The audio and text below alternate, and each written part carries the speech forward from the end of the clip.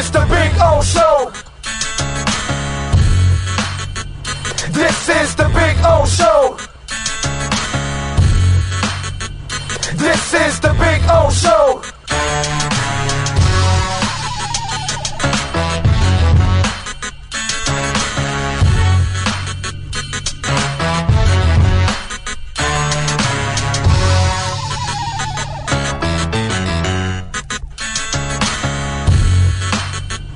This is the Big O Show. This is the Big O Show.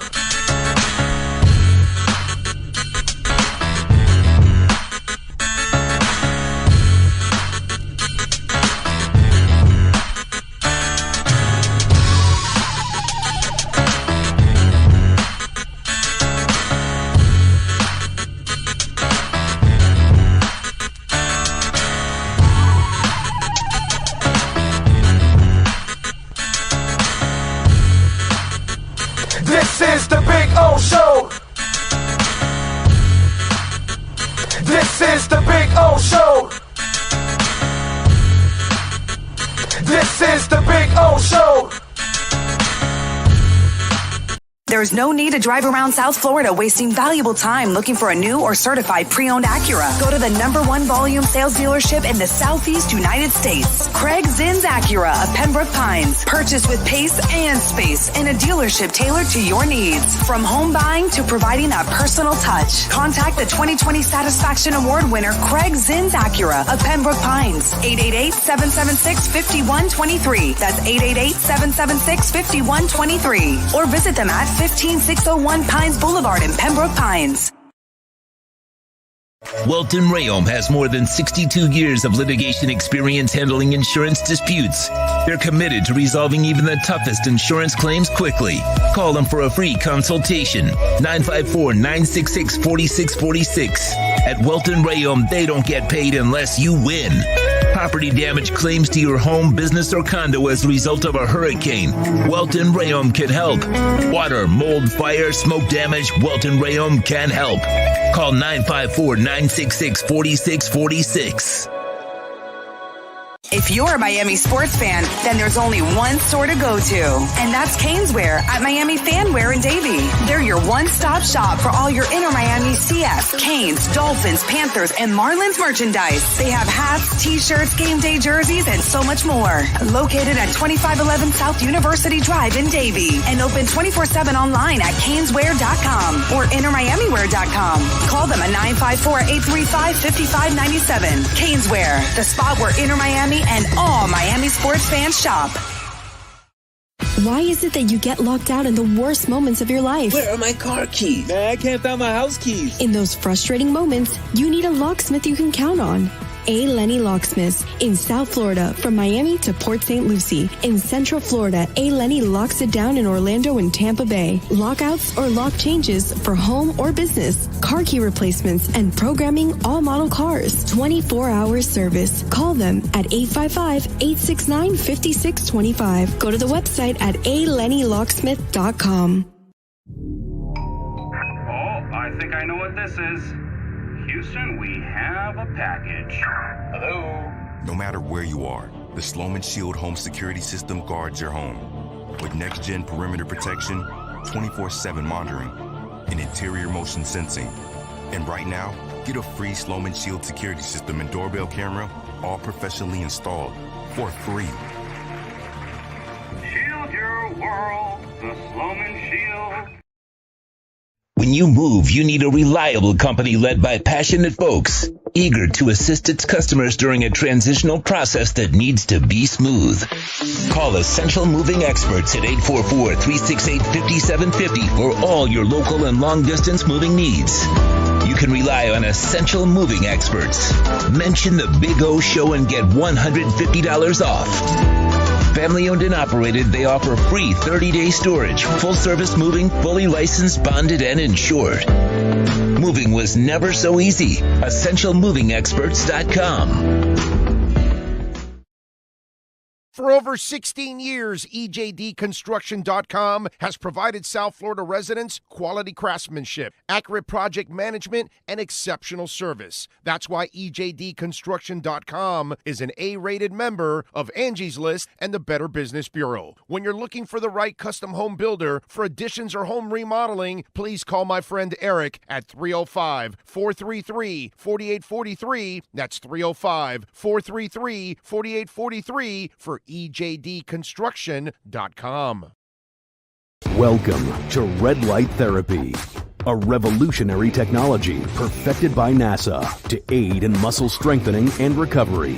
Red and infrared light has the capacity to penetrate deep into the cell's mitochondria, potentially leading to increased energy, faster recovery, and the optimal performance your body demands. Train, fight, recover.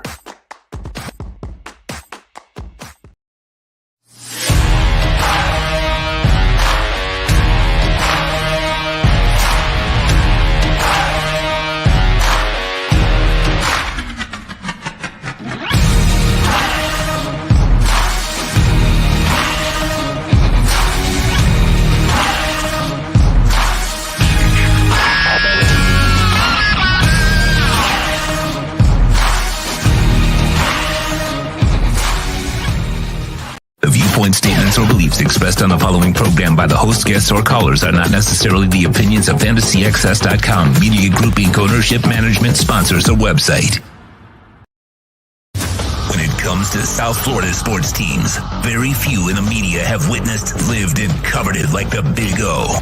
Let's start the program dedicated to your favorite South Florida teams with a passion that's unmatched. The Big O Radio Show is on. Here's the Big O. Yes, Chubba Dub Dub, a man in a tub. Yeah. I love it. Good morning. I hope you all are doing well on a beautiful Wednesday. On a Wednesday where we're getting ready for Inside the Paint, the redrecover.com Inside the Paint show at the top of the hour. And I got to tell you something. What happened yesterday, I think, kind of is the nail on the coffin on something that has not happened in over a quarter century.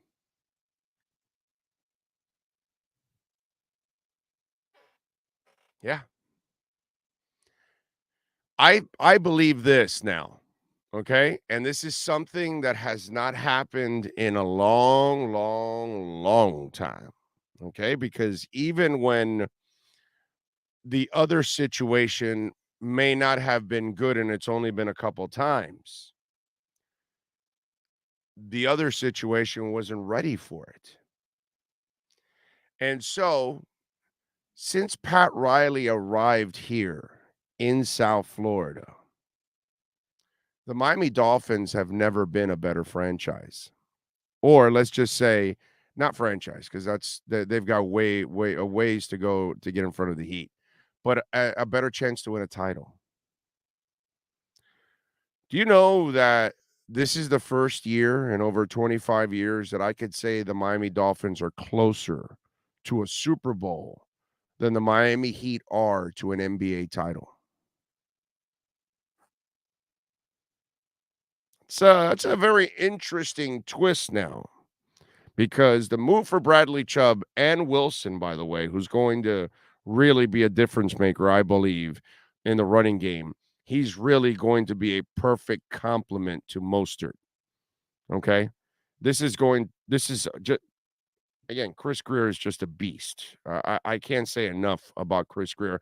I'm so glad that I've defended Tua and Chris Grier after all of these years. Well, I mean, I'm the one that wrote the article to hire Chris Grier. I was the only person in the country about 5 years ago, whatever the hell it was. Yeah, about 4 or 5 years ago, because this is his third year, I believe, right? So, yeah, it was 4 years ago that I wrote an article in The Athletic and said it on Sirius Radio and on QAM. You need to fire Tannenbaum and Gase and hire Chris Grier and put him in place. And the rest is history. So I've defended Grier from the get-go, and I've defended Tua from the get-go, and those things have turned out. And what they've built now, believe it or not, because I don't think the Heat are a championship contender at all. You know what I mean? I don't. I think they need another star in order to get it done. It was really fun win last night, I got to say. That was actually good. That was good. I didn't expect it. You know, even though Golden State was winless on the road, I figured they'll still get it done and all that good stuff. But they weren't able to get it done yesterday. That's for damn sure. And so you got to give the Heat some credit. They got it done yesterday. They played well. Jimmy Butler down the stretch was awesome. But this is the first time that I feel the Dolphins are closer to a championship than the Miami Heat. And that has not happened in the Pat Riley era. That has not happened. Even in the years that Riley may have had a down year or whatever and all that, the Dolphins weren't any threat to get anywhere anyways, because they haven't been a threat in decades. Now they're a threat. Yeah, I said it. They're a threat for the Super Bowl. Yeah. They can only get better if they can actually add people. If they could just get healthier, they're only going to get better. So this is the first time since Pat Riley came to town that I can literally say the Miami Dolphins have a better chance than the Miami Heat right now to win a championship. The Dolphins have more stars. It's not even up for debate. The Heat has one star. That's it. They need a second star, and it's not Lowry and it's not Bam. So who's going to be the other star that can impose their offensive will? Because it is an offensive game. So what is it? Where's it going to happen? I look at the Dolphins and I see Tyreek and Waddle. Now you added Bradley Chubb on that defense, and you have X on that defense. Obviously, the man that stirs the entire drink, Tua Tagovailoa. You know, I start looking around. I start saying, well, there are more stars for the Miami Dolphins. There are more impactful players that can make a big-time difference for them, you know, overall. So for me, this is interesting because it's the first time we've ever crossed this threshold. That doesn't mean that any of them are going to win a title, okay?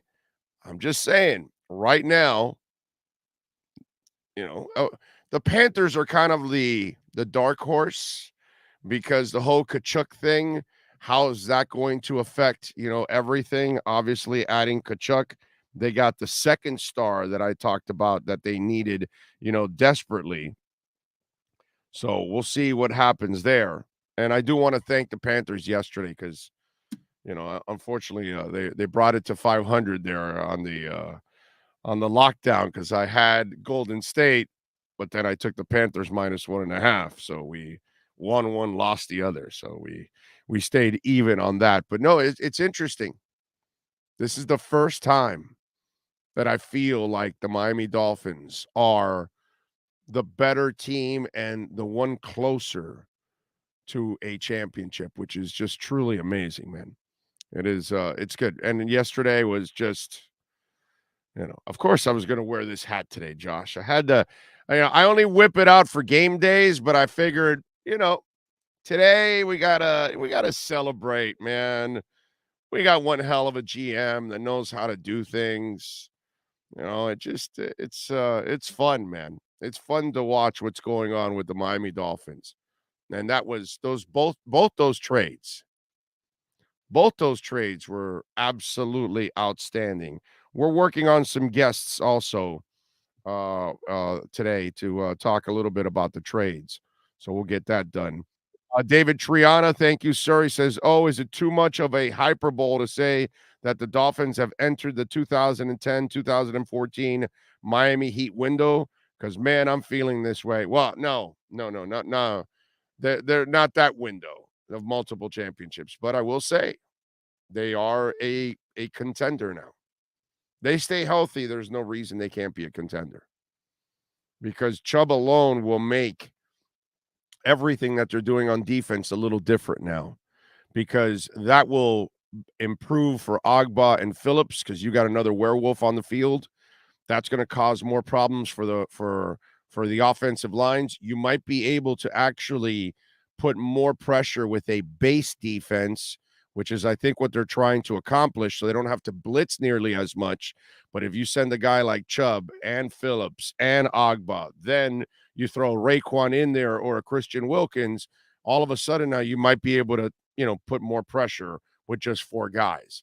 And so that kind of stuff, I think, will create a better atmosphere for the secondary too at the same time. But as I said, and we'll bring Ira on now in a minute, this is the first time since Pat Riley came into South Florida that the Miami Dolphins have a better chance of winning the Super Bowl than the Miami Heat have of winning the NBA title. That is the first time that I've ever felt that. And barring health, which we all know that's obviously a key for anything in any sport whatsoever, Heat or Dolphins, by the way, because, the Heat also have a health issue at times too with some of their players. So, but it's interesting. It really is. It really is. Let's bring Ira aboard here while we await for Kurt to join us. And Ira, what do you think? I think this is the first time that the Miami Dolphins legitimately may have a better chance at winning a Super Bowl than the Miami Heat, an NBA title, since Pat Riley came to town. Because remember there were a couple of 15 and 67 seasons, so I don't know what the Dolphins did in those seasons. But the Dolphins weren't good enough to do anything at that time. Right. But probably still had a better chance, than maybe to at least qualify for a last playoff spot. So there were a couple of years when the Heat were down. I'm not talking about title. I'm talking about a championship. I'm not talking about appearing in the playoffs. I'm talking about right now. This is the first time since Riley got here. The Dolphins have never, ever been a Super Bowl type of team that can actually make an impact in the playoffs. With this Chubb move, I think they now, and Wilson, by the way, I think Wilson is going under the radar. I think that's going to add a lot to the running game, but I think this is the first time for them. Except when you are in that position, when the Heat were in that position all 4 years of the Big Three era, starting in 2010, every year they were looked at as the championship favorite. They were right up there. When they lost to Dallas, it was a staggering, crushing blow. When they won 2 in a row and the heat went out, the air conditioning went out in San Antonio, it was a crushing blow for them to lose in 2014. LeBron left. But here's my question about the Dolphins. Unlike the Heat in their ultimate championship window, they were the unqualified, presumed, respected best team in the league. Okay, bingo. Orlando Alzagari. That's not what I'm talking about. But all I'm saying is right now in town, the Miami Dolphins have a better chance of winning the Super Bowl than the Miami Heat has of winning the NBA title this season. That's all I'm saying. And I would say yes, with the exception of this. Are they even? Not considered the best team in the league and all that. That was different with the Heat. That's why when David brought that up, I said, no, we're not talking about that. The point I'm trying to make here is this. Are the Dolphins, even right now, with yesterday's move with Chubb, are they the best team, Big O, in their division? And the reason I ask that is this. As a New York Mets fan in baseball, Mets had a great season, but they got stuck in the wild card. They had to play an extra round of playoffs, and ultimately it did them in.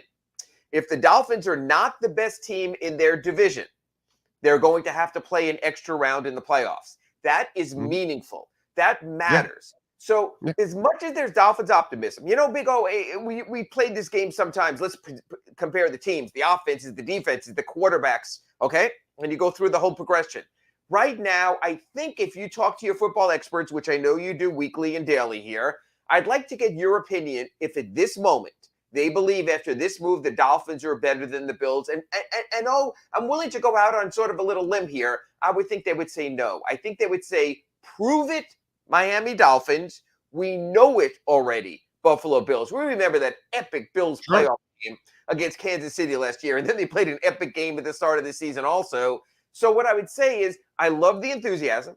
The Dolphins have a great playoff chance. Hey, look, they're sort of like what the Panthers were last year. Just let them win a playoff game. Let's start that run right there.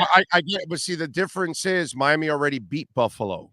And the only reason Miami has losses is because of injuries, not because of anything else. They weren't beaten by other teams like, oh my God, they were not that good. No, they were injured. That's the only reason they lost their quarterback. Who's the better team on a neutral field? If they have their quarterback, they're ahead of the Bills in the standings right now. Okay. Actually, if they have their quarterback, but they don't. But again, that's not what I'm talking about. Yes. What I'm talking about is, because when I talk about the road to the Super Bowl, Miami has a better chance of getting through it than the Miami Heat, because I don't give the Miami Heat any chance to win the NBA Finals. I think it was kind of even fluky where they were last year, they're not even going to get there again because they're not the same team at this point in time. No, and again, when you talk contentions, you're probably talking at least 2 rounds of the playoffs, and I think by the Heat's second round of the playoffs, it's going to be an oh my God, Milwaukee or Boston or Philadelphia. And that's where it could end. With the Dolphins' second round of the playoffs, depending on how things set up, I think they can get through that even when they have to start at the wild card range. But to me, it comes down to the division. If they're healthy, they have a chance win their division. Anybody, including the Bills now, I believe. I believe they have they already beat the Bills. So why can't they beat the Bills again? That to me. And by the way, they got one more game against the Bills. That'll be interesting. That'll be a nice message that if they can beat the Bills one more time this season, that'll be huge. I think that might also decide the division. There's still a chance that could decide the division as well. Yeah. Yeah. So, although there are a couple games ahead, they might have that. Although they've got to lose hopefully another game from right. If they lose another one, the Dolphins get the 2-0 season series, get the tiebreaker again. If you win your division and you go into a playoffs from a position of strength, it is a big deal, Big O. And now we'll see. And now look at their upcoming schedule again. They were not their best selves against Detroit. If there was pass interference on the last play, it would be a completely different narrative today. But you look at their schedule and who they have coming up, and it's just, you know what? I'll put it this way. The Dolphins are going to be favored for a bunch of games for a long time right now. That's not the case with the Miami Heat. That's the difference right there, Orlando Alzagari, that when you look at the Heat schedule and a lot of teams in the East, they're not going to be favored against Boston, not going to be favored against Milwaukee, not going to be favored against the 76ers. That's the difference. Almost every team the Dolphins play, if not every team the rest of the way except for Buffalo, they will be favored. Well, the good thing is for Dolphin fans, they will now actually feel like they do when they root for the Heat. They actually have a chance, which they have not had anything for decades now. All right, get ready for a hardcore hour of Miami Heat and NBA talk. Nice win against the Warriors last night. It is the RedRecover.com Inside the Paint Show with Ira Winderman and Kurt Heelan. Next. Welcome to Red Light Therapy, a revolutionary technology perfected by NASA to aid in muscle strengthening and recovery. Red and infrared light has the capacity to penetrate deep into the cell's mitochondria, potentially leading to increased energy, faster recovery, and the optimal performance your body demands. Train, fight, recover. The viewpoints, statements, or beliefs expressed on the following program by the host, guests, or callers are not necessarily the opinions of FantasyAccess.com, Media Group Inc. ownership, management, sponsors, or website. NBA fans, it's time for the RedRecover.com Inside the Paint Show with Ira Winderman and Kurt Heelan. RedRecover.com helps pros and everyday warriors heal on the go with our medical-grade, highly specialized devices designed for each area of the body. Use code BIG-O to get a 10% discount. Let's hit the hardwood with some of the best insiders in the NBA. Here's Ira Winderman and Kurt Heelan. And we're back in our earlier spot because Kurt loves getting up early out there in the LA area. So Ira Winderman here from the South Florida Sun Sentinel. He's Kurt Heelan from Pro Basketball Talk at NBCSports.com. And for my schedule, we grab you in the middle of a back-to-back set. The Heat with an impressive victory last night over the Golden State Warriors at FTX Arena. They're back at home tonight against another team they recently lost to, the Sacramento Kings, without De'Aaron Fox, and that matters. So I think the Heat, by the end of the week, the sky's falling on the Heat. Win tonight against Sacramento, win Friday in Indiana. You're a 500 team. You're coming home to play Portland, consecutive games against Charlotte, and all of a sudden, the world's not ending. And I want to bring in Kurt with this. Kurt, when you look at some teams' early season records, I think they're an indicator of trouble ahead. When you look at other teams' early season struggles, you say to yourself, they're too good for that. They'll get it together. And I thought both teams yesterday that left FTX Arena with that 3-5 record, the Miami Heat and the Golden State Warriors, are going to be fine. There's too much talent there for them not to be. The Heat will be in the middle to upper pack in the East playoff race. The Golden State Warriors give me no reason not to believe otherwise. Kurt, when you watch that game last night and you see where these two teams are right now, are there any specifics that, whether it's the Heat or whether it's the Warriors, you look and you say, you know what? 3-5 portends trouble because... Not in the regular season, no. I think the Warriors rightfully should be a little worried about the play they're getting from their young kids. I mean, they were leaning into Wiseman and they're leaning into Kuminga. By the way, I don't know what you thought. I still – Moody's good. Like, I'm starting to trust Moses Moody. He had some shots last night.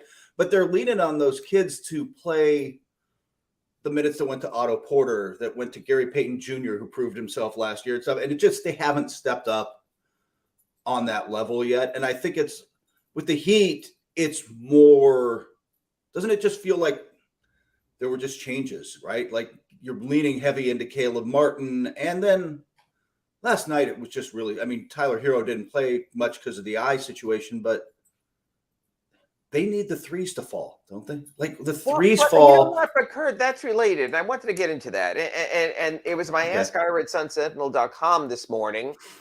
Is that a coincidence that Tyler Hero went out in the second quarter and you can make an argument that he played arguably their best 30-minute stretch of the season when Tyler was out?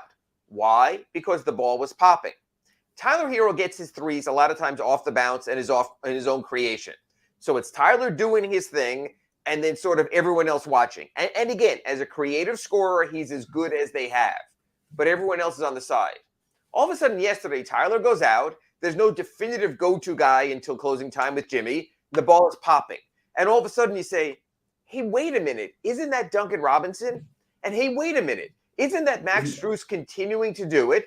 And you saw so much more of the previous Miami Heat, of what we thought this team was and was going to be.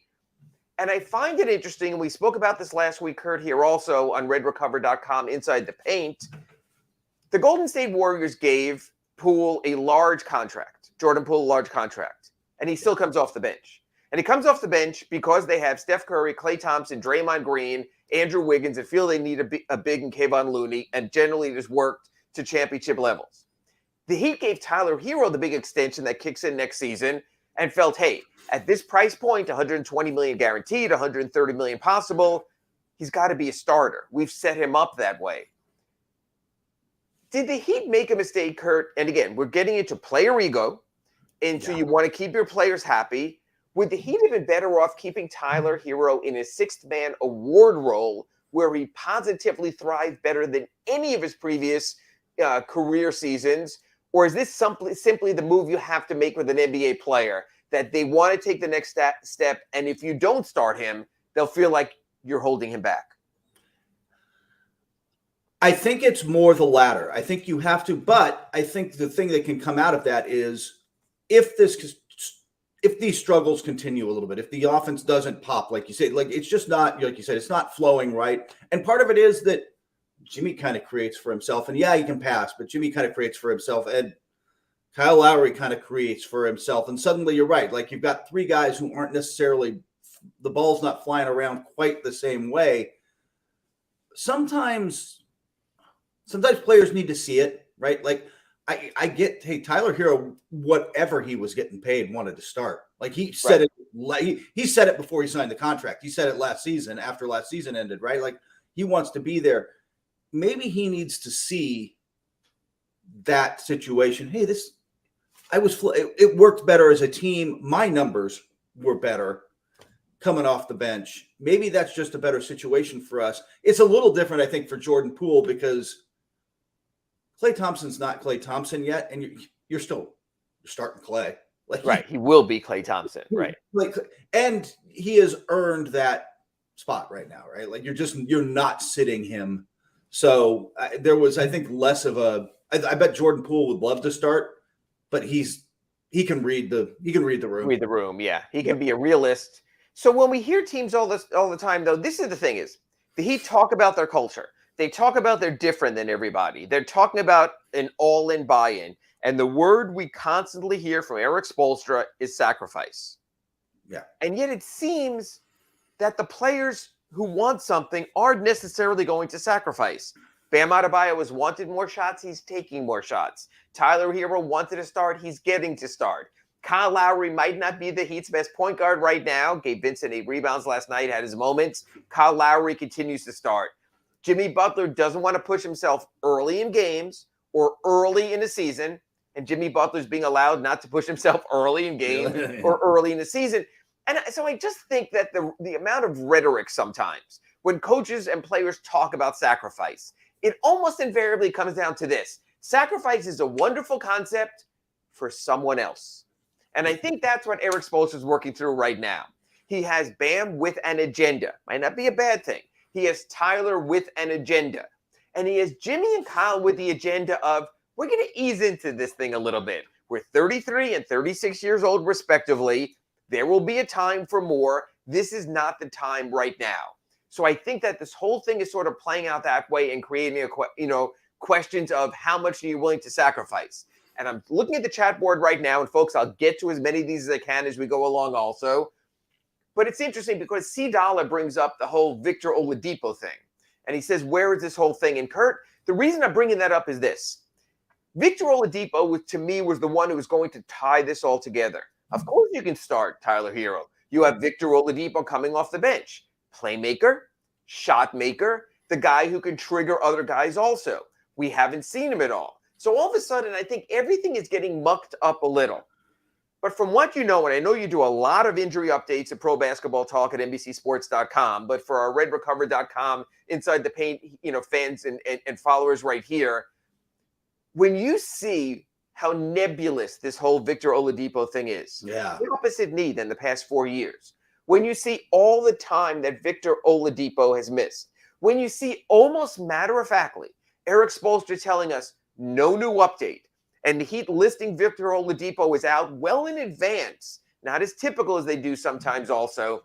Kurt, even though we're here on November 2nd and we're less than 2 full weeks into the Miami Heat season, can the Miami Heat in 2022-23, can they, and I'll add a caveat there, should they count on Victor Oladipo? I don't think they can at this point. I don't think they look at this point. Isn't he a bonus? Like it's been too long. It's been too much. I just think you've reached a point where, hey, if we get him back and he can start to contribute like he did for us in the playoffs for a stretch of time, sure, then great. Like we'll figure out how to use it. But that injury history is long. I mean, Ira, it's like you said, it's 4 years, going on 4 years where he's 4 missed. years. This is the opposite knee of his surgical knee and his quadricep. But that's compensation. Yeah. That's compensation. So you talk about, okay, but compensation has its limits. But here's my question to you, Kurt Whelan, and everyone out there, and feel free to join us on the chat board here on RedRecover.com Inside the Paint, and it's this. The Heat this offseason had a decision on Victor Oladipo. I'm not saying they had money to spend elsewhere because he was a bird rights free agent, so it's easier to bring him back. Initially, we heard Victor Oladipo is coming back on a 1-year, $11 million deal. Then to get under the luxury tax, they redid that to cover Vic in case he's not fully healthy, 2-year, $18 million year, but a player option on the second year. In other words, if it doesn't work out for Vic, instead of 11, if it's all over, he gets 18. If it does work out for Vic, he gets less than the 11 in the 1 year, but he hits the free agent market and chases the $100 million contract he bypassed in Indiana or the $80 million extension he bypassed in Houston. Did the Heat make a mistake then with their due diligence? This, Kurt, is the part I don't get. How everyone is so matter-of-factly saying, well, Vic isn't ready, but Well, who really thought he was going to be ready anyway? We knew this could happen.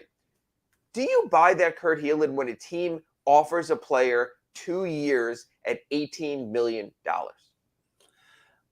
The funny thing is, like, that's 2 years, $18 million is below market, like league average salary, right? You are below not mid-level, right? Yes. Yeah, you're paying him eighth man money, really. Seventh, eighth man money. And that's what they were expecting. I mean, I know I spoke in the preseason that he might start and there's the chance, but I think we all knew better where it's headed. But that's the exact point I'm saying. Hey, Kurt, look, it's not major money, but it's eighth man money. Like you say, eighth or ninth man money. But you need your eighth or ninth man to play. And when your eighth or ninth man isn't there, it is tangible and it is noticeable, as it is with the Heat this season.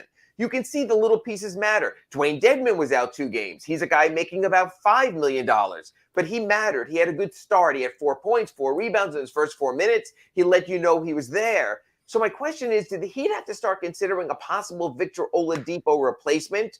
Did they just ride Gabe Vincent as their combo guard off the bench? Obviously, they can bring Duncan Robinson for shooting. But in other words, when we do our RedRecover.com Inside the Paint shows every Wednesday, is this just going to be a talking point all season, or at least through the first half of the season?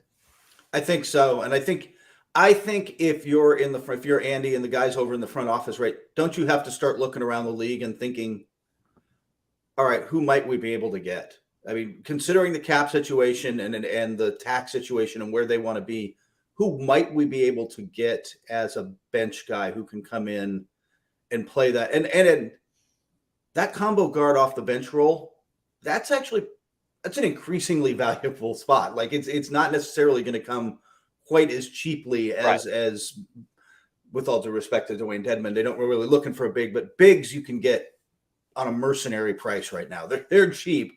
It's not going to be that way, but you might have to start looking around because you got to have a plan B at this point. Like you do, and the problem you got to have plan B. Usually you find those guys on teams that aren't contenders that are selling off. It's a veteran guy who's been around a few years, is willing to come off the bench.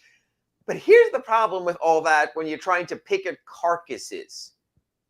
Kurt, are there any carcasses in the NBA at the moment? The teams we thought would be terrible, the Utah Jazz, the San Antonio Spurs, those teams are right there. Those teams are playing well. So I just wonder, are we even close to a point, and I want to get to the Nets in our next segment because there's a lot to touch there, but are there any teams even you're looking at right now and you're saying that team has sold off the season? I mean, I can't see almost anyone, maybe the Orlando Magic. Yeah. You could make a sort of, and the guy I would look at there is Terrence Ross. And Terrence Ross has been mentioned for a number of years as a veteran who deserves better than what's going on in Orlando. So maybe that would be my name.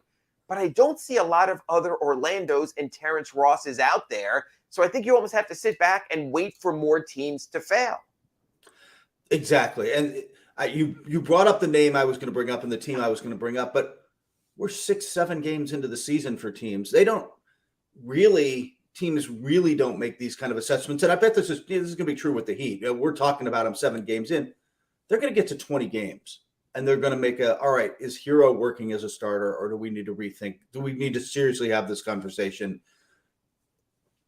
We haven't seen Oladipo. It's 20 games in, which seems much more possible.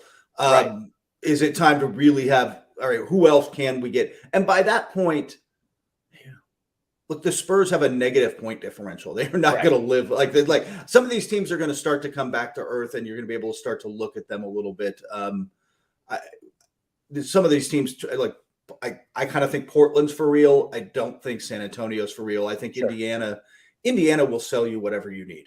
I think there'll be pieces. They're winning accidentally because the Nets suck, so they were able to get that Saturday. The Jazz are accidentally winning. Yeah, but the one team I will tell you is when you were mentioning San Antonio, a sort of an intriguing name for me, and please chime in on the chat board here, folks.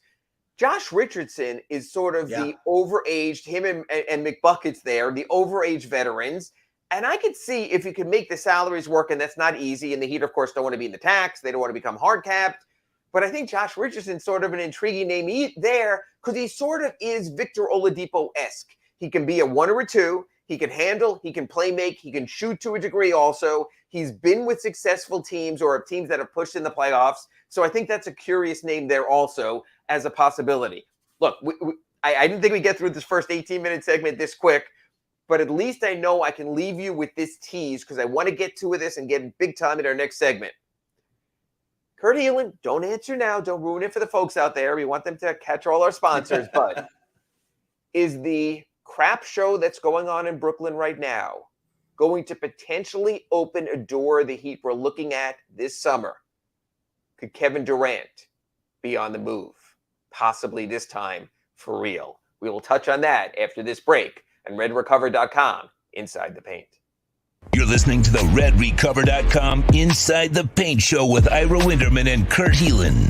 RedRecover.com's wraps and pads are designed to deliver maximum benefits with each treatment, anywhere you go. Use the code Big O to get a 10% discount.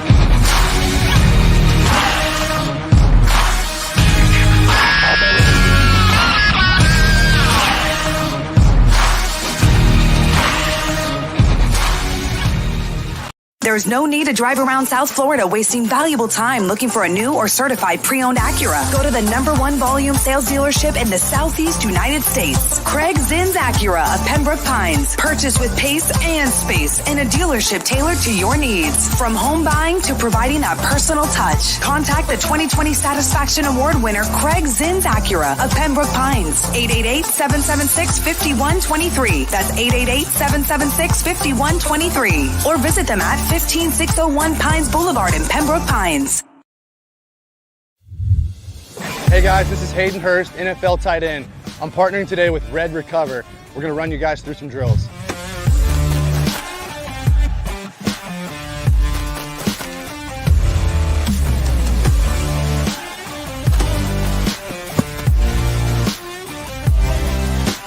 I started using Red Recover last year, my 4th year in the NFL. It just helps me on Mondays after games, get my recovery process started, get back into the fold of the week, and get ready for the following Sunday. And if you want to recover like me, use Red Recover.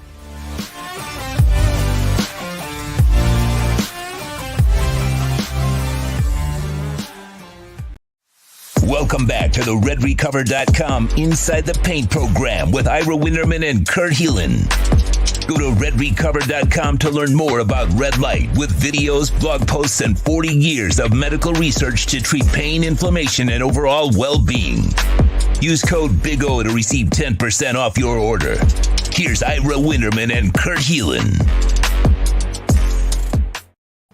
Ira Winderman from the South Florida Sun Sentinel over here. He's Kurt Helin out in LA at the butt crack of dawn, works for NBCSports.com and Pro Basketball Talk.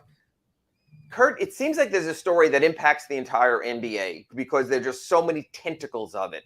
And we were almost waiting for this all summer, the implosion or the start of the implosion of the Brooklyn Nets. Yeah. And there was a point this summer where all of a sudden they said, we're not going to trade Kevin Durant. He's going to come back. And Kevin Durant says, I never really wanted to leave. I love this place. And then they said, we're not going to accede to Kevin Durant's call for a new coach in Steve Nash. And Kevin Durant said, never a problem. Steve Nash said, this kind of stuff happens all the time.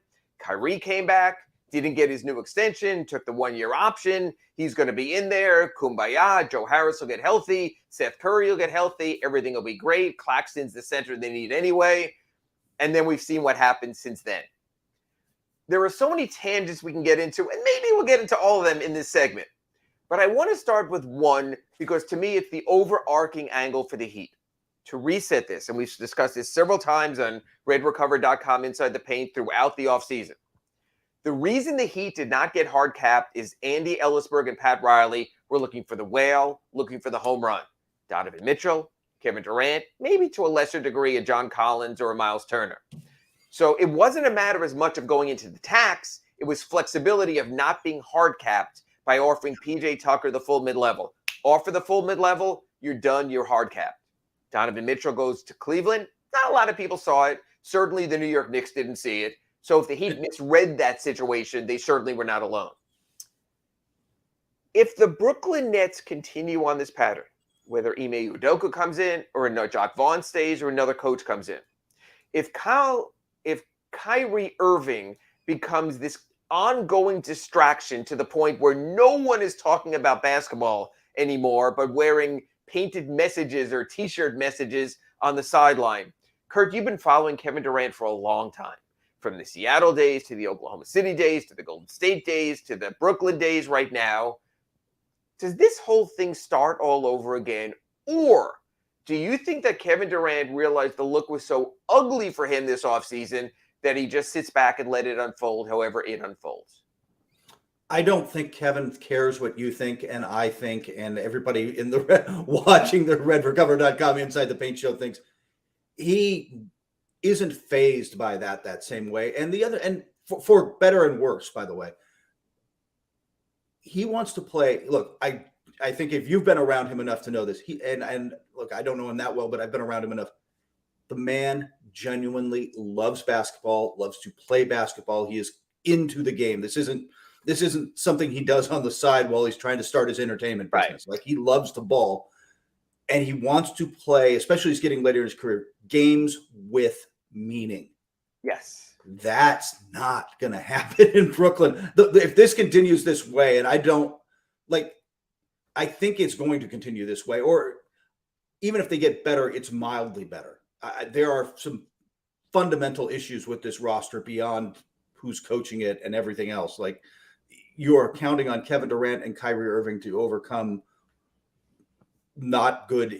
They're just not a good defensive team, and they're terrible in the paint, right? Like, there's all sorts of stuff. At some point, I think Durant would be willing to go back to Joe Tsai and say, I tried, dude. I tried. I want to be here. Like, I wanted to make this work. You got to get me somewhere. I genuinely believe that's distinctly possible. I don't know that they'd make a deal before the deadline. That's a whole, that's almost separate conversation, but I think it's open. Don't you feel like he'd be willing to just throw this open again? I do. And again, I think, people are mentioning the trading deadline, which is a long way away, February 8th or 10th, that second week in February. Like that, yeah. And it can get really ugly by then. I think the key dates are the December 15th day when most players signed in the offseason as free agents can go ahead and be traded. It opens a lot of money.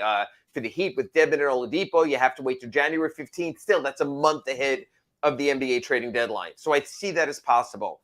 Everyone was lined up in the offseason. But that's why if you deal then, you're probably in a better position for this reason. In the offseason, the Phoenix Suns were one of the teams mentioned on his list, the top of his list, and it was going to crap with DeAndre Ayton, and it didn't look like it was headed anywhere. Then you found out Jay Crowder didn't want to be there. And now the Suns are really good. And the Suns might be the best team in the NBA right now, and having a look of a team that can continue to be the best team in the NBA through the season. I don't know if you break that up. The other team mentioned because of a lot of talent was the New Orleans Pelicans. Well, all of a sudden, they're looking like they have a pretty damn intriguing mix there, Kurt, that I don't know if you want to break up, whether it's Ingram or one of their young players and move in that direction and touch that whole thing for a rental, for a guy who might be unhappy and want to leave after it goes south there and Zion gets injured again and having to deal with that. So I think that option is lost. So again, please, if you're with us, go to the YouTube chat board. Feel free to chime in here. I'll get to as many of these as I can. If you're the Miami Heat, and again, I don't know where it's headed with the Heat. I do think they're headed back to 500 by the start of next week. But would you reconsider Bam Adebayo? Would you reconsider? I know it's a lot harder with Tyler Hero. It would have to be a mega deal. You'd have to put a lot more into that. So I'll just start with Bam. Would you consider that for Kevin Durant, a player who, one, fits totally in the timeline with Jimmy Butler, with Kyle Lowry, but two, when you remove a Bam Adebayo, your future timeline is Tyler Hero and, remember, Max Strus, Gabe Vincent, Omar Yurtseven are impending free agents. There's no guarantee there. So Kurt Eland, and I know Kurt's going to post and blog on this at Pro Basketball Talk at NBCSports.com as soon as the show is over, so check him out there. Kurt, if one of your readers in a mailbag or in one of your other podcasts mentioned the possibility of, hey, Kurt, I know you do that RedRecover.com Heat show Inside the Paint. I didn't catch it this week. I'm just curious. And now they should catch it. What are your thoughts? would you consider putting Bam Adebayo into play if Kevin Durant becomes available again? I don't, only because the goal of getting Kevin Durant at age 33, right? I think 32, 33 is win now, win this year, win in the next couple of years. And you need Bam to do that. You need Jimmy to do that, right? Like, you've got to make them your big three. It's not even about what's next. It's if you're going to win this year, if you're going to win next year with that combo or the next couple of years, Bam is the guy you've got to have in the middle. Defensively, plus can score, close to all the, I mean, we all know everything that Bam can do. I just don't think you can give that up and win. I don't think you're Kevin making Durant, some huge step forward. It's Kevin Durant. I don't know where. Yeah. And again, I apologize. I don't know where Kevin Durant fell in your ProBasketballTalk.com rankings, but he's a top 10 player and arguably still, he's having a great season. And arguably still a top 5 player, right? Oh no, he is one of the guys. In fact, if you watch them at all, he's carrying them. He is being forced to carry them because last night, they lose to the Bulls. He had 36.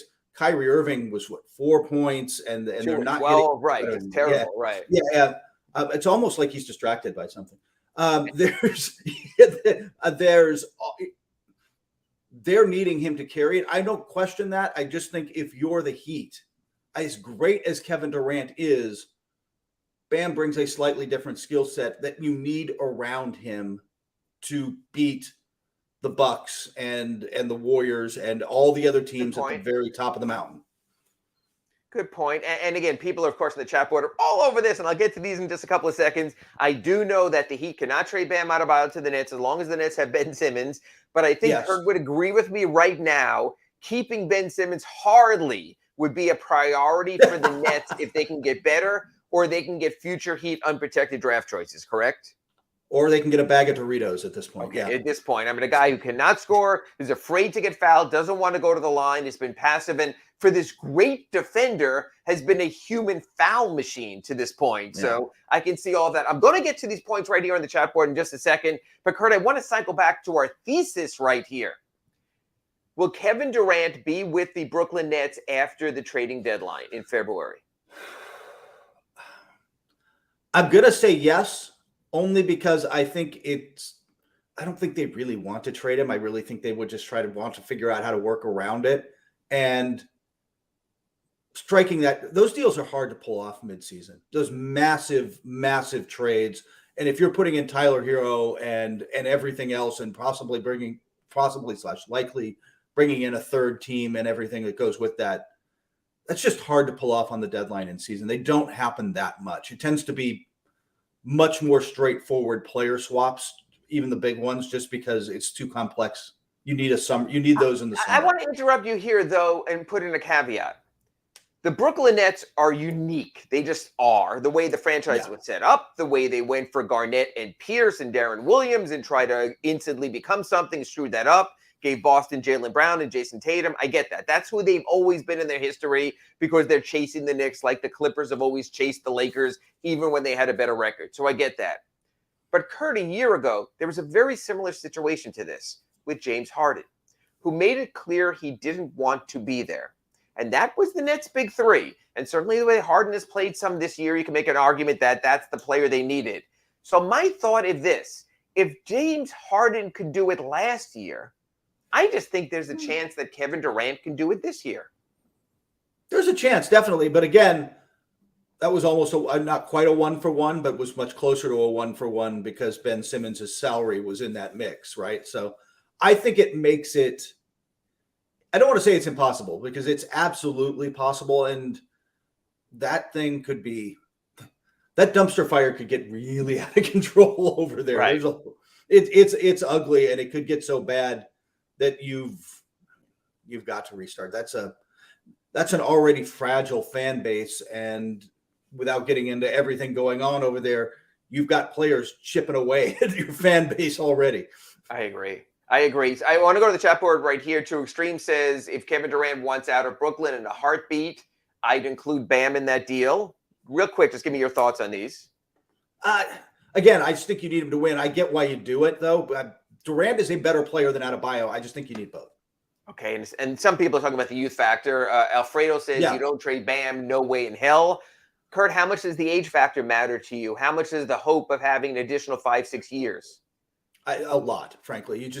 If you're going older for younger, that's always scary. You're boxing yourself into a couple of years in a rebuild, and that's never been the Heat's way. No, Greater Good says he doesn't see the value there. Isaiah says Durant would want to play with Bam and Jimmy. Well, of course he would. I would like to play with Bam and Jimmy. Works for you, works for me. But if you try to construct a deal with 2 unprotected future picks, I think for the Heat you could do it in 26 and 28. Kyle Lowry's salary, one of your young pieces, maybe a Strus. I'd rather not do that. Vincent Yurtsevin. Could the Nets ever reach that point of desperation where they would do that, where Sean Marks would kick it to the can and start over again and take the quote-unquote picks package? Maybe, but that's not a Sean. Honestly, at that level, that's no longer a Sean Marks decision, is it? That's a Joseph Tsai decision, and his wife, who, by the way, is I think more involved than people realize in running the Nets. That kind of rebuild that has to start at ownership level, right? That's not a any of those players, and that's why Joe Tsai even issued the statement regarding Kyrie, because he just felt he had to. So it's a management thing here. Two Extreme says, though, we know what player Bam is. He's not going to change. Durant is still an unguardable player, and it's a huge upgrade at his age. Again, that's the one thing. The reason I brought this up on this segment on our RedRecover.com Inside the Paint show was this. There are few other teams in the league as willing to live in the moment as the Miami Heat. And the reason I bring it up is, you might say to me, wait a minute, Ira. Any team that has LeBron James lives in the moment. They gave up the Wiggins first-round pick for Kevin Love when he was with the Cavaliers. The Lakers have given him everyone he wants, even though it hasn't worked out. Carmelo, whatever, how he wants. And yet the Lakers, and you're out there in L.A., Kurt, they balked at those 2 unprotected picks. They know that they're protecting themselves to a degree. My thought being, Pat Riley wouldn't be that protective. Pat Riley, 77 years old. Not that his age is the factor necessarily, but he's always been about living the moment. That's why I brought up this talking point. It wasn't to get the clicks, but please smash that like button there. It was more just to say that, hey, if a team might do something like that, I think the Heat is the kind of team that would take a chance with that. It's interesting. Alex goes in here and he goes, I don't want Kevin Durant here. Of all the Nets' problems, Kyrie Irving, every time he opens his mouth. Ben Simmons, every time he doesn't shoot. Anyone masquerading as a backup center for the Brooklyn Nets. I sort of forgive Kevin his contre-temps about wanting out and wanting to go somewhere else and leaving Oklahoma City when he was chasing a championship with other players and leaving the Warriors when he already had his championship. People change jobs. People want different things. The one thing about Kevin Durant, and this is, in fact, this is a point I want to sort of wrap this up here with you, Kurt, because I mentioned James Harden. Can you ever see Kevin Durant dogging it? And I'm going to take it a step further because you watch every game on League Pass. Have you ever seen Kevin Durant dogging it? Not really. I mean, maybe if I've really looked for a game here or there, a defensive possession, but not really. Again, he is a guy who is genuinely passionate about the games in the way, by the way, I don't think you get to be him. I don't think you get to be LeBron. I don't even think you obviously don't get to be Jimmy Butler without a passion for the game that drives you to not lay off like that, not to just Jimmy. If Jimmy's unhappy, it's much more clear. You can ask your friends in Minnesota about that, but it's not, but he doesn't quit and he just takes the third stringers out and beats you up. Yeah, no, it just, and the thing is, I think Kevin Durant wouldn't even go to that Jimmy level. Kevin Durant's interesting. As much as he'll attack you on Twitter, on social media, he really wants to be liked and he wants to be respected. And I think that's meaningful to him. So I think when you look at it, it's a little different. Okay, we have just a minute or so here in this segment. I didn't want to get too net-centric, but I don't think you can, in today's NBA, talk too much about the Nets. It's all over the interwebs. Kyrie Irving. If he were to become available, would anyone take him? Los Angeles, the Lakers would. And I think they that is the guy they throw in 2 for. What's held them back from throwing in their 2 picks, and you said about protecting the future, it's less that than, with all due respect to Miles Turner and Buddy Hield, how much better does that make them? Ooh, I they know got up from to a the eighth basketball seed. standpoint, I don't disagree, but I think that's what they're doing. I think Kyrie, they think, is the kind of star that changes them. And you think with the large Jewish population out in LA, that Lakers ownership would put up with that? I mean, we've seen some horrific things in the Southern California area. And you think they would take the baggage to get Kyrie?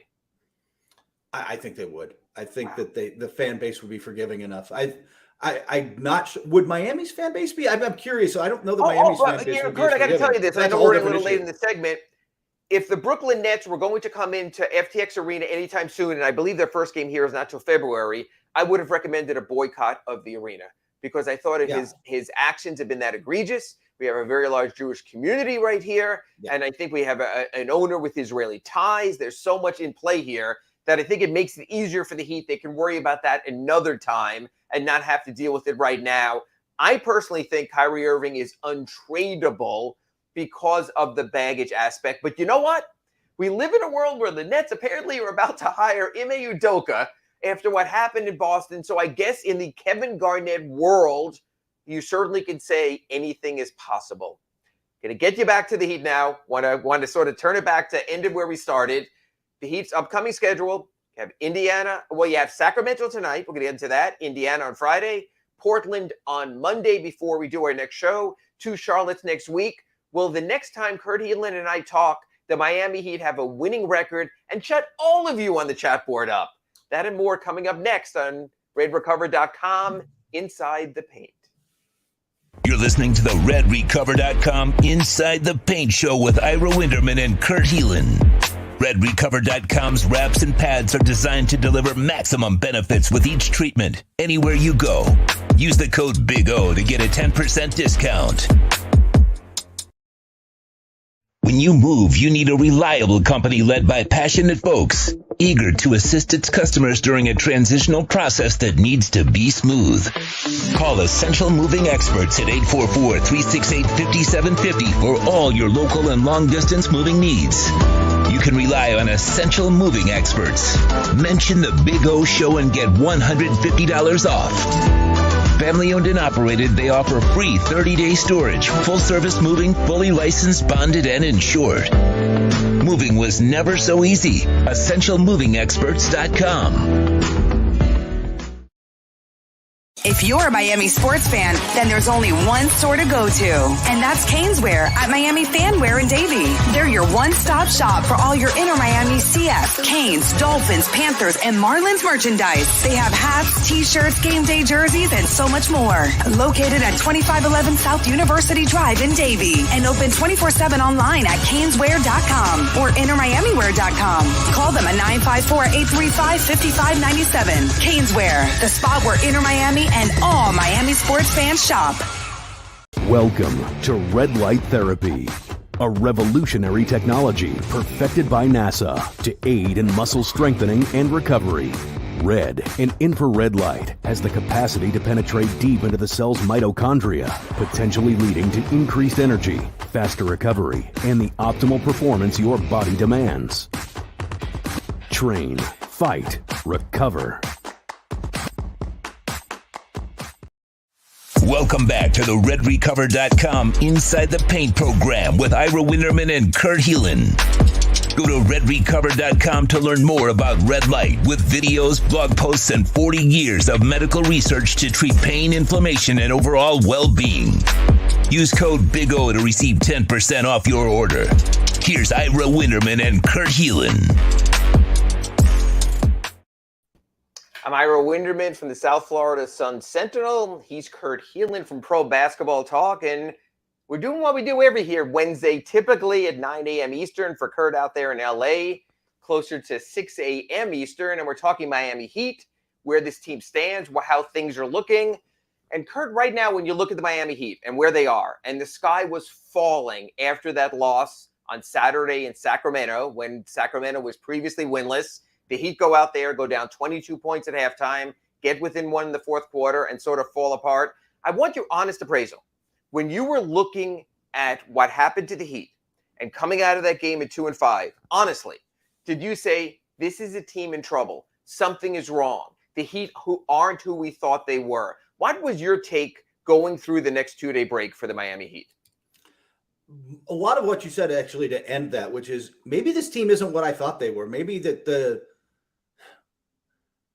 slow start is indicative of something larger. Am I missing what did I miss? What am I missing? Is it just shots aren't falling and it's been a relatively tough schedule? Is it what Eric Spoelstra was saying, which is we're closer than, and you wrote about, like, we're closer than it looks. We're better than it looks. Or is there something fundamental there? And I thought that the next few games would be a better picture. Like you said, the schedule softened up a little. So maybe that would, hey man, sometimes you just need a slump buster. And the Warriors aren't playing outside of Steph Curry, who's one of those guys playing at an MVP level on a team that's struggling. Everybody else is that is not a team playing at that level right now. Right. I just, when I looked at the Heat at the start of the season, I just thought we made one key mistake. We looked at the Heat and said 13 players are returning. It's the same team. They finished within one game of the NBA Finals. They won the NBA Eastern Conference regular season. It would all be the same. And Kurt, I think Eric Spoelstra has been really good about pointing to the fact a bunch of people are in different positions. We talked about it in our first segment. If you missed it, go to our podcast here on the Big O Show. Tyler Hero starting changes a lot of dynamics for a lot of people. Yeah. The automatic shooter in the starting lineup, now Duncan Robinson and Max Strus, are both trying to do the same thing with the second team. We spoke about Victor Oladipo not being available. We spoke about the hope of Omar Yurtseven. He has yet to play because of an ankle injury. Like Victor Oladipo, he has sort of disappeared. The roles changed. The defense changed. The offense changed. Instead of dribble handoffs, we're seeing a lot more pick and roll. We're seeing a lot more improvisation by Tyler Hero. That's who he is. That's what he does. And I think all those things factored into those early losses. The Toronto loss, I think Chicago, they didn't know who they were on opening night at FTX Arena. Sacramento, I think they still had a little bit of that arrogance, and you see it through the season. We're the Heat, they're the Kings. We can cruise. We're down 22 points. Maybe we can't cruise. They got themselves in trouble. It's interesting. Like I mentioned this at the top of our show, the Heat and the Warriors both left FTX Arena 3-5. And you and I both said at the top of redrecover.com inside the paint, both teams are fine. The Warriors have to find their bench a little. The Heat have to find maybe their defense, not rely as much on zone defense, but they're fine and they can find their way. From here, do you expect a takeoff point for the Miami Heat, or do you still think there's still some things they're going to have to work out? I don't think it's a takeoff point. If you mean by takeoff point that they're about to go on a 17-4 run or something like that, it doesn't feel like that to me, does it? It doesn't feel like they're so cohesive yet. They're all that yet. They're all that in a bag of chips. Yeah, I would agree with that. I don't think they're there. I think they're going to win we'll talk about in a minute when we talk about the upcoming week. I think they're going to win a bunch of games, but part of it is that starting tonight, they're not going to lose to Sacramento without. That is not the same team when De'Aaron Fox, Fox is not there. Yeah, he's it's the Domantas Sabonis show. And I'm going to take it a step further, Kurt. If the Heat have any pride in who they are, you do not lose to the Sacramento Kings 2 times within a 5-day span. Because, matter of fact, I'll tell you, we might have to have an emergency redrecover.com inside the paint on a Thursday if they do lose to Sacramento, because then I'll throw everything out the window or the lights coming through behind me, because then my thought will change. You can't. But by the way, the other part of that is in the East, what we've talked about since before the season. How much time do we talk about spending? Hey, this is a tight conference. You've got to win the winnable games. You've got to win the games you must win. And by the way, Sacramento, they're not as bad as they used to be. That's a blow. That's a great endorsement right there. They're not as bad as they used to be, but you've got to win those games. When you get them, when you get Orlando, when you get those teams, you have to get those wins, because you can be sure those teams you're trying to battle for position with will get those wins. As a matter of fact, it's interesting because there's something about Sacramento I've been noticing for a half a season now, or for a year now, and I wanted to discuss with you, and it's this: when we talk about the Heat and we talk about the rush, you have to make a trade. We have to make a trade. We have to get John Collins. We have to get Miles Turner. We have to do something. To me, Sacramento made one of those we've got to do something trades at last year's trading deadline. And I posit to you that might have been one of the worst trades in years in the NBA, giving up Halliburton for Sabonis. And I think it has put Indiana on a course of youthful improvement and actually heading somewhere tangible.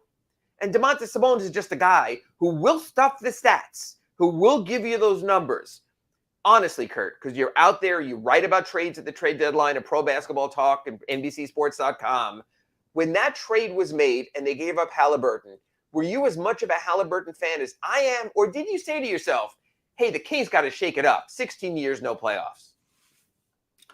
I'm a huge Halliburton fan, and I am with you. And by the way, I don't think it was just us. You talk to agents and league executives.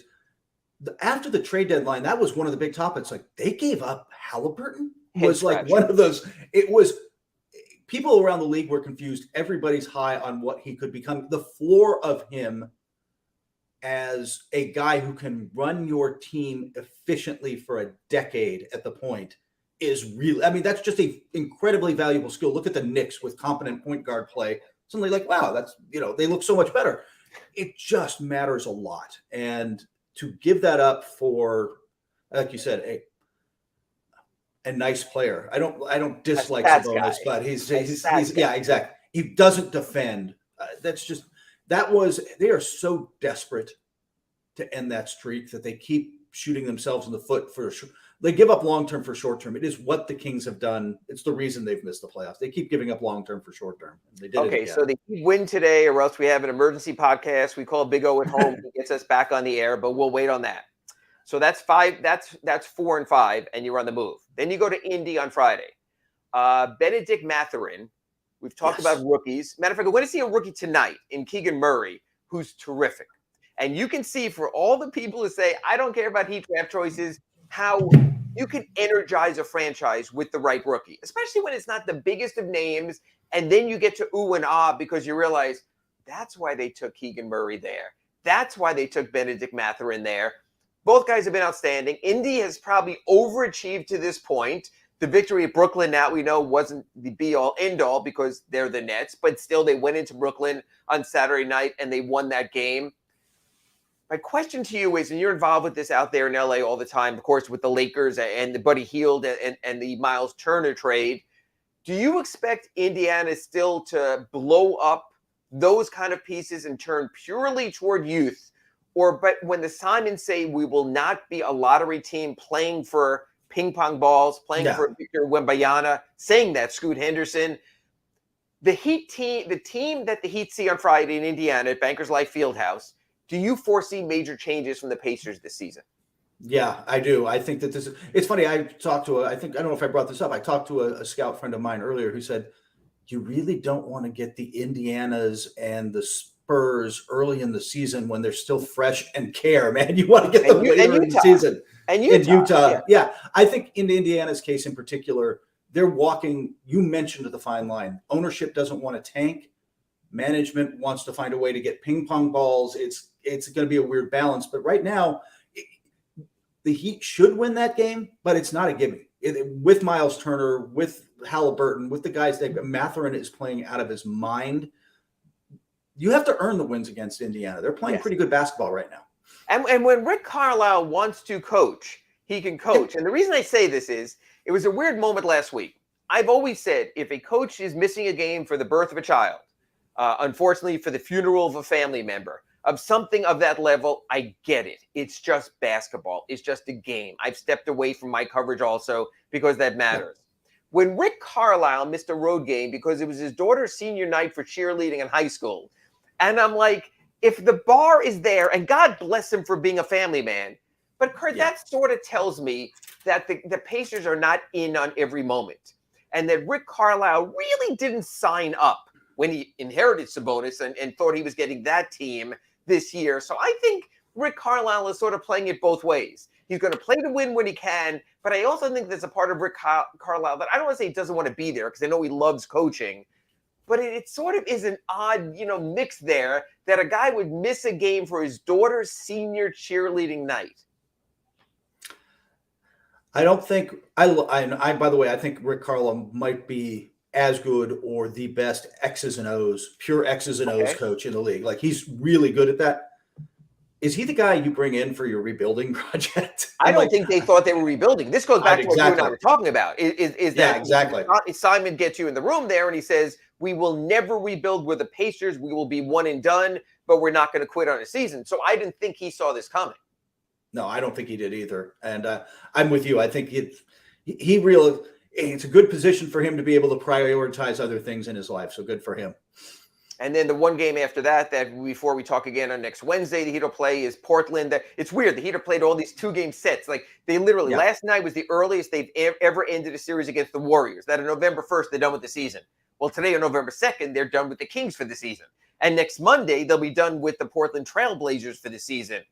I know you said earlier in our show you like the Blazers and what they're doing. Of course, without Damian Lillard, they're a completely different team.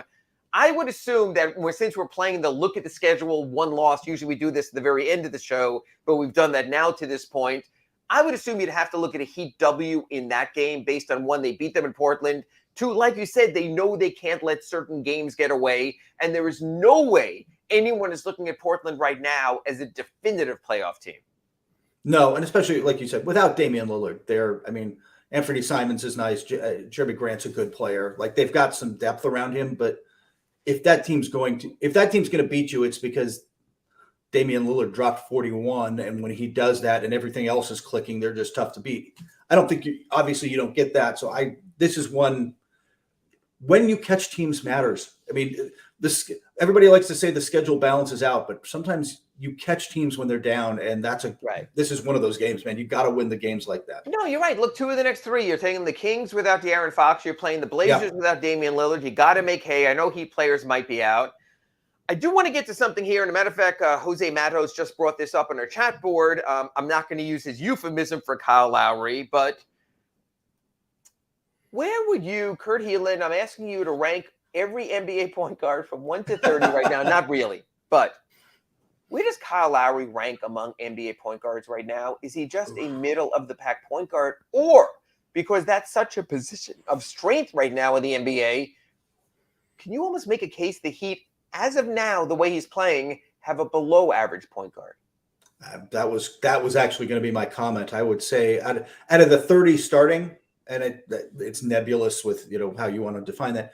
Out of the 30 starting, off the top of my head, I'd say he's in the 16 to 20 range, like just below. Like he's just. There's flashes of that guy. There's flashes of the guy you want this season, but that shot wasn't. Finally fell last night. Maybe he's turning it around, but he hasn't been that guy, has he? No, he's been walking through the games. And the one thing I'm going to be honest about is I did not watch every Kyle Lowry game in Toronto. Maybe he walked through the games there and walked all the way to a championship. I don't know that. I do try to watch an amount of game, and we're usually sitting up higher in most arenas, not at Staples or at a Crypto.com arena these days. And I try to see, when is Kyle running? He's a smart, he's a cerebral player. He knows to save it. He's an older player. I get all that. I've seen older point guards do wonders around the league. I can appreciate that. But I just wonder, when we're talking about the Heat's position of strength, if you're really talking about Kyle Lowry as a $28 million player playing, like you mentioned, as a mid-level player, that's a real problem for the Heat right now. There was some talk before the season that the Heat might stretch provision in the last year of his contract if they try to get their books in order. Kyle Lowry right now, can you say something to him, or do you just feel when you're a veteran and you're 36 and you're 16 years into the league that Eric Spoelstra sort of has to be on pins and needles? And I guess even a better way to phrase it would be on eggshells. Yeah, I don't know that Lowry's an eggshell guy, but it's so early in the season, it's more of a nudge than a pointed conversation, right? Like, it's more of a, we need a little more out of you than it is a sit him down, let's have a talk. You know what I mean? Like, because Kyle Lowry's, like you said, he is a smart player. He knows who he is and what he is at this point. I don't think you need to grab him by the lapels and shake him at this point. It's not one of those conversations. I don't think that would work either. Yeah. Yeah, exactly. I don't know how he'd take that. Yeah, but he is a motivated guy, and maybe you just need to find a way to light a fire under him this early in the season. And then one other Heat player, because it's been an interesting sort of ride and a roller coaster, is Duncan Robinson. I thought during the preseason the Heat were showcasing Duncan Robinson as a trade chip, and he had some pretty good games in the preseason. Then push came to shove, and like Kurt Helin mentioned, in today's East, you can't just meander through a game. You have to play to win. He did not play at all in the second half of the game in Sacramento. They lost. It was go time. Last night, Tyler Hero goes out. Duncan Robinson comes in. He looks like the old Duncan Robinson. He's draining threes, drawing a charge, making a difference, becoming an important player. Duncan Robinson value for the Heat, Kurt Helin. Contributor or trade chip to be showcased? Well, when Tyler Hero's out, he's obviously a contributor. Obviously. He said he thinks he's going to play tonight. I think it's right. And by the way, Drew defenses, like after he hit about 4 threes, suddenly the defense really started. He started to have gravity last night. He really was shifting stuff. I still think he's more of a trade chip. I still think because they're going to bank on Tyler, and even if that means Tyler going back to the second unit, like we talked about, again, as Ira likes to say, go back and on the podcast, listen to the first segment of RedRecover.com Inside the Paint. We talked about that. Wherever he plays, I still think he is the player, the piece that if you're going to make a move, he is the guy who brings value back because he's got that $16 million contract, but he's also, as he showcased last night, that is a very valuable skill that a lot of teams could really use right now. And there's a lot of teams that need shooting. Lakers. Yeah. Yeah, I mean, you look at Duncan Robinson, exactly. He might start for the Lakers right now and make a difference. Oh, God, he would, absolutely. And that's what brings this whole thing full circle as we sort of wrap it up here today on RedRecover.com Inside the Paint. That's why the Victor Oladipo thing plays into it. If Tyler Hero was available yesterday and starting, and Victor Oladipo was available and playing as your lead wing off the bench along with Max Strus, Duncan Robinson very well might not play in that game. So I think you have to take advantage of these non-Oladipo games. I'm assuming there's only to be maybe 5, 10, 15, not 20, 40, 60, and have a chance to showcase Duncan Robinson a little more, that maybe someone bites on him. But what he showed last night, it was a good night for the Heat. They got the W. Duncan Robinson contributed. The Heat got to show off Duncan Robinson as a contributor against an elite defensive level team. So again, folks, that's going to be it for our show this week on RedRecover.com. However, if the Heat lose to the Sacramento Kings, we'll be getting Kurt out of bed again at 6 a.m. tomorrow in LA for our emergency podcast. And if that happens, you might have another Heat beat writer, so we'll see. But right now, Big O got all kinds of Dolphin stuff to talk to you about. So the Big O Show rolls on. You've been listening to the RedRecover.com Inside the Paint Show with Ira Winderman and Kurt Helin. Go to RedRecover.com to learn more about Red Light with videos, blog posts, and 40 years of medical research to treat pain, inflammation, and overall well-being. Use code BIG-O to get a 10% discount. The RedRecover.com Inside the Paint Show is mastered by executive producer Sean Stanley. Please search Big O Radio Show on most platforms. Subscribe and smash the like button. If you're a Miami sports fan, then there's only one store to go to, and that's Caneswear at Miami Fanwear in Davie. They're your one-stop shop for all your Inter Miami CF, Canes, Dolphins, Panthers, and Marlins merchandise. They have hats, t-shirts, game day jerseys, and so much more. Located at 2511 South University Drive in Davie, and open 24/7 online at Caneswear.com or InterMiamiWear.com. Call them at 954-835-5597. Caneswear, the spot where Inter Miami and all Miami sports fans shop. Oh, great. You have a doorbell camera. Now you have a front row seat to your house getting robbed. They're breaking into my house! Ooh, there goes the TV. I'm sure it'll turn up at the pawn shop. No, not the TV! Just because you can see them, that doesn't mean you can stop them. With Slogans, you get 24-hour monitoring, a free home security system, and professional installation. Plus, free doorbell camera, one that'll actually work for you. Get out of my house! Get out of the house! Call 1-800-ALARM-ME. The viewpoints, statements, or beliefs expressed on the following program by the host, guests, or callers are not necessarily the opinions of FantasyAccess.com, Media Group Inc. ownership, management, sponsors, or website. When it comes to South Florida sports teams, very few in the media have witnessed, lived, and covered it like the Big O. Let's start the program dedicated to your favorite South Florida teams with a passion that's unmatched. The Big O Radio Show is on. Here's the Big O. Are back and ready to rock and roll for the next couple of hours, working on some guests for you also. Omar Kelly will be joining us around noon. Chris Greer will talk around 11:30. So we'll go off of some of his comments and we'll talk about that. Omar Kelly will join us. Of course, we will have Ian Rappaport joining us at 10:10. And then we'll have Matt Verderame at 11. How about that? Matt had a an interesting guest on yesterday with him. And he actually broke a little story and everything with him. So it's actually pretty cool. We'll share that video with you also with Matt Verderam and Stacking the Box podcast. Always good to have Matt on every week.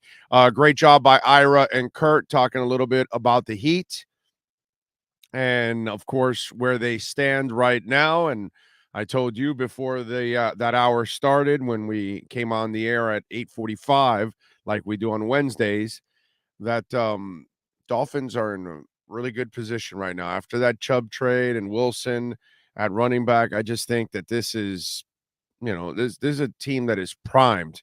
And it's funny because Dan Finn Fan on Twitter, because I feel good about the Dolphins, man. I think they're a team that can be a contender. And he goes, how about we start making the playoffs, then winning a playoff game, then worry about winning the last game of the year and being perennial contenders. And so, and I get it. Listen, I understand the average Dolphins fan after decades of disappointment, decades of falling short and this and that. And that's really only your fault. It's your fault. If you thought that Parcells was going to contend, that's your fault. It's your fault if you thought Jimmy Johnson was going to be special, because he wasn't. That's all. You know what I mean? It just happens. We build ourselves up and it doesn't happen. Saban, oh my God, 7 teams had been going after Saban for a couple of years. Wayne Huizenga bust through.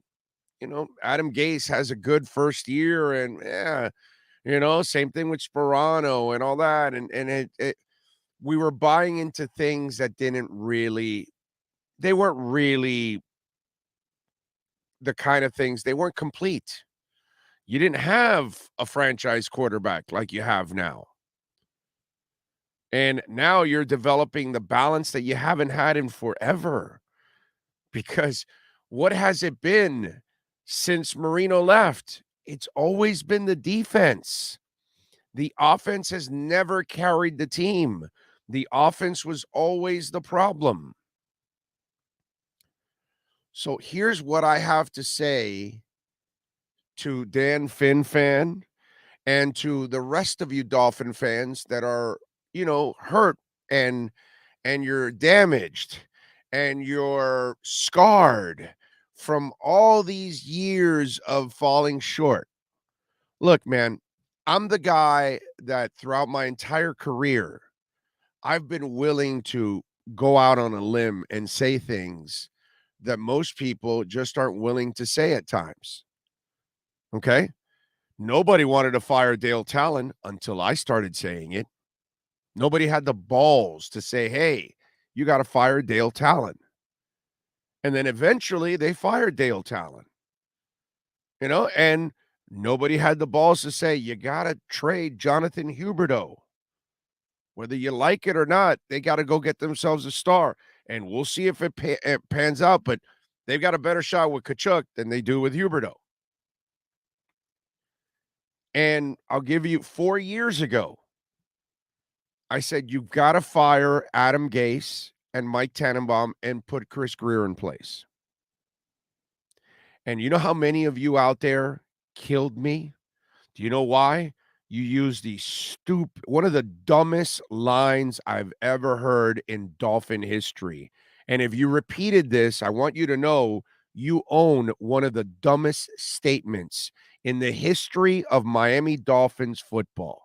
Chris Grier has been here the whole time, and he's part of the problem. Do you remember that line? Do you remember that line? Because I know there's 289 people right now on that chat board. There's a bunch of you that said it. Have the balls to admit it. And I kept telling you, he's not in charge while Saban's there, or Wanstead, or Gase, or Cameron, or Mueller, or whoever, or Ireland, or whatever, that he's been there for a long time. He's just behind the scenes. And I kept telling you idiots out there, okay, that they kept keeping him around from one one regime over another. They kept him. Do you know why? Because your reports are on hard drives, you morons. So obviously he was filing good reports.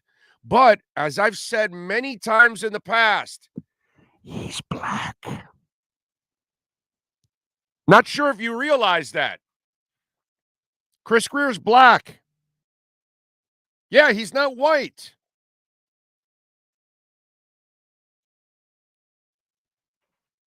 So you don't get the same opportunities when you're black. They don't treat you the same when you're black. You can't handle the truth? Don't listen to this fucking show.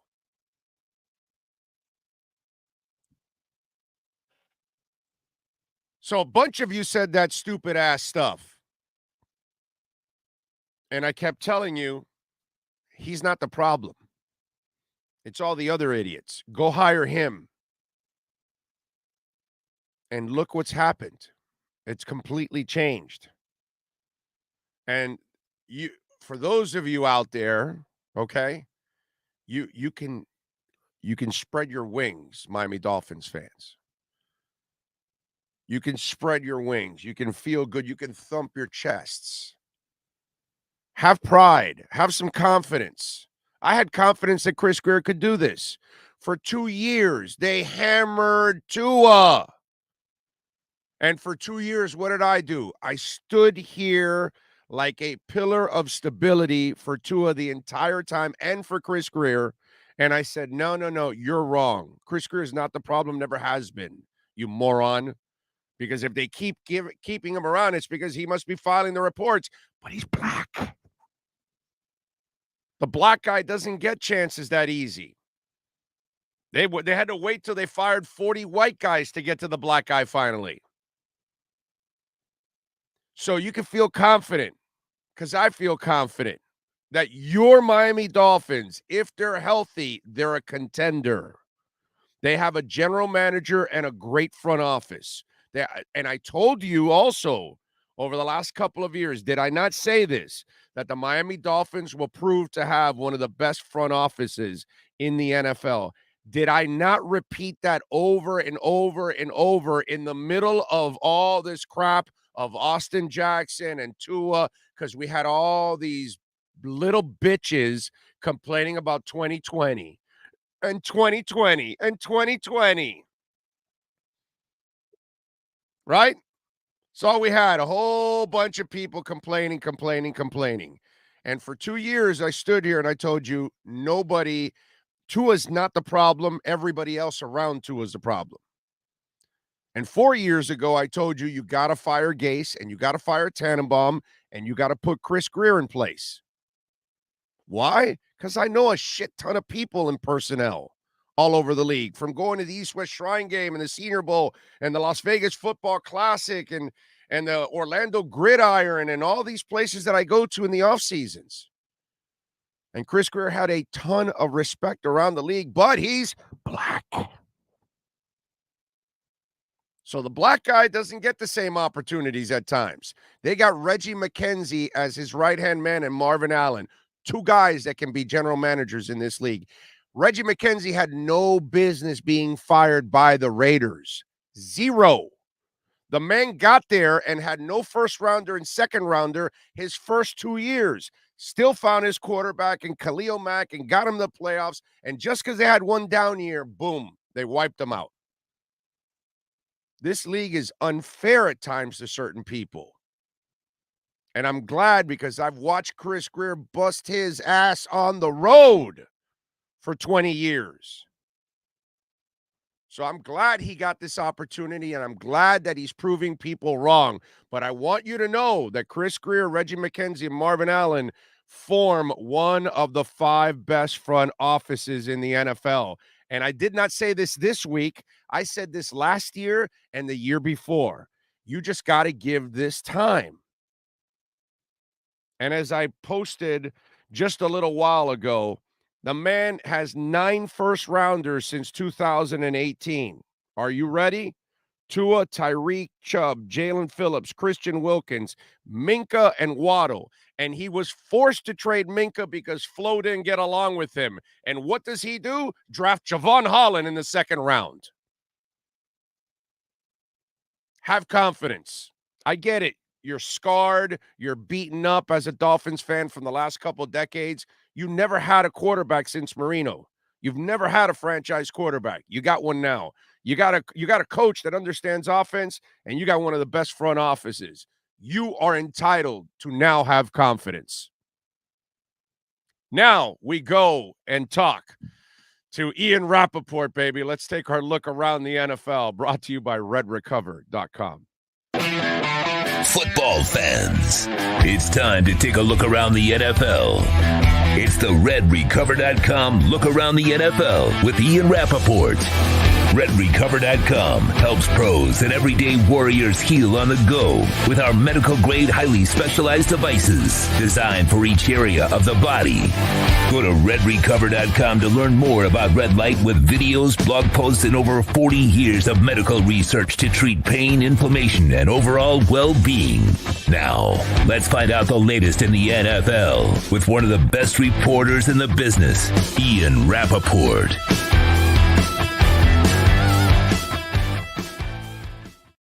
Well, Ian, you were there on the batter's box as we were warming up here, and should I feel as confident as I feel? Because, you know, I kind of know look, dude, you've been in the league just like I have a shit ton of years. I've been fighting this fight for years now.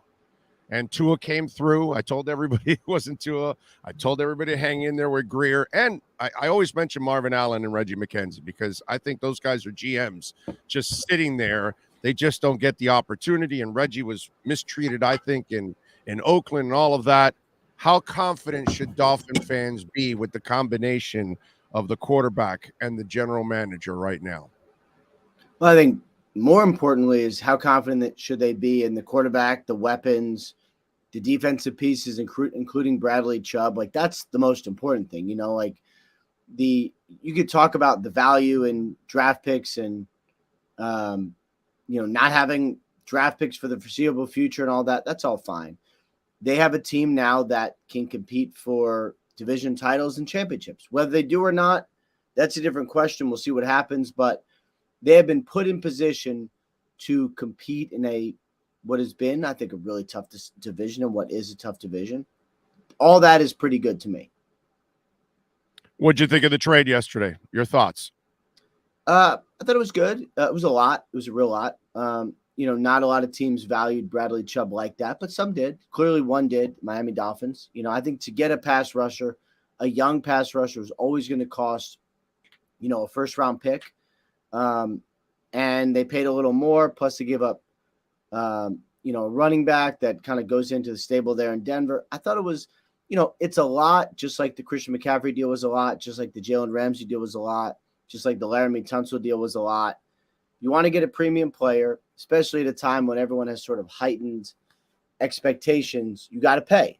So did the Dolphins overpay?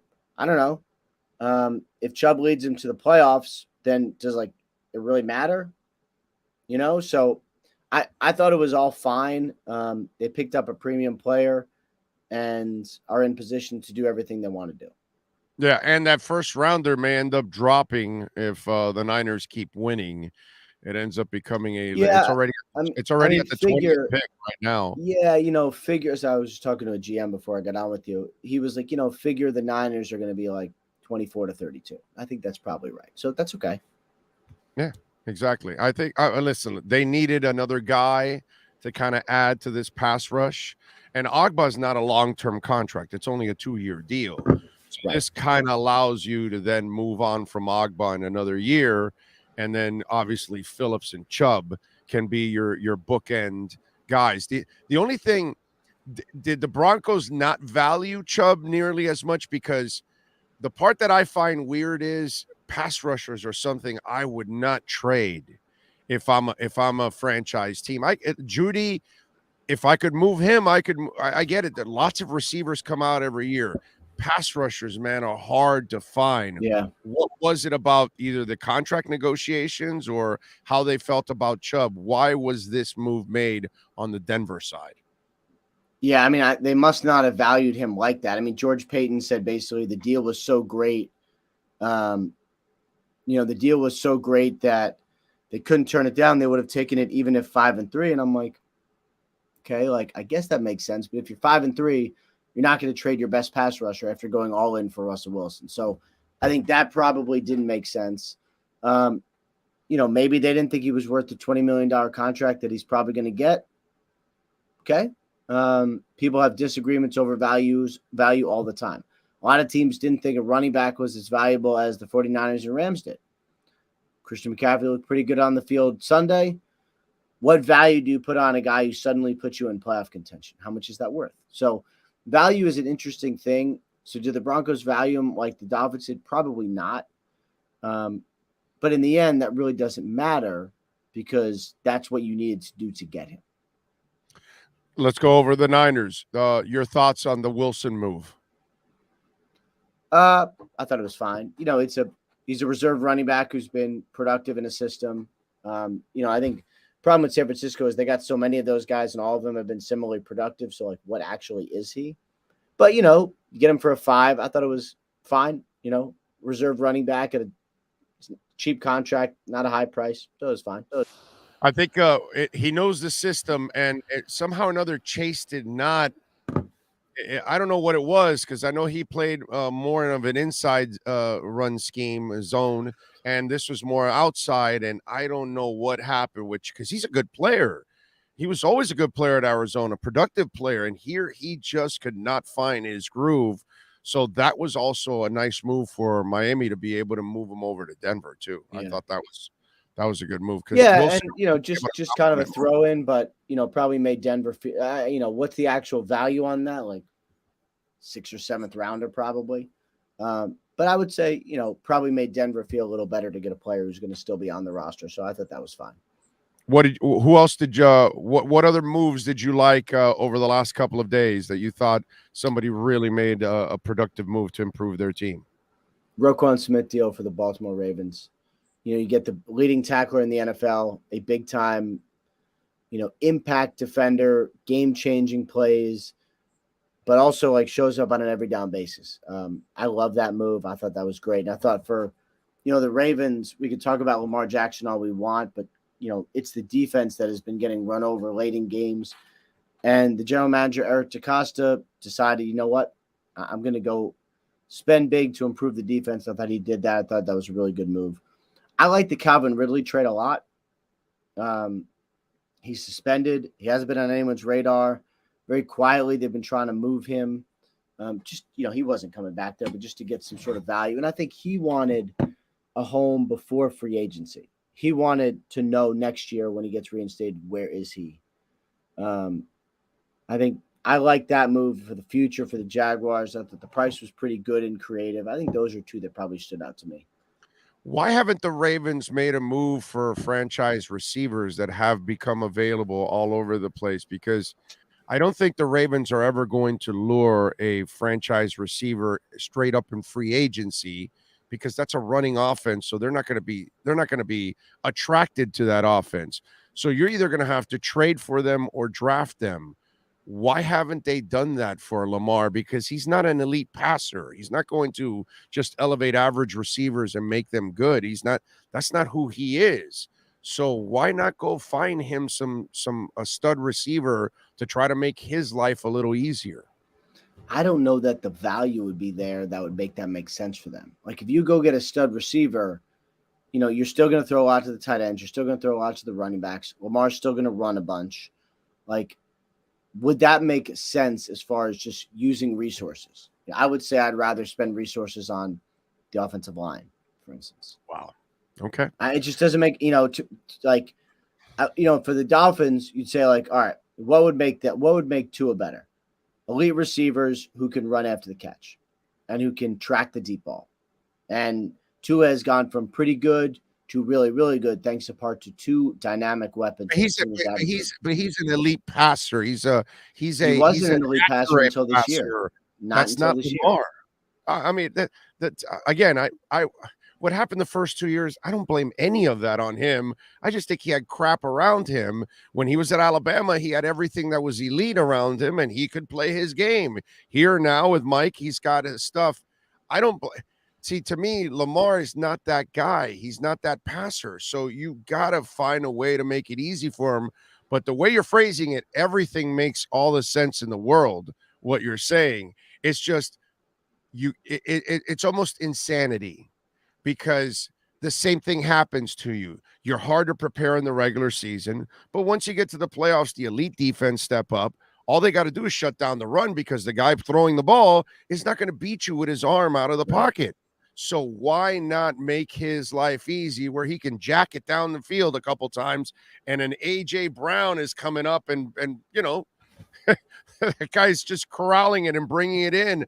That's what I would do for the kid, because I think he needs it. I think that offense needs it. It's a regular season offense. It's not really a postseason offense. Yeah, I don't know about that. I mean, to me, that's why I think improving the defense made a lot of sense, because we can argue back and forth. The offense is good. The offense is productive. It's the defense that's lost leads. But we'll see. I mean, it's all going to be out there. If he's struggling in tight windows in the postseason, I'm going to come back here in January and be like, you know what?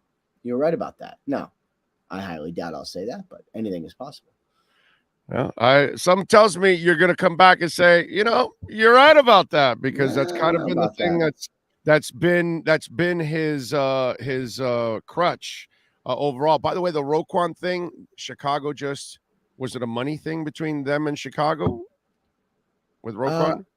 It was more of they thought it was unlikely that he was going to resign their thing. And remember, they would have to tag him. Then when would he show up? And then would he do a long-term deal? Okay, maybe not. Well, then you lose him, and then you get a compensatory pick, but you get a pick in 2 years, not now. So, you know, getting some value now, getting really good value now made a lot of sense. I thought that was a pretty good trade for them. Was Miami ever in the mix for Roquan? I did not hear Miami in the mix for Roquan, no. I'm not saying it didn't happen. I just didn't hear it. Who else was in the mix for Bradley? I think that the pass rush needy teams were like the Titans, the Rams. But I didn't, you know, I would say there wasn't a ton of teams after him at that price. So then you say, were the Dolphins negotiating against themselves? I don't think they were. I think they were negotiating against the Broncos being like, yeah, we're just not going to trade him. Because at some point, the Broncos were going to be like, yeah, the price is not there. We'll just keep him and trade him in the offseason. How much has a healthy Miami Dolphins team cut the gap between them and the Buffalo Bills? I know they beat them already once this year, but that doesn't mean anything for now. But as the overall picture, we all know that the Bills are considered the class of the AFC. Yeah. So how far is Miami from Buffalo now? You know, a little closer, right? I mean, Buffalo added a running back and a depth piece. And, you know, the Dolphins added a premium pass rusher. You know, I'd say the running back is sort of like a wash, but they added a premium pass rusher. So, you know, what does that mean? Does that mean 1 sack and 3 more pressures a game, right? Does that mean 2 sacks? Does that mean Josh Allen in the next time they play is going to be a little more uncomfortable than he was? And how does that manifest itself on the field? Like, these are all, you know, these are all issues, and the reason you trade for great players, you expect them to make a big impact in a big game. We will see, but that is what the Miami Dolphins are hoping. Your assessment of Tua after last week and throughout, now that he looks like he's back in a groove after being 24 days off. He wasn't sharp 2 weeks ago. This past week, he was sharp. Your assessment of Tua so far? I think he's back and looks totally normal. You sort of never know what if there's going to be residual effects of something as traumatic as that. Didn't see any. I thought he looked good. And, you know, I think the Dolphins, again, like, we'll see what this latest piece means, but I think the Dolphins are, you know, have everything in front of them and are in a position to be as absolutely good as they want to be. Really good position. Tua looks great. The receivers are great. Really great. Yeah, I mean, this is everything, I think, for Dolphins fans, everything they wanted. Ian, one more thing before I let you go. Do you know anything about the Byron Jones situation? Because he waited till March to have the surgery. Then he's had some setbacks. I heard from somebody that it's not like he's pulling like a Will Fuller from last year. It's more like he's kind of particular about when he comes back. Like he needs his body to be right, and it hasn't been right for one reason or another. So I don't know what kind of setbacks he's having behind the scenes or something along those lines. But this defense would be completely different if you have Byron Jones and X. That would really allow him more freedom up front to do some things. What do you know about the Byron Jones mystery? Because that's what this has become, an absolute mystery. Yeah, I mean, I would say I don't love, and I know it's not you, but I don't love when people say, oh, well, they need their bodies to feel right. I mean, these are elite athletes whose bodies are like machines. And people say the same thing about David Bakhtiari. It's like, if you're not ready, you're not ready. And we all talk about, another successful surgery. Like sometimes they aren't all successful. Sometimes you have complications. Sometimes you need another one. I mean, it happens all across the NFL. I know. It just happened with J.K. Dobbins where he had ACL surgery. He was fine. He played. Then he needed surgery to remove scar tissue and is out for another 4 to 6 weeks. So I think Byron Jones wants to come back. It's been complicated. He's just not ready yet. Which, you hope at some point he's ready this year. Yeah, let's hope so. All right, follow him on Twitter at Rap Sheet and catch his work there at the NFL Network. Well, what's the plans this week? I'm going to take a deep breath after the trade deadline. That's it. You do that, my brother. Appreciate you as always. We will catch up next week, my friend. Thank you. All right, look forward to it. Take care. You got it. There we go.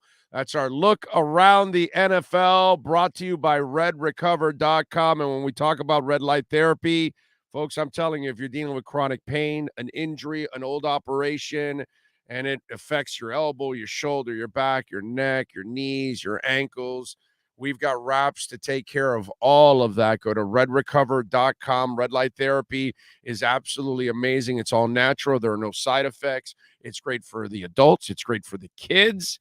So if they're playing little league stuff and they got some twists and some sprains, redrecover.com will help them out. And if you're a workout warrior and you're out there playing your pickleball or your tennis or weights or running or jogging, whatever it is you do, red light therapy and these pads are great to use before and after your workouts.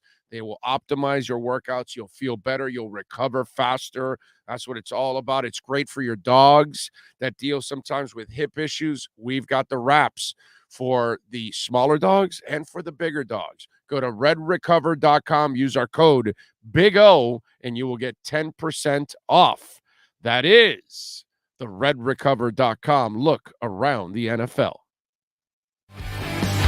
You've been listening to the redrecover.com look around the NFL with Ian Rappaport from the NFL Network. Redrecover.com's wraps and pads are designed to deliver maximum benefits with each treatment anywhere you go. Go to redrecover.com to learn more about red light with videos, blog posts, and over 40 years of medical research to treat pain, inflammation, and overall well-being. Use code Big O for 10% off. The redrecover.com look around the NFL with Ian Rappaport is mastered by executive producer Sean Stanley. All right. By the way, I just spoke with my man Benjamin Albright, who is the top insider probably for the Broncos. It's him and Mike Kliss. I know both of them very well. Ben is going to join us at 11:30 Eastern. So we'll have a little fun with Ben, and we'll talk all things Bradley Chubb with him. So we'll get his thoughts. He's been covering Bradley Chubb for a couple of years now since he's been in the league. So we'll get his thoughts on the Chubb trade and what happened there and what he thinks Chubb will add to the Miami Dolphins. So looking forward to that. Chase Barrett says, we aren't better than KC and Buffalo, but we don't need to be. We can obviously still beat them. Now it's just about getting hot at the right time. Since he was the best team in the AFC last year, but look at them. If the Dolphins are healthy, I think they can hang with those teams. I got to tell you, Dolphins have the better pair of receivers overall than any of those teams. So I think they have the better offense overall with those receivers. And then all three quarterbacks can make plays.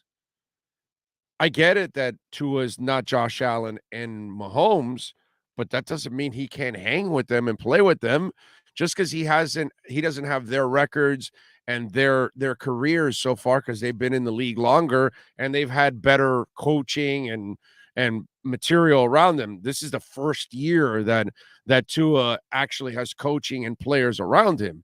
He didn't have shit for the first 2 years. I don't blame Tua for what happened the first 2 years. But I think Miami can hang with any team in the league right now.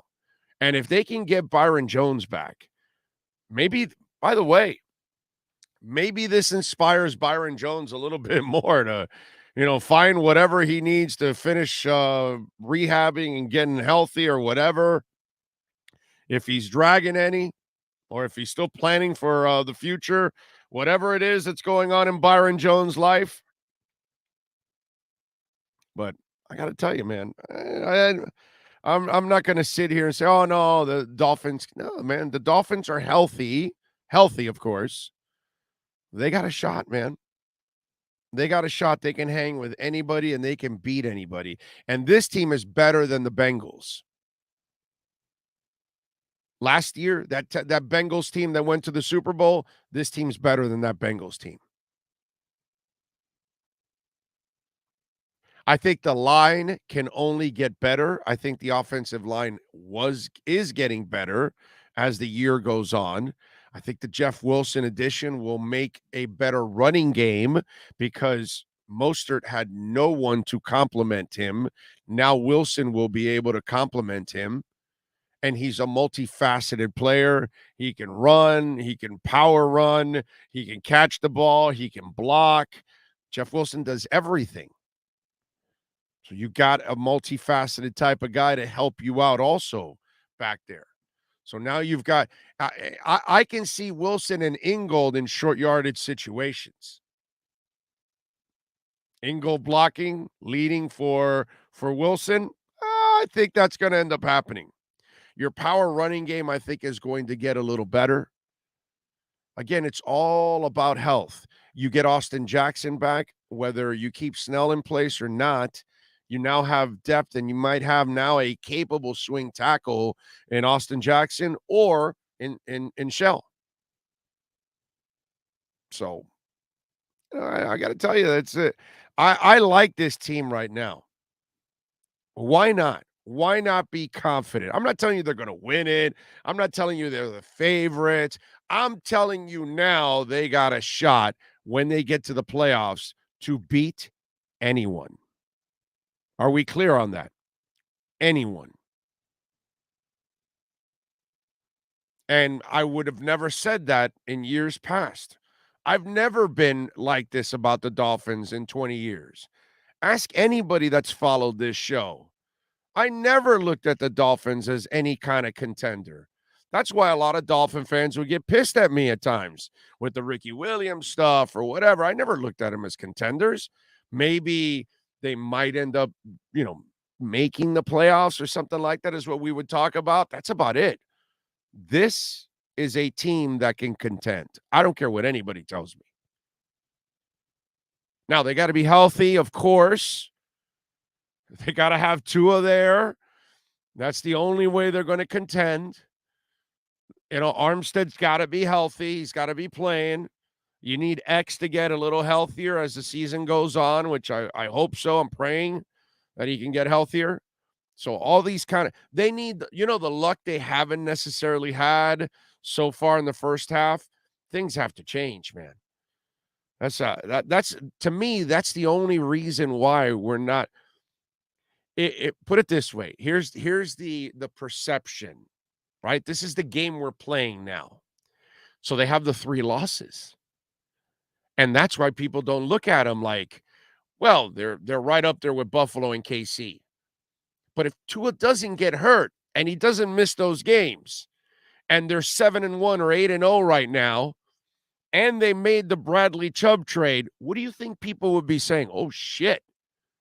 They're right there they're ahead of the Bills, because they would be ahead of the Bills right now, right? If Tua was healthy, they would be ahead of the Bills because they would have the win over the Bills.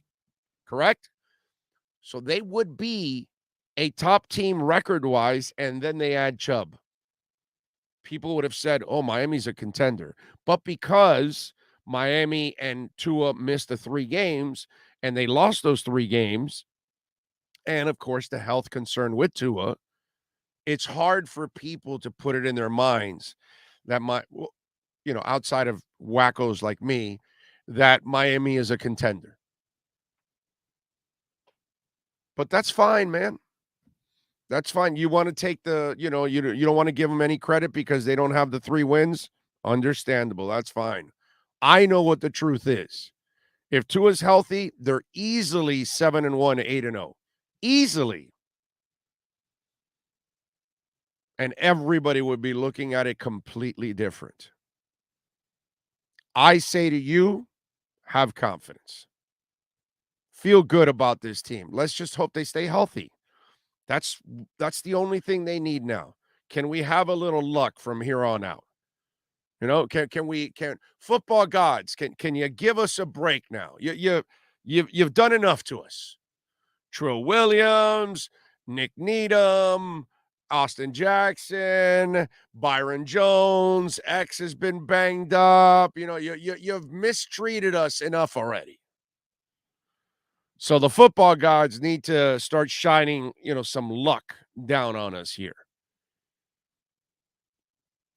If we get some luck, then I think you're going to have a completely different outlook on what's going on with the Miami Dolphins. All right, 855-912-1056. If you want to get in on the Welt and Rayom text line, that's 855-912-1056 on the Welt and Rayom text line. Bankruptcy, homeowner property damage, condo damage, criminal defense, business owner claims, commercial litigation, personal injury. Please call the great people at Welt and Rayom. They are in Hollywood, serving all of South Florida, 954-966-4646. And I personally experienced it myself when we had a bunch of kids go through the wall in our house and destroy the wall and actually destroy a little bit of our property too.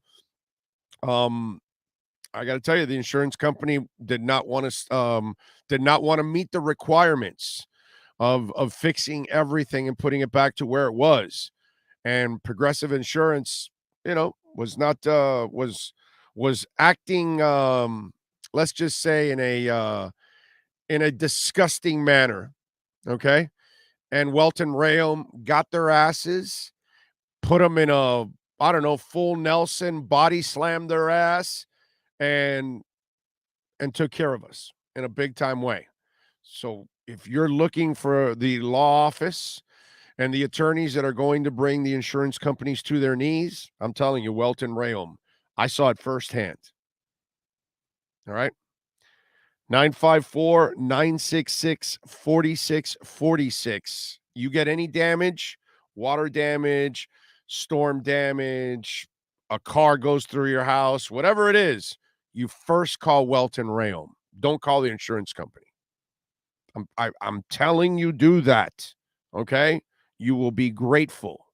So call Daniel, call Jeff, 954-966-4646. Those guys are amazing.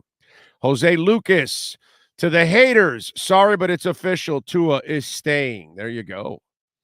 There you go. What else do we have here?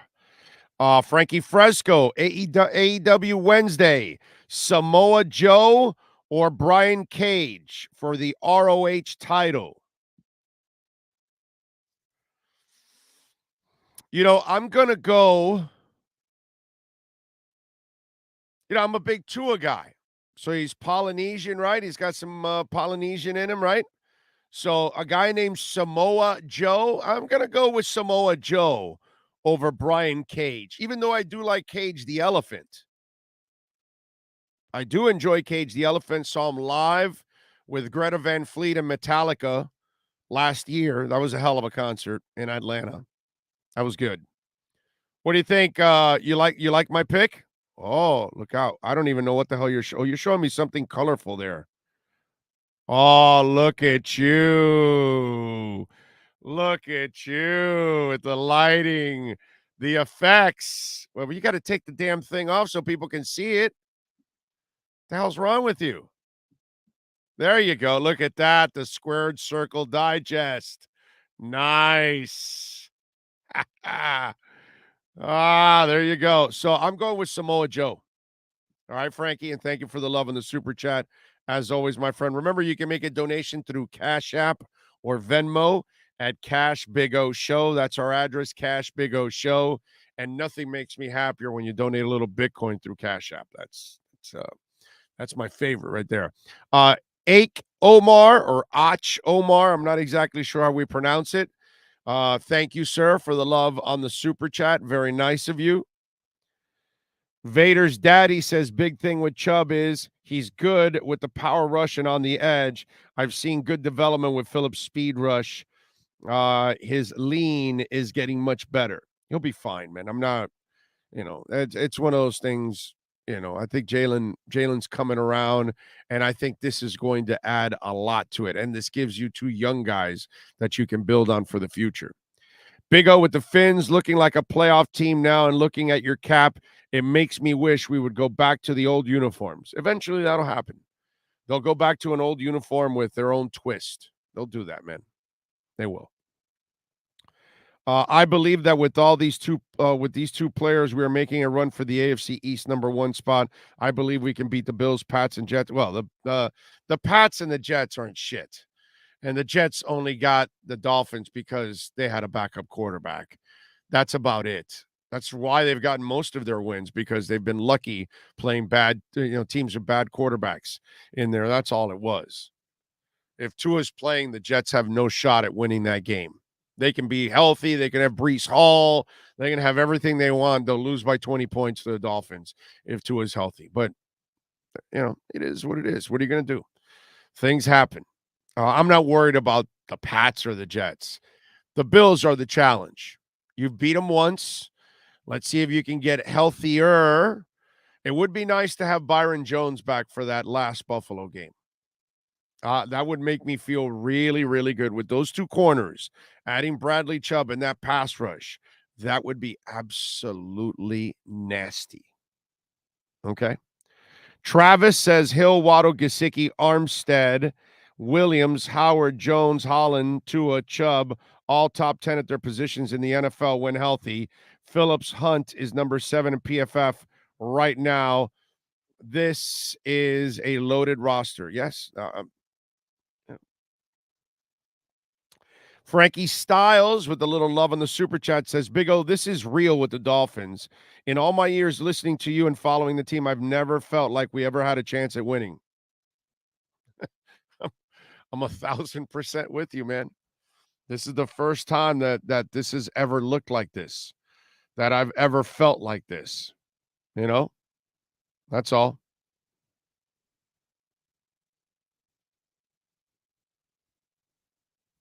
Oh, wait a minute. Hold on a second. Okay. All right. Benjamin Albright will join us at 11:30. We will have Matt Verderam at 11. So we'll have some fun. Oh, I forgot. Today they're talking. Today, the Feds talk. So I'm expecting either something explosive or a little bit of a down. One of the two. It all depends on what they say, because I know they're going to go 3/4 of a point. The question is, will then say we're going to then ease up on the next go around, that we're only going to go half a point or a quarter or something, and then I expect a explosion for now. Now what may end up happening, just to throw out a little crypto talk here for those of you out there, I think we're going to maybe have a nice little pump here but I don't think it's a sustained one. I think altcoins and others will then come back, and so will Bitcoin, but not to the point where it was at. But I think it will go back down again. It'll go up, and I think because we're not out of the woods yet. It's impossible to think we're out of the woods yet. There's still a little while to go till we completely get out of all of our financial issues. But I would not be surprised if there's some kind of a pump right now coming in. Depends on how everything goes today, but we could get a pump here in the November and December, and then maybe in January and February we come back a little bit and kind of maybe drag for a few more months. And then in the second half of 2023 into 24, that's when I think the true explosion starts, and the permanent explosion for crypto that will forget it. That's when it won't look back, and mass adoption and all that takes over in 24 and 25. And, as long as you're patient, you will definitely be benefiting from it. But there might be a little bit of a pump that you might be able to do a little dump if you want and make a little money coming up. I think we'll see. It's hard to predict these kind of things, but until supply chain is fixed, until we know that there isn't going to be a war anymore, because obviously if Putin ever escalates that, it can affect everything. Doesn't matter what it is, what markets we're talking about. Okay, real estate, stocks, gold, silver, crypto, everything will be, suffering in a big time way. So let's find out what we need. Where we really need is for Russians all over the world that have some power, Russians inside, and somehow they need to come together and figure shit out and say that this dude is not for us. We got to get him out of there. But that would really help out, because that would ease a lot of concerns around the world, because obviously nobody trusts that piece of crap. Mark says, Big O, I didn't expect us to trade for Chubb, but you would agree it makes even more sense than trying to trade for a CB, because obviously the staff believes in their young DBs, and better DL helps everyone. No, I would, dude. I just think Denver's stupid. That's why. Like, even Carolina, yeah, we'll trade Christian. He's a sack of injuries. Yeah, super talented, and he's awesome when he plays, but he's always injured. So let's get rid of him. But Brian Burns, they hung on to. They hung on to a couple of their young guys that people wanted. And to me, pass rushers, you don't trade pass rushers, dude. You just, unless you have an outright problem with the person, that he's not a good human being and he's criminal or something, or there's a bitter contract situation that's gotten personal, that you have no choice. And I don't know if that was the case for Bradley Chubb or not. I don't think it was. It's such a short time, and I saw the post interview with him from a CBS station locally. And so it didn't look like there was animosity or anything like that. That's why I thought that they would trade Judy. I know everybody was thinking about Chubb, but I just kept thinking, how do you trade a pass rusher, dude? Like, you don't trade quarterbacks, and you don't trade pass rushers, and you don't trade number one wide receivers either. But I'm not exactly sure that Judy's a number one. He might be a number two, but he hasn't proven yet to be a number one. So I can see you moving Judy, and you can get receivers. Pass rushers are hard to find. I really thought deep down inside, nah, come on, they're gonna trade Chubb. And then Ian didn't sound like the compensation was anything crazy or anything like that, and or he thought it was just like fine. I thought you could probably get a little bit more for him than what they gave up, actually. And Ian probably thought maybe the Dolphins paid the right price, or maybe just a little over. Whereas I look at him like, I think this is a really good player, dude. This guy helps you against the run. This guy can pass rush. This is a really good player overall. He can do it all for you. I'm shocked. I'm completely shocked that they traded him. I thought it was crazy talk to trade him. I thought for sure it would be Judy. And Judy's the one that stayed, and they traded Chubb. I'm just glad that the Dolphins got him. It's a hell of a move. GM Hindsight, thank you for the love in the super chat as always. Belichick in 22 games behind Shula. Does he survive 2 more losing seasons and catch or pass the GOAT? He probably will. They'll probably keep him around for 2 more years. If he doesn't make the playoffs in those 2 years, then I can see them making a change after he passes that record. Okay? That's what I would tell you overall. Bitcoin, by the way, has stayed strong and has not gone up yet. It's at 20,593. It has held strong in the 20,000 range.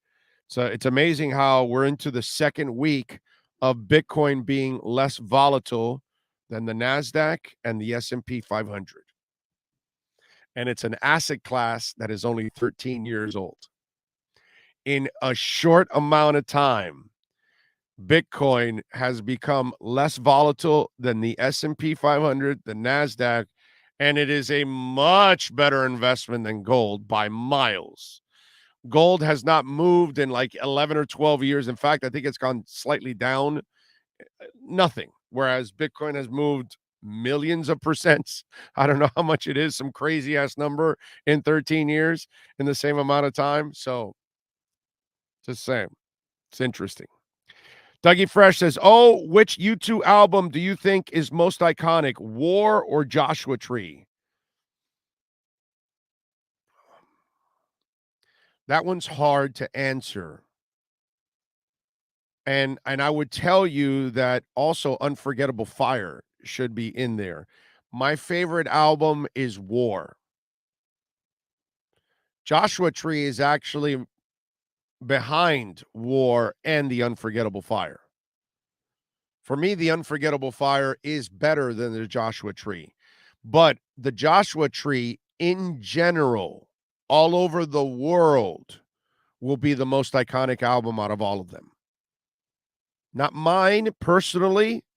Mine will be War. It will always be War. Sunday Bloody Sunday and U2 on MTV, and that's kind of the way they exploded for me. And that album is so awesome. The raw quality of it, I love it. And then for me, the Unforgettable Fire is the production and everything went to another level. And the songs on Unforgettable Fire, from Bad to Wire to, all kinds of stuff, MLK, you name it, it is such the song Unforgettable Fire. I just love that album. That album for me is iconic. I can still remember being in the second row at the Hollywood Sportatorium watching, that concert, the Unforgettable Fire. But I would say that for the general public, it's going to be the Joshua Tree. Because the Streets Have No Names and all that kind of stuff. The radio play that album had can't compare to the other two. That one just, it took it to another level for the general public.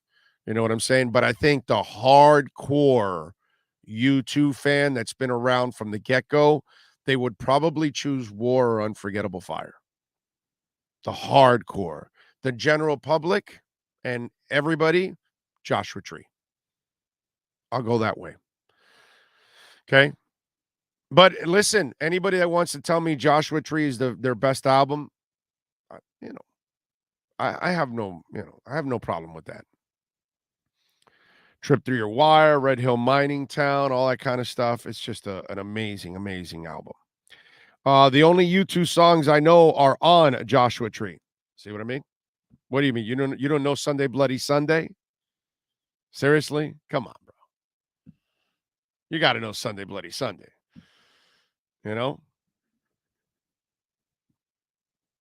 Big O going to Chicago Friday. Super pumped. Going to be money well spent. Yes, it is. Yes, it is. Dollar cost average, FTW. That's right. That's right. You keep doing that. Joshua Tree for me was my first rock album ever. Yeah, the Joshua Tree is going to be the one for the general public. Guaranteed.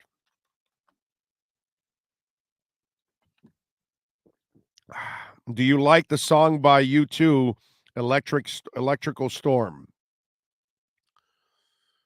Which is the electric? I'm trying to remember that song. I know Electric Company. The Edge has ripped off James Honeyman Scott for years. No, please.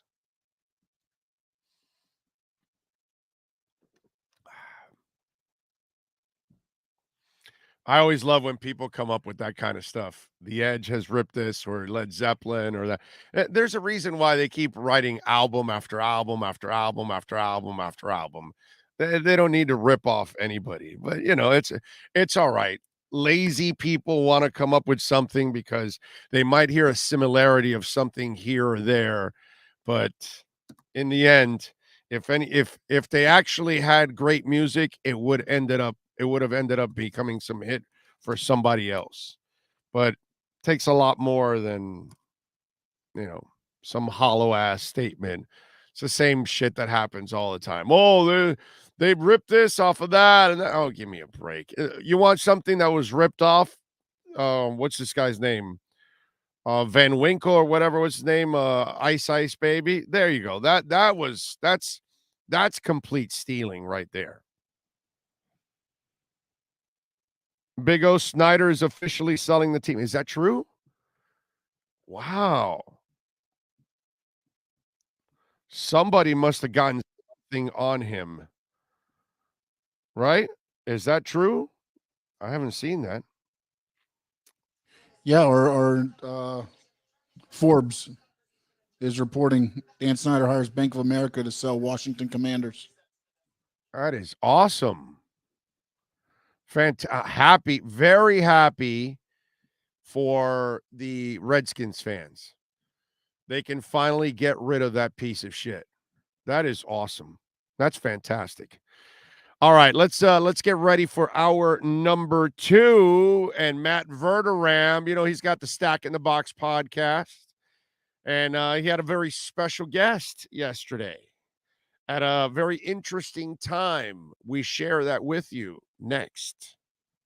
Welton Rayom has more than 62 years of litigation experience handling insurance disputes. They're committed to resolving even the toughest insurance claims quickly.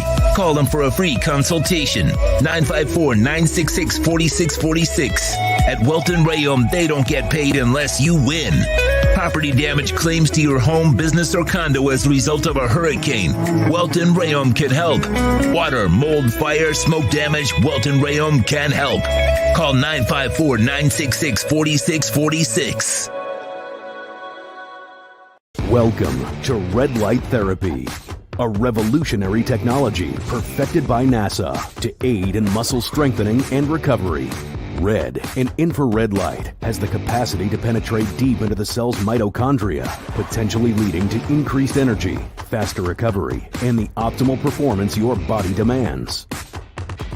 Train, fight, recover.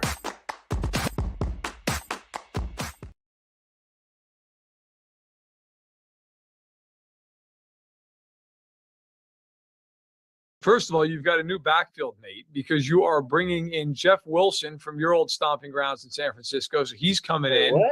Seriously? That's right. Yeah. There's a little breaking news for you, Jeff. That's right. You guys traded a 5th-round pick for Jeff Wilson. So he's going to be helping you out with Chase Edmonds going out to Denver. What? And you really. Like I said, I haven't even. I've been out of the loop, so this is all new to me. Chase is going to Denver. Jeff Wilson's coming to Miami, and Bradley Chubb is coming to Miami. So, I since I was able to break that for you, what are your initial thoughts on the guys you're bringing in Bradley Chubb and in Jeff Wilson? Yeah, Bradley Chubb is a unbelievable player. First and foremost, I want to say I really appreciate Chase Edmonds. That's my brother for life. Me hearing this news is actually crazy. Like I said, I didn't even find out until you told me, but. Chase has been a great teammate. He's always been a good teammate of mine. These past couple months that I've been with him, and I hope all the best for him. Honestly, I'm gonna definitely text him. I'm gonna actually call him after we get done with this and speak to him. On a personal level because that's the type of guys that we are. But yeah, I'm excited for the opportunity for him. He's gonna do great things over there in Denver. And then Jeff Wilson, that's my guy. I'm excited to have him in the backfield with me back again. And then we'll see what Bradley Chubb is, man. I know that he's a hell of a player, so it's gonna be awesome to see what he can do, in regards to this defense. Let's huddle up with Fanside National NFL reporter Matt Verderam. The Huddle is brought to you by RedRecover.com. RedRecover.com's wraps and pads are designed to deliver maximum benefits with each treatment anywhere you go. Go to RedRecover.com to learn more about Red Light with videos, blog posts, and over 40 years of medical research to treat pain, inflammation, and overall well-being. Here's NFL reporter Matt Verderam. Alrighty, there he is. How about that? That's at least that's a better experience than I had. Well, so one day I break a story on QAM. This is, I don't know, man. This is 20 years ago or something. In fact, his son is now playing. Daryl Porter Jr. is now playing football. So Daryl Porter Sr. is one of the defensive backs battling for a spot on the roster. So I find out he gets cut. So I report on the radio station, hey, Daryl Porter has been cut. So we're all outside, huddled up right outside the locker room door to go in. And we all go in. The first thing we do is we all, as a group, go over to Daryl Porter and we surround. We were shocked he was still there. So he's like, looks at us all gathered around. And so I start the obviously because I broke the news. So everybody's like, all right, we'll ask him the question. So I asked him, hey, sorry to hear about the news. Can you talk a little bit about being released? And he looks at me like, being released? What are you talking about? And he goes, I go, yeah, apparently you were cut. And dude started like bawling right there. Like I gave him Wannstedt had not given him the news yet that he got cut. It's a bad job by Dave Wannstedt. Great job by me on the source, by the way, but bad job. I mean, so yesterday you're breaking good news some bad news too, because because Edmonds is going. Yep. Because Edmonds is going, but I felt a lot better for you than me because I felt like shit at that moment. Like, really, dude? Like, they didn't tell you? Like, I'm telling you, this is wrong on every level, that kind of stuff. So better you than me, that's for sure.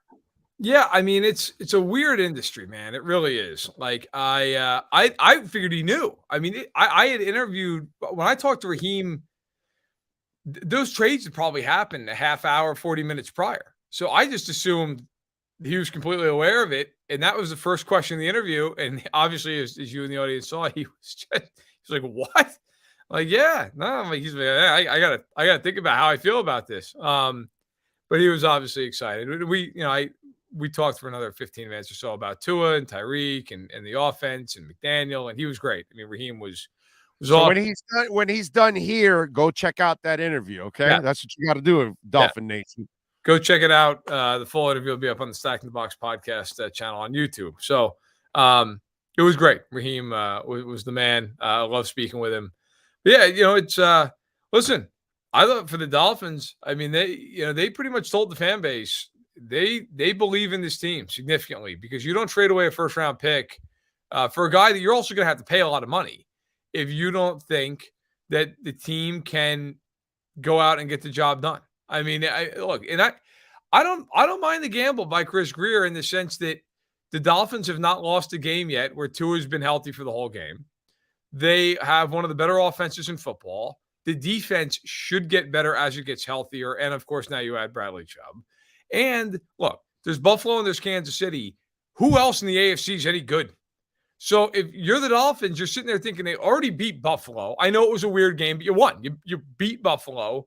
Right. Kansas City you at least feel like, look, maybe you get into a shootout in that game where it just becomes a 35-31 type deal because the Chiefs defense is okay. It's not great.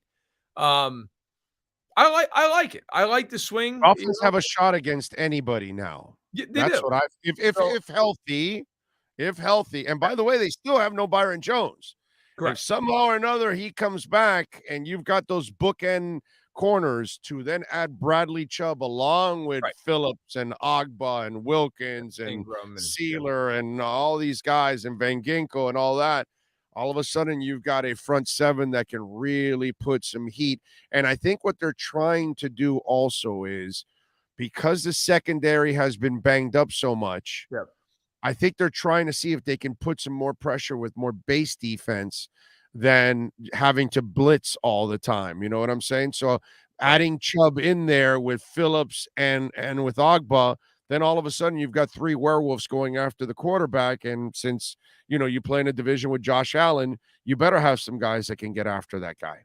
Yeah, I think normally with Miami's defense, with that secondary, when it's healthy, you can blitz a little bit because you can put those guys on islands and just say, all right, you know what, we're going to go for it. I know, in an ideal world, that's what Miami would love to do. But without those guys being healthy, you're right. You just can't blitz. And if you play Allen or Mahomes in January, blitzing them and leaving a depleted secondary one-on-one is just not the way to win games. So they go out and get Chubb. I liked it. Yeah, you give up a first, but you know what? Look, the Dolphins have had a ton of picks over the last handful of years. If you have to go a year without a first-round pick, fine, so be it.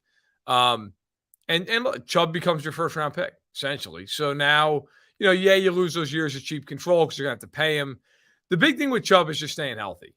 When he's on the field, he's a really good player. The big thing's been getting him on the field and keeping him on the field. If he stays on the field, he's going to be the best edge rusher they have on the team. Listen, the Dolphins are sitting there at 5-3. Next couple of games are certainly winnable. They should beat Chicago. They have Cleveland coming up, should beat Cleveland. And then there's that looming 3-game road trip that's going to tell you everything you need to know about Miami if you have any questions, which is going to be the Chargers, the Niners, and the Bills. Those 3 games in a row. But you know what? Honestly, I don't have that many questions. I feel like I pretty much know that Miami's a good team. I think the Dolphins right now are the third best team in the conference. And I do think, much like Cincinnati a year ago, look, if they play their best, even against Buffalo or Kansas City, they're in the game. Do they win? I don't know. This is better than Cincinnati last year because I think their defense is better, and I think their offensive line is better. Where they have a better edge is at running back. That Mixon was dealing last year. He was dealing, but they didn't have a good offensive line. Whereas when Armstead's playing, quarterback has time to throw the ball. There's no doubt about it. I mean, he makes an enormous difference when he's playing. No, of course. I think Cincinnati was actually a funny team in the sense that last year defensively during the season, they were not good. Then they got to the playoffs. The defense actually carried them in the playoffs. I mean, they forced all those turnovers against Tennessee. Against the Chiefs in the second half of the AFC title game, I think they gave 3 points. So, and then the Rams, the Super Bowl, they actually really held the Rams in check a lot of that game. The problem with them, they couldn't block anybody. And now you're seeing the problem that causes over the period of time. You get away with that, lightning in a bottle. I mean, anybody who watched that Monday night game, the Bengals just couldn't block. I mean, the Browns hit Burrow over and over and over. And now without Chase, you don't have that big guy to just throw a ball up to. Like, I like T. Higgins as much as the next guy. He's not Jamar Chase. So now all of a sudden it's, listen, take Higgins away, make Boyd be the possession receiver. So what, right? You're not worried about Tyler Boyd killing you in a game. But I think, with Miami, I give them credit for looking at the landscape and going, all right, look, Buffalo and Kansas City, they are what they are. Those two teams are the cream of the crop. But the one thing the Dolphins have in a playoff game that would scare any team is on any given play, they can go to the house. Right. That is something that you can flip a playoff game on its ear because you hit Hill with a bubble screen and he goes 80 yards. That to me is, by the way, why I think they're better than the Chargers in a lot of ways. And I know the Chargers get a lot of shine. The Chargers passing game is so dink and dunk. It takes, and I don't think that's a reflection on Herbert, by the way. To me, it's a reflection on the coaching. Like, they will take forever to get down the field. Where Miami, all it takes is Waddle or Hill getting loose once, and it's 6 points the other direction. So I like the moves. I thought Miami was a real winner yesterday. There was. It looks like the Tua narratives have all been kind of crushed now, right? He can't play, too short, doesn't have an arm, yada yada yada, all that stuff. So that's been crushed. The other one was Chris Greer. A lot of people were killing Chris Greer. So Chris Greer, since 2018, has 10 first-round picks.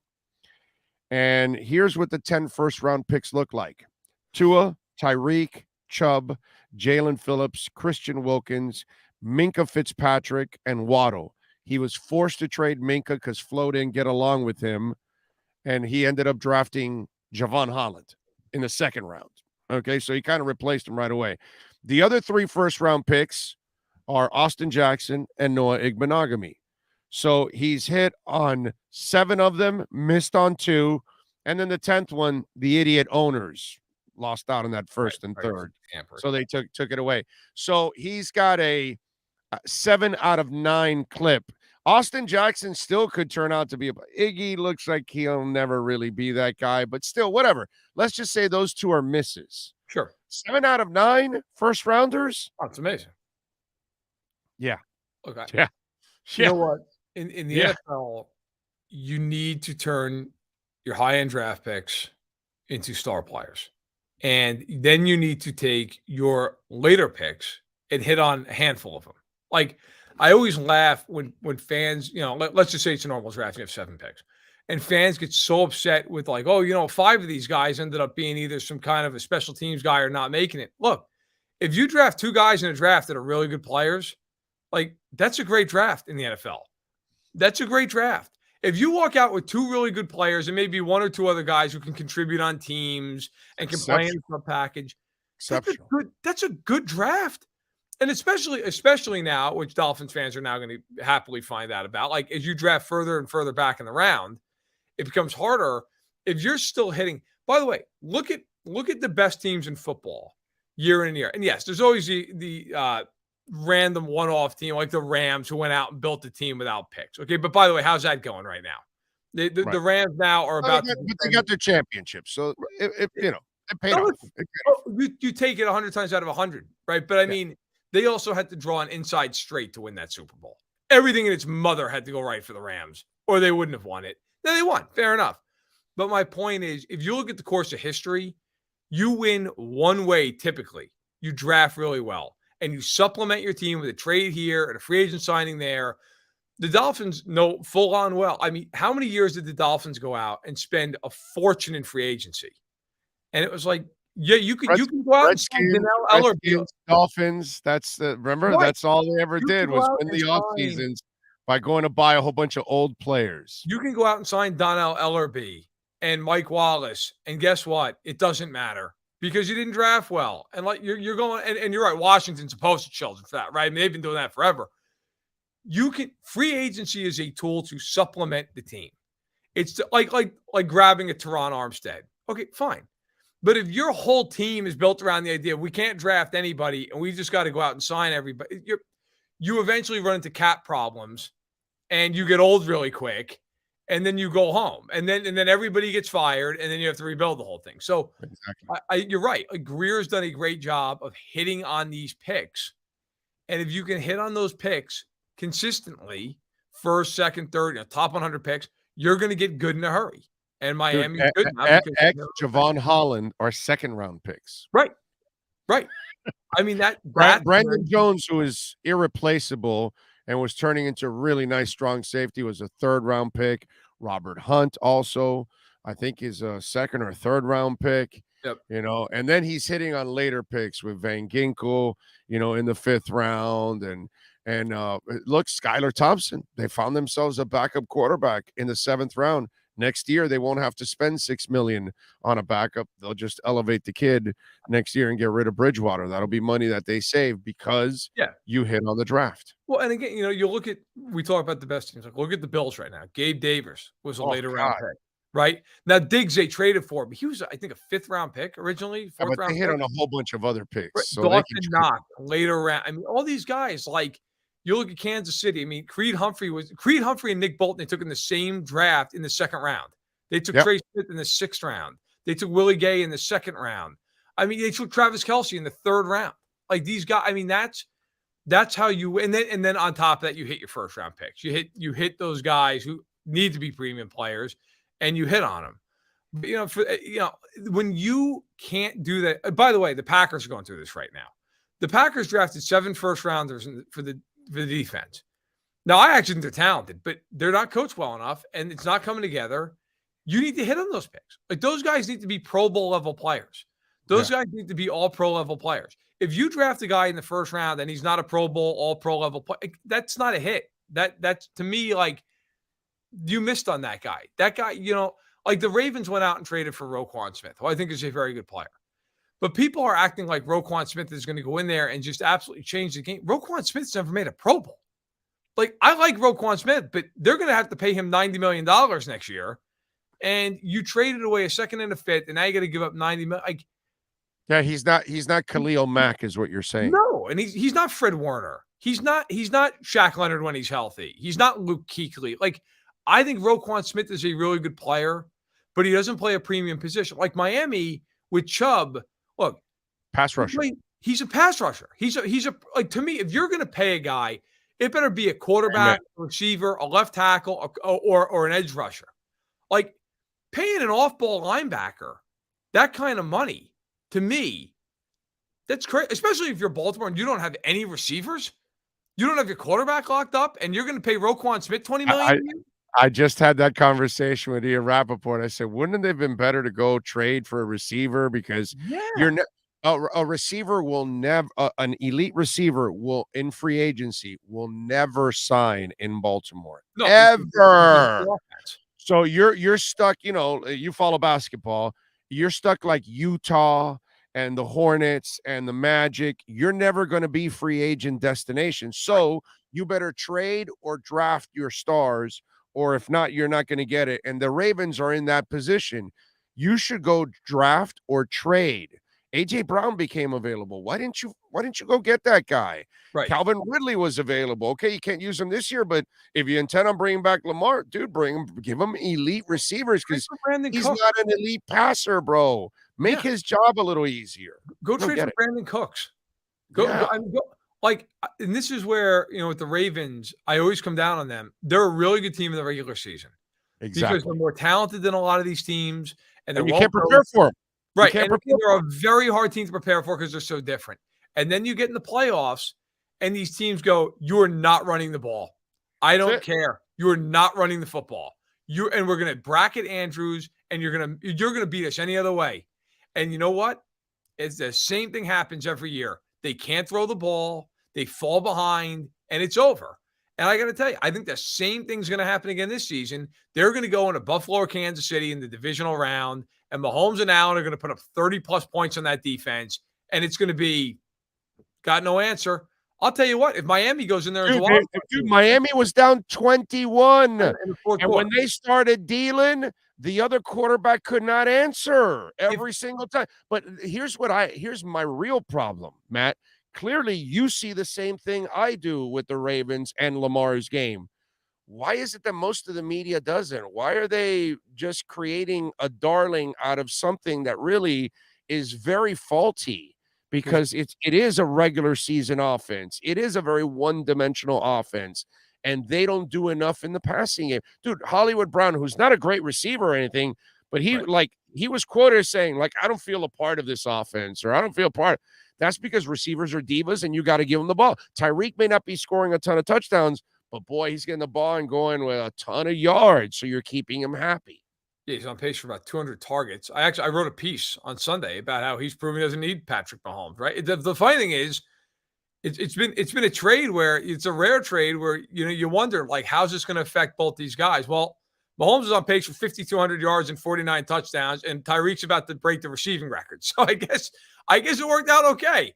I think what Tyreek does for Mahomes is it makes him an even better quarterback on game day, because instead of him relying so much on one guy, he now has to spread the ball out, and it's a tougher job for him, but it makes him a better quarterback. He was a great quarterback already, but the game's different for him a little bit more. So I think it makes him a better quarterback personally. It's funny because it's forced them to diversify their offense, which for the first few weeks of the year, even though they were scoring, it kind of went in fits. And now they figured out how to use Juju and MVS. And now all of a sudden they put up 44 on the Niners, and they did it without breaking a sweat. Well, I mean, yet for Hill, he becomes, without Kelsey, he becomes the guy, right? Before, and look, Waddle's fantastic, but Hill's the guy. So, but no, it's two number ones. Now Waddle's a number one, so he is. It's just that Hill. He's not a number two. He's two technically because Hill's awesome, but Waddle's a number one on any other team practically. The funny thing is, it was the same way with Hill and Kelsey in Kansas City, where I think most people that follow the Chiefs would tell you that Kelsey was the most important part of that offense because of how much they relied on him on third down and in the red zone. But yet, like, Tyreek Hill wasn't a number two receiver on that team. Like, it just they were both just so important what they did, and the Chiefs were able to rejigger, and the Dolphins were able to go out and get Hill, and he's been incredible. But yeah, to the point with the Ravens, like, I think people don't talk about it as much because it's almost like you're hating on them, and you're not. Right. Look, I'm not hating on them. I'm just being honest. They are limited in their passing game. And in the playoffs, in today's day, look, if this was 1995 and Neil O'Donnell's going to the Super Bowl, Baltimore's going to the Super Bowl every year, guys. Every year. It is not 1995, okay? Times have changed. And if you're going to get into a game with the Dolphins, the way they can score, with Buffalo, with Kansas City, even with Cincinnati, if they have a day where they block you, all right, you have to score. And you've got to be able to throw the ball. And the Ravens have no ability to throw the football. I think, frankly, not even really a knock on Lamar. It's more on the receivers. They just can't get open. And you get into these games where the Ravens have to win a very specific way. And if they can't win that way in the playoffs, they're done. Like, that's one thing I've been impressed with Miami. You have this huge comeback against Baltimore. Now, look, Detroit stinks, but you have a big comeback against Detroit. You're able to come back, and the defense, the second half of the game, put the clamps on Detroit by and large. Like, you have to be able to do that. Where if you get into a game where you fall behind by 10 points, you have the offense to come back. If you can't come back in the NFL, you're very limited in the way you can win. And in the playoffs, you're going home. You're going to go home eventually if you can't do that. I'm with you there. Follow him, by the way, on Twitter at Matt Verderam, and tell him about Stack in the Box, my brother. Absolutely. Well, again, you can check out the interview that's going up today. I believe the full interview with Raheem Mostert. Who was awesome, had a lot of interesting things to say about the Dolphins and all the new pieces and how the offense is working and whatnot. And you can check out that show live every Tuesday at noon Eastern. Also Sunday right before the games, also at noon Eastern. Run down the whole league and all the games and break down the betting angle of it. So go ahead and check that out. I've actually seen some of you guys in the chat on Sunday, which has been cool. So feel free to check it out. Follow me on Twitter, and don't miss any of these shows, of course. There you go. Matt, as always, much love, my brother. Enjoy the football. We'll catch up next week, my friend. Sounds good. Take care. There you go. The great Matt Verderam, baby. We step out of the huddle. This has been The Huddle with NFL reporter Matt Verderam. RedRecover.com helps pros and everyday warriors heal on the go with their medical-grade, highly specialized devices designed for each area of the body. Go to RedRecover.com to learn more about red light with videos, blog posts, and over 40 years of medical research to treat pain, inflammation, and overall well-being.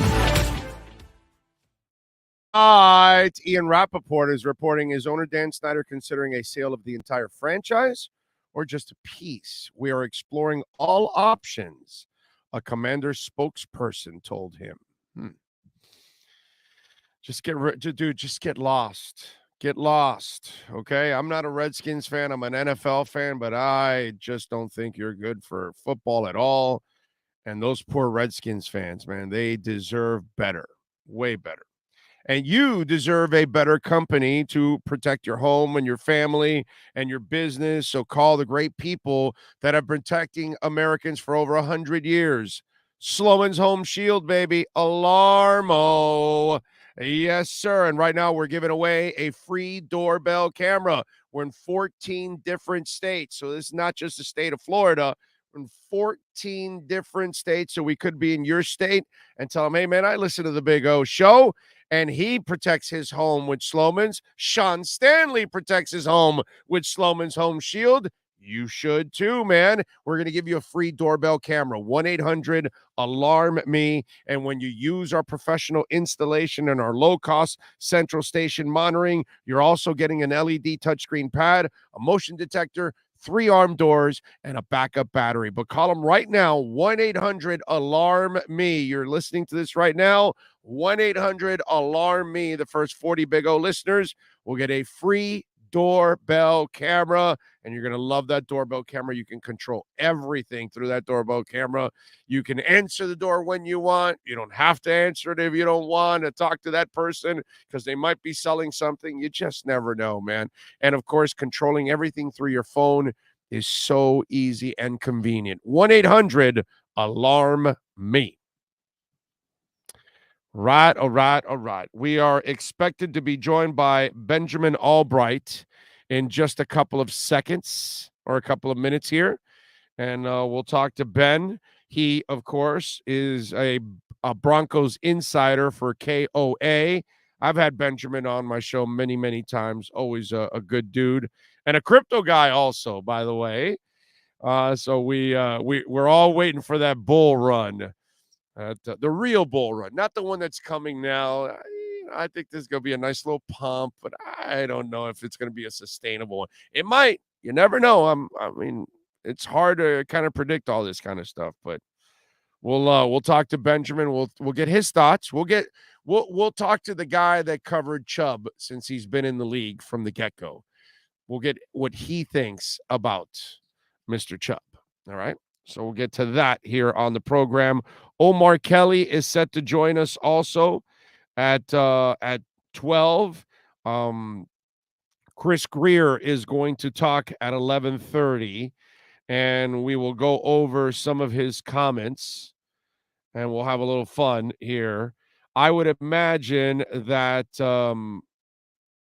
they will agree to a contract with Chubb in the near future. That I would imagine that the parameters have kind of been agreed upon, and then it's just kind of hammering everything out, overall. We shall see. So we'll keep you updated with everything going on with the Miami Dolphins and see. I mean, and I listen, knowing Chris Greer from his whole deal, it's not like he's going to tell you anything earth-shattering there. They showed a MiamiDolphins.com Chubb and Wilson's locker, and Chubb is wearing number 2. Wilson's wearing 23. Okay, for those of you that are wondering what number Chubb is going to wear, he'll wear number 2, and Wilson will be wearing number 23. There you go. I'm really excited about this edition, man. I think it's a really cool thing. All right, let's get to it. Let's talk a little Bradley Chubb with my man Benjamin Albright. Let's bring him aboard. And, of course, Broncos insider for KOA. You can follow him on Twitter at Albright NFL. Ben, how you doing, my brother? You doing all right? My man, how you doing? Good to hear your voice. Good to hear you, man. You when do you think we're going to get the bull run, by the way, when we talk a little crypto here before we get into a little football? Because I'm really thinking after June of 23. I think we're going to get a mini pump now that's going to be kind of a fake pump, and then we'll retract again, and then I think we'll drag for months. I think the second half of 23 into 24 is when we're really going to feel the boom. Your thoughts on that? Yeah, I think those projections are probably pretty good. I mean, if you go back and you look at the patterns following, the stock market sell-off in 2008 and then the crypto drops in 2018 and some of the other drops in the market, you can kind of see market patterns and market trends there a little bit. I think for me right now, it's what I call buying season. Everything's on discount. So, yeah, I'm trying to buy. In fact, I bought a 1 million amp yesterday. And I've been putting some of this stuff away right now, just kind of saving for a rainy day here 5-6 years down the road. I think if you're going to be in this game, I think that's how you have to look at it. You got to be looking at long-term investments right now. Everything's on sale. We're looking at buying. We're looking at our 5-year return. And so I think that I think you're probably right there. I think you're going to see a mini pump over the holidays here, and then a dump off in January, around February, and then I think you'll start to see just a slow, steady kind of bottom out and general climb in 2023, and then you'll start to see around the holidays in either 3 or 4, just depends on how quickly we get this economy turned around. You'll start to see things take back off again. Yeah. I'm hoping for that, dude. I think it's there are certain things. Although I got to tell you, Injective Protocol has treated me really, really well in the middle of a bear market. That one, I got in at 150, and it's been over $2 now in the middle of a bear market, which is amazing. So I'd like to see how this, if it goes back down again, I'd like to load up again, because I think that thing's going to be a monster, down the line. There's so many, like you said, there's so many great buys right now. I'm just taking advantage and hodling right now, as they say. All right, so yesterday, the Miami Dolphins made one hell of a move in picking up Bradley Chubb. First of all, Ben, you've been covering him since he got into the league. Describe the player, what Dolphin fans will see on a game in and game out basis, what you've learned from Bradley Chubb. Well, before we get to the player, let's talk about the person, because you guys got an A+ person. Bradley Chubb is an absolutely great guy off the field. You'll never have a problem with him. He comes from a football lineage. He had a brother who was in the league. He's got a cousin, obviously, I think everybody knows it's in the league. And he is an A+ person. He'll be a leader in the locker room. He sets the standard high, and when he doesn't meet it, he holds himself and everyone else accountable. So that's what you get. First of all, he was a team captain, just so everybody knows. By the way, did you know this? Did you know this? Because I didn't know this until yesterday. His sister is married to Brandon Jones, the strong safety for the Dolphins that unfortunately got injured. What a fantastic young player developing for the Miami Dolphins, multifaceted. But his sister is actually Chubb's brother. So he does have a connection down there, and that'll be good for him. I did actually know that. I'd forgotten about it, but I did actually know that at one point. But he's in terms of being on the player, he's obviously on the field. He's a scheme fit for what you guys are going to do. He's very strong, and I think that's the thing that gets overlooked. I mean, he's quick and all that kind of stuff, but he's strong, and he's a big guy. I mean, he's a big outside backer. He's strong. His bull rush move is probably his best move. That's not to say that he doesn't have everything else in the arsenal, but the bull rush is his best move. And if you're a weaker offensive tackle, he'll just go right through you. His production tends to come a bit in spurts. Like when he gets going, all of a sudden he gets confidence and he really gets going. So, that's something to keep your eye on there.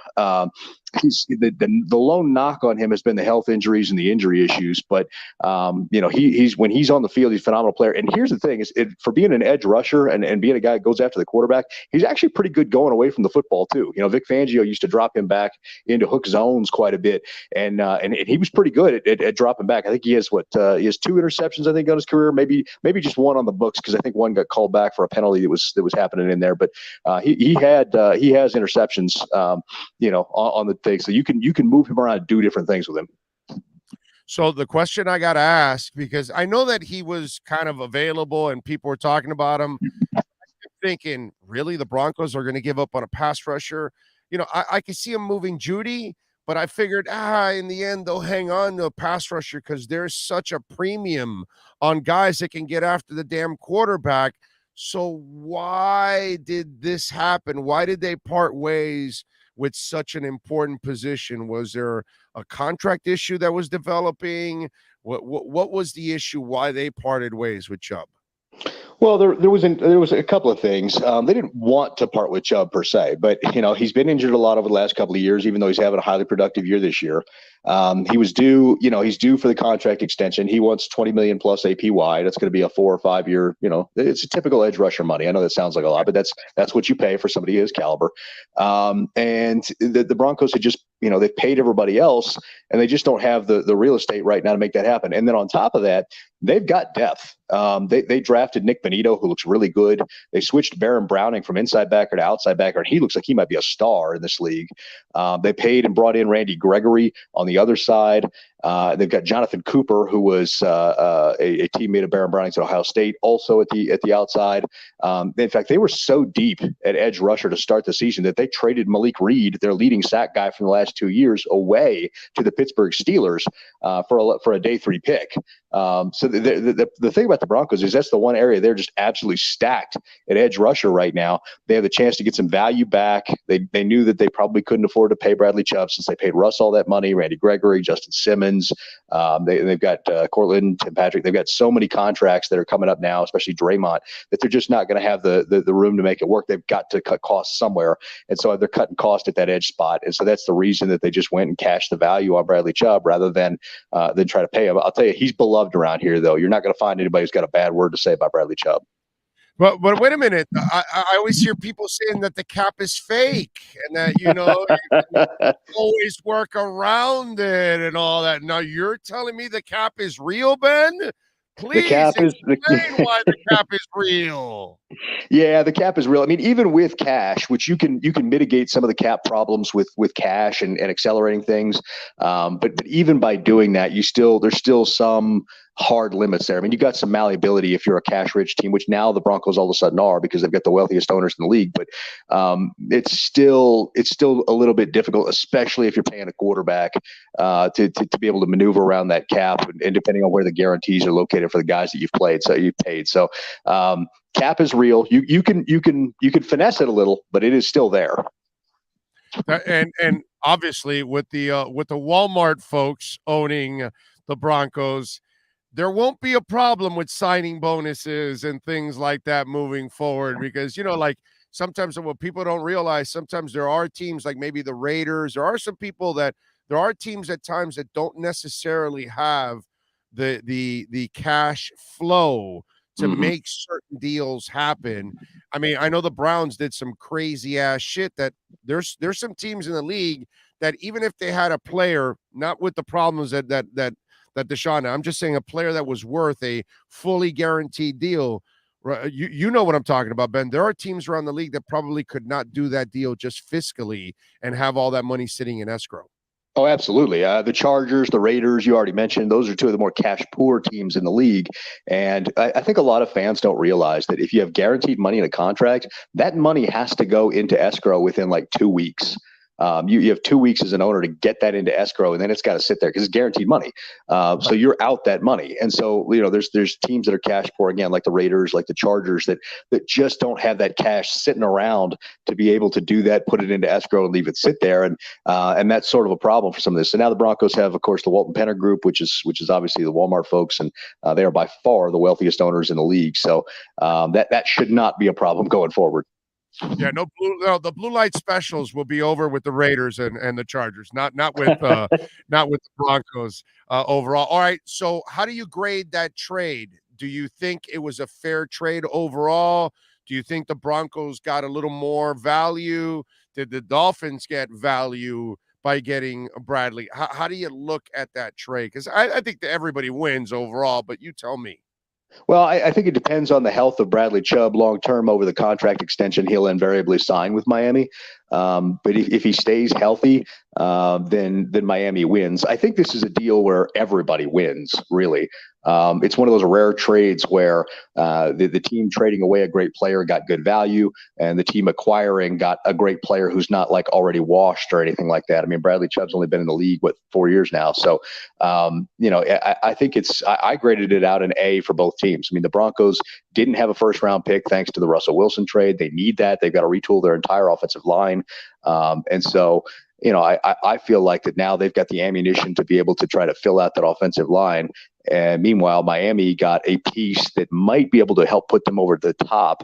They're gonna struggle because that Buffalo buzzsaw there probably owns that division. But you can get a wild card and you get hot at the right time in the playoffs, and who knows what happens. So, Miami had to kind of make that push because they're in a window. I mean, that team looks good. I thought they were going to be second or third in the division, but that offense is clicking. And when Tua's in there, he doesn't have the strongest arm in the world, but when he's in there, man, he's just got that it factor. He's got that accuracy, and having those two speedsters on the outside, my goodness, Jalen Waddle and Tyreek Hill. My grandmother could throw for 300 yards with those guys on the outside. They're so talented. So, Mike McDaniel is a friend. Know him from his time in Denver. where he grew up. And yeah, you guys got it going on. You just need a couple more pieces, and you cashed on an edge rusher that I think is really going to help. What has been his injury bug? Well, he's just had different things, mostly in the legs.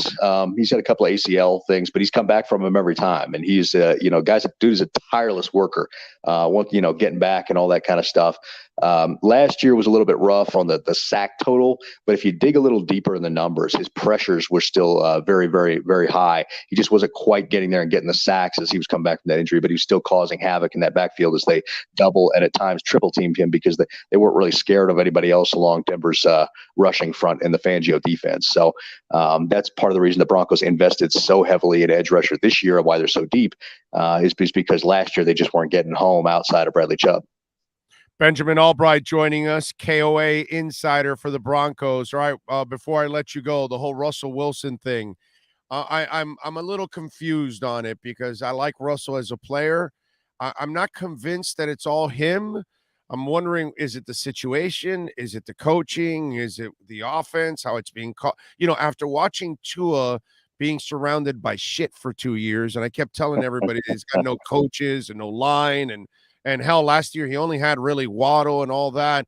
I said, man, he comes from Alabama where he had everything, and now he comes to a team that has nothing. All of a sudden, here comes McDaniel, who understands the kid, understands offense, and the rest is history. So I'm wondering, is there more problems with rhyme and reason going on that, or is the player the problem, or is the coach the problem? Talk to me. What is the disconnect right now in Bronco land? Well, yeah, first of all, let's talk about that Tua thing real quick, because you're absolutely right. Tua was sitting there eating filet mignon in college, and then he got to the pro game and was asked to make chicken salad out of chicken shit, and it just wasn't happening. And so, that's exactly it. Now they put the pieces around him. You see what that can be. As far as the Broncos go, the problem is multifaceted. I mean, you've got a head coach who's never been a head coach, a staff that doesn't have much experience on the offensive side of the ball. You've got a quarterback who's hurt this year. He's got a torn lat and he's got a hamstring that's bad. And then you've got a system that requires a lot of lengthy developing concepts and an offensive line that's just not capable of blocking that long. Most of the stuff that they want to run requires a little bit of time for these receivers to get downfield. And, you've got a center who just went out injured that was absolutely brutally bad in Lloyd Cushenberry. Was just getting pushed around out there. Graham Glasgow is going to move in there at center. It should be a little bit better with him in there. And then, like I said, you got people learning a whole new system, learning a new quarterback, learning each other. It's just a confluence of issues. And Nathaniel Hackett has really had some growing pains as a head coach so far. So he looked pretty good in that London game. Looked like he finally kind of had the thing under control. Russ looked a little bit better in that game. And the offensive line looked better after Cushenberry went out and Glasgow took over. So we're kind of cautiously optimistic that maybe they can get some things fixed through the bye. And you're going to have an interesting game when the Broncos play the Tennessee Titans after the bye, because those are probably two of the five best defenses in the NFL right now, and that's going to be an interesting game. Well, then, if that is the truth, and he was looking better in the London game, then my suggestion, since the Walmarts have so much money here, the Walmart folks are taking over. What you do in home games is you have Russ get on a plane in the morning, fly around Denver for an hour or two, work out his legs. He lands, he goes, gets his limo, they take him over to the stadium, and he's ready to go, baby. Because that is the key, working out on the plane, man. I'm totally here for it. I first heard high knees and associated with Denver. I thought it was something totally different, but Russ is whatever you think of Russ, whatever you think of Russell Wilson, and believe me, like his personality, I mean, the guy's just a dork. He's just a dork. But as far as being a player, the dude's a gutsy player. Like he fights through injury. He desperately wants to win. And so whatever you think of his personality, he's a guy that wants to be out there competing, wants to be out there winning. So I think he'll get back on the right track. I think a lot of people that are counting him out right now, I think a lot of people are going to be eating some words by the end of this year or next year, in this system, in this setup. Yeah, I'm a Russ fan, bro. I hope things work out for him because he's a good dude. He's a good person, and he's a guy that should be representing the league. So I pull for Russell Wilson, man. He's always been a winner, and I pull for you, sir, as always, because you always come through for us. Make sure you follow him on Twitter at Albright NFL. Benjamin, as always, thank you, my friend. And let's hang in there for that bull run coming down the line, baby. Darn right, brother. You take care. You got it, baby. Be good. There you go. Benjamin Albright, Broncos insider for KOA, and another crypto believer, just like I am. There you go. It's coming. It's going to happen. I'm just telling you. Just do not buy when the pump comes. I'm not a financial advisor, just a guy that loves crypto. But, you've had all this buying time now for months. Whenever that pump does happen, you don't want to buy when it's going up. You want to buy when it's coming down. And right now, God, there are so many good deals right now. Big O, it was not a stupid decision for the Broncos to trade him, like you said earlier, since they have an influx of edge rushers. True, but I hope that they all develop into what he's talking about. I mean, Ben's really good. So maybe they had a plethora of them and they can give them up. I think I saw a super chat while I was talking. Did I? Belichick 22. Okay, no, we got that. But thank you, GM Hindsight. Thank you. Just in case, I might want to make sure I didn't miss any. It's been exciting to watch him blossom on and off the field. He does a lot of stuff behind the scenes. Here people don't see. He and Mike, their connection is special. Greer. Yes. Yeah, of course. Because Mike McDaniel believes in Tua. That's all. It's pretty simple. If you believe in somebody, it helps. You had a coach that didn't believe in Tua, that did practically everything to scheme against him, dude. You know what I'm saying? So that's the reason. Now, where are the Chris Grier haters? Right? Because yesterday I hammered some guy that wanted to complain about Noah. And you got to get past that now. Okay, this is a guy that found the coach and the quarterback. And he's hit on 7 of his last 9 first-round picks. This team is the best team you've had since the Marino days. This quarterback is the best you've had since Marino. This offense is the best you've had since the 80s and the 90s. Let me repeat that again. This is the best offense you've had since the 80s and the 90s. And this is all Chris Grier. And there were a whole bunch of you out there that for many years you said Chris Grier is part of the problem. And for many years, I fought you on it every single time and told you he wasn't. So where are the Chris Grier haters? Have you come forward already to apologize about Tua that you were wrong? Lots of people are coming forward for that. I need to see also the people come forward to think that Chris Grier was the problem when he was never the problem. He is the solution, and that he has proven that he is the solution. So not only is this the best offense you've had since Marino, this is the best quarterback you've had since Marino. Maybe, just maybe, Mike McDaniel might turn out to be the best coach you've had since Don Shula. We shall see what he does. If he gets to the postseason, if he can actually win in the postseason, do the things others could not do here. Chris Grier right now, what he's doing and how he's building this team is probably the best general manager you've had since deep into the Shula days. Because Jimmy Johnson could only build a defense.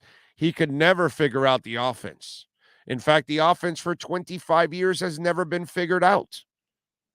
The only time they had a decent offense is when they had Ricky or Lamar or what's the other guy's name? Oh, God. He did it 1 year. The Clemson kid. What's his name now? With the bad knee. You guys know who I'm talking about. But that's it. Those are the only times. And it wasn't because the quarterback was special or anything. You know, oh well, you could go the Ronnie Brown Wildcat year, but Jay Ajayi, by the way, Jay Ajayi. So not really nothing. This is the best offense you've had. These are the best receivers you've had since Duper and Clayton. This is the best chance you've had since the Marino days, before Jimmy Johnson, to actually make a run in the playoffs. And you can thank Chris Grier for all of that. Because he's the guy that put together the personnel staff. He's the guy that's found this coach. He's the guy that found the quarterback. By the way, no one else could find a quarterback. Shula, after finding Marino, could never find another quarterback again. Jimmy never found a quarterback. He went with John Dutton and Jim Druckenmiller and Damon Heward and, nothing. Dave Wanstead couldn't find the quarterback. Cam Cameron couldn't find the quarterback. Tony Sperano couldn't find the quarterback. Rick Spielman, you name it, Randy Mueller, Nick Saban. No one could find the quarterback. Adam Gase, Mike Tannenbaum couldn't find his asshole with a funnel. Can't find the quarterback either. Only Chris Grier. I just want to know, because I know there's a lot of you out there that say Chris Grier was the problem. Oh, it was Boise State. Thank you. So, where is it? Where are you? You said Chris Grier was the problem. Now, do you have a friend? I just want you to know. Do you have a friend that thought Tua can't play? Chris Grier is a bad GM, and Brian Flores got wronged here. Do you have a friend that thinks those three things? I want you to know that if you have a friend or a television or radio host or writer, okay, if they said Tua can't play, Chris Grier is a bad GM, and Brian Flores was wronged, I got to tell you something. They're done with me. They're on double secret probation. That's what I got to say. You can't get it that wrong.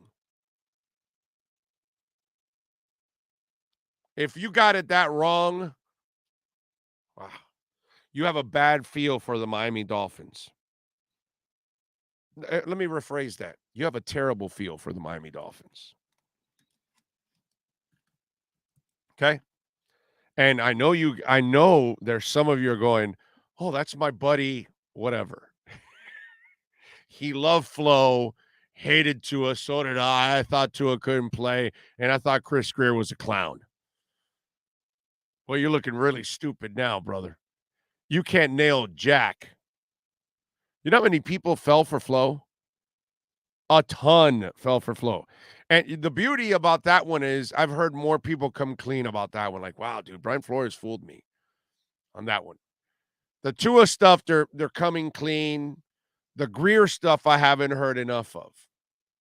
But you can thank Grier for where you're at right now as a Dolphin Nation and what you have with that Dolphins team. You can thank them. Okay? I can tell you that. Essential moving experts, by the way. Moving has never been so easy. Sean Williams and the folks, they do a great job.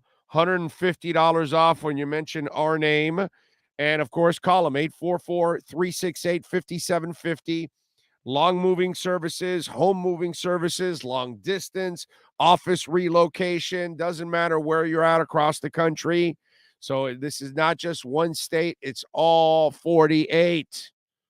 I don't know about Alaska and Hawaii. I've never talked to Sean about that. But the other 48, he'll take care of flat rates, no surprise charges. And they've got a big, giant, beautiful warehouse. So let's say where you're moving to, the office or the home or whatever, might not be ready for a week or two. They can store it in their warehouse for you up to 30 days. on the house. How about that, folks? Call the great people at Essential Moving Experts. Talk to Sean Williams. Tell him that Big O sent you. 1-844-368-5750. That's 844-368-5750. Moving was never so easy. Over 1,600 happy customers.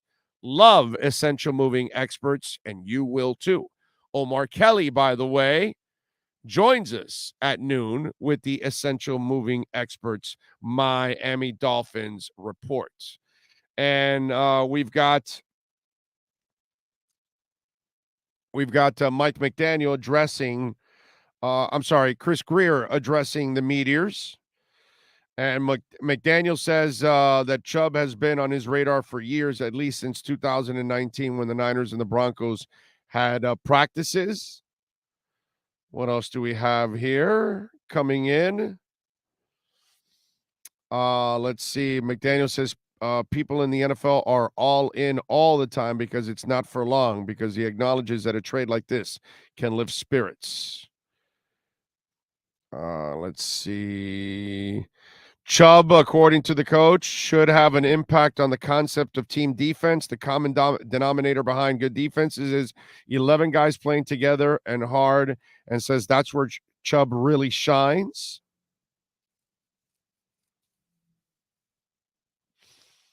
What else do we have here? Let me see if we have anything earth-shattering. I doubt we do.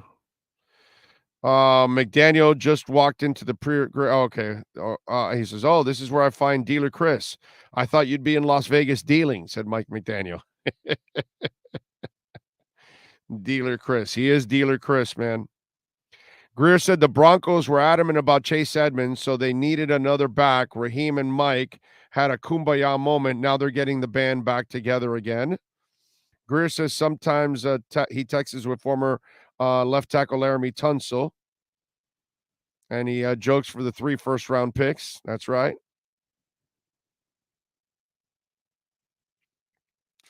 What else do we have here? Grier on Jeff Wilson. Tough kid, physical. We had talked about him in the offseason as well. When Denver asked for Chase Edmonds, we had to find a running back. He and Mike and Raheem were all hugging.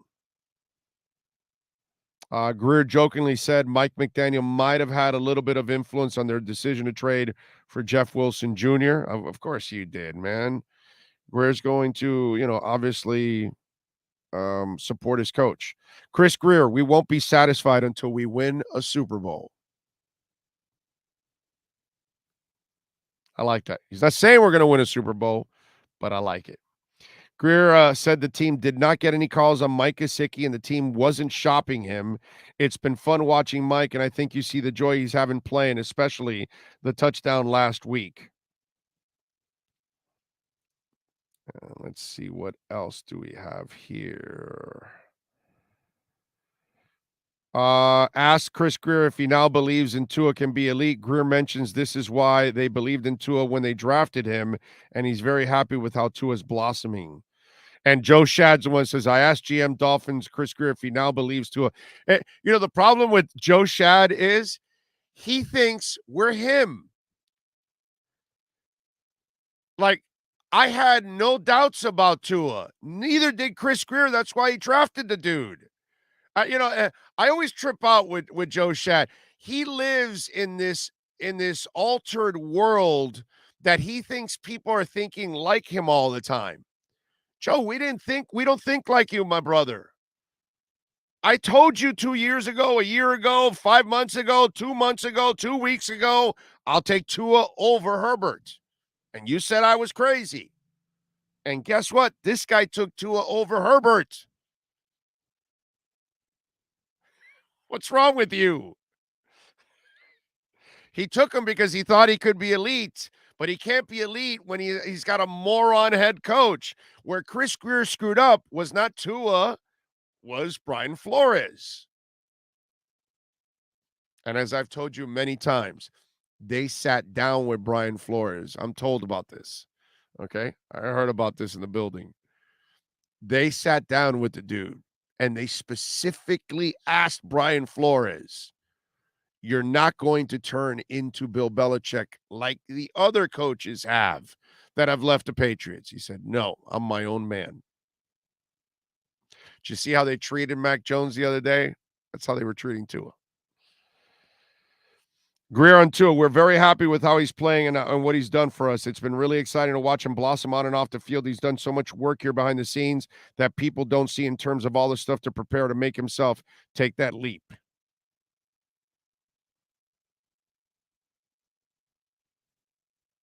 It's funny. Joe is funny, dude. So I like the whole thing. Oh, do they miss Brian Flores? No, dude, they don't miss Brian Flores. Why would they miss Brian Flores, Joe Shad? He wrote that article and I was losing my mind. It's like, well, because the defense. No, dude, when you have Brian Flores, you get the whole picture, Joe. You don't get to pick and choose. Oh, maybe he can help tweak the defense. No, he was here manipulating and ruining the offense. I love how you can't paint that kind of picture. No, nobody misses Brian Flores. Somebody tell Joe Shad we don't think like him. Chris Greer, when asked if Miami is Super Bowl contention, I'm not into predictions or anything, but I do think we have a good team that can compete and win some games in the future. What else? Oh, Greer on. No, I got that already. Nothing else. Greer on the cap situation. We haven't done anything here since I've been in charge on not having that eye on the future. Suggest that the Dolphins still have flexibility to upgrade their team. Okay. Greer on Chubb's injury history. He's 26-year-old, keeps himself in great shape and has good character and drive. Said that they feel good about Chubb being risk worth taking. Okay, that's it. I think, it's nothing that's not surprising or anything along those lines. All right, let's do this. Let's take a quick break. Give me 2 minutes to rest the voice. Omar Kelly should be joining us when we come back right here on the Big O Radio Show. Welton Rayom has more than 62 years of litigation experience handling insurance disputes. They're committed to resolving even the toughest insurance claims quickly. Call them for a free consultation. 954-966-4646. At Welton Rayom, they don't get paid unless you win. Property damage claims to your home, business, or condo as a result of a hurricane. Welton Rayom can help. Water, mold, fire, smoke damage, Welton Rayom can help. Call 954-966-4646.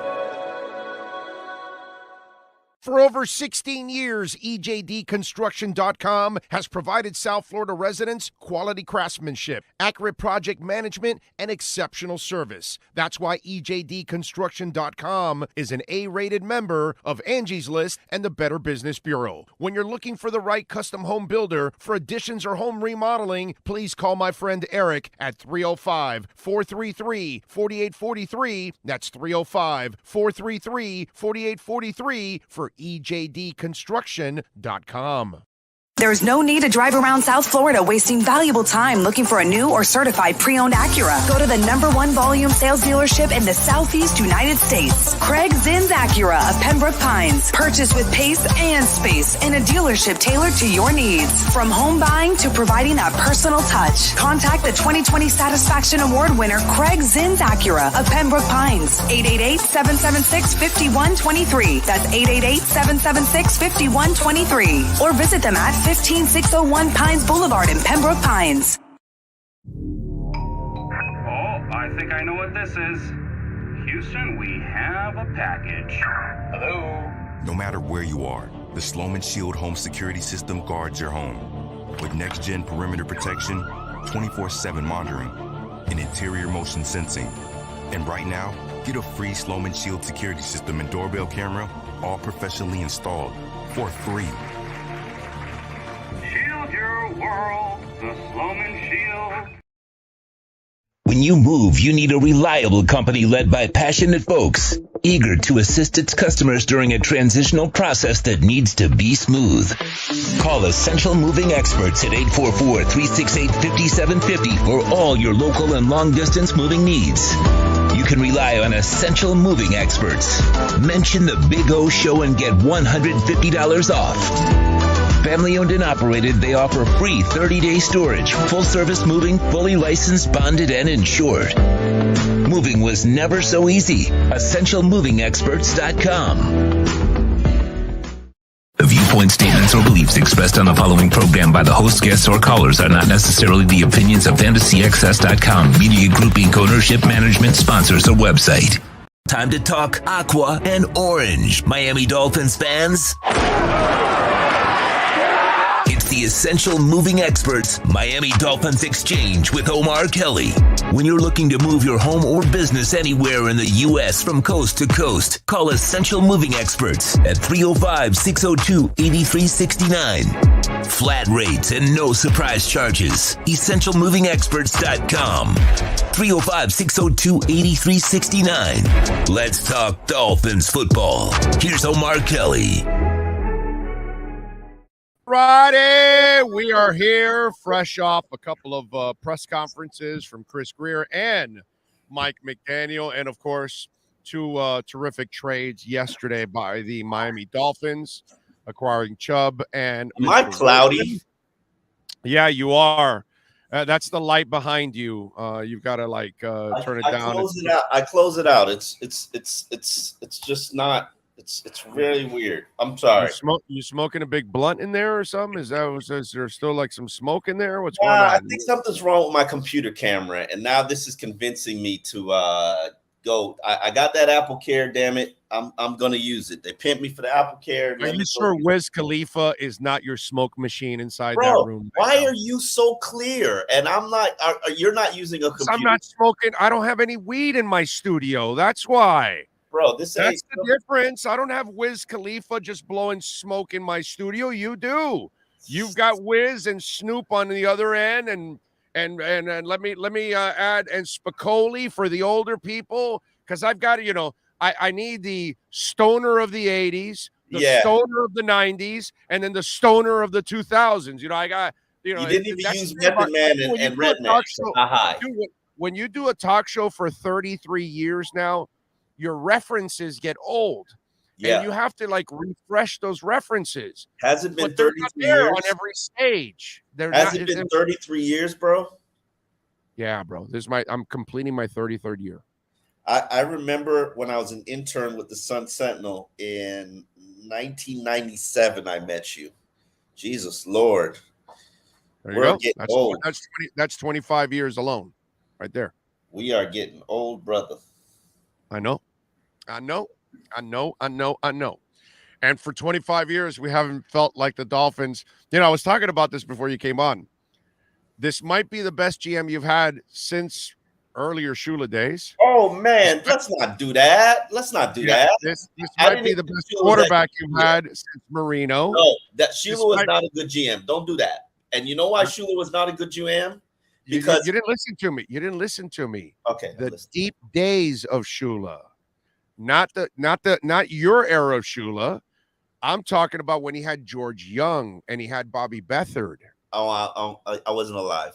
I know, dude. I'm old, bro. I get it. George Young went on to build those Giants teams that Parcells won the 2 titles with. You remember?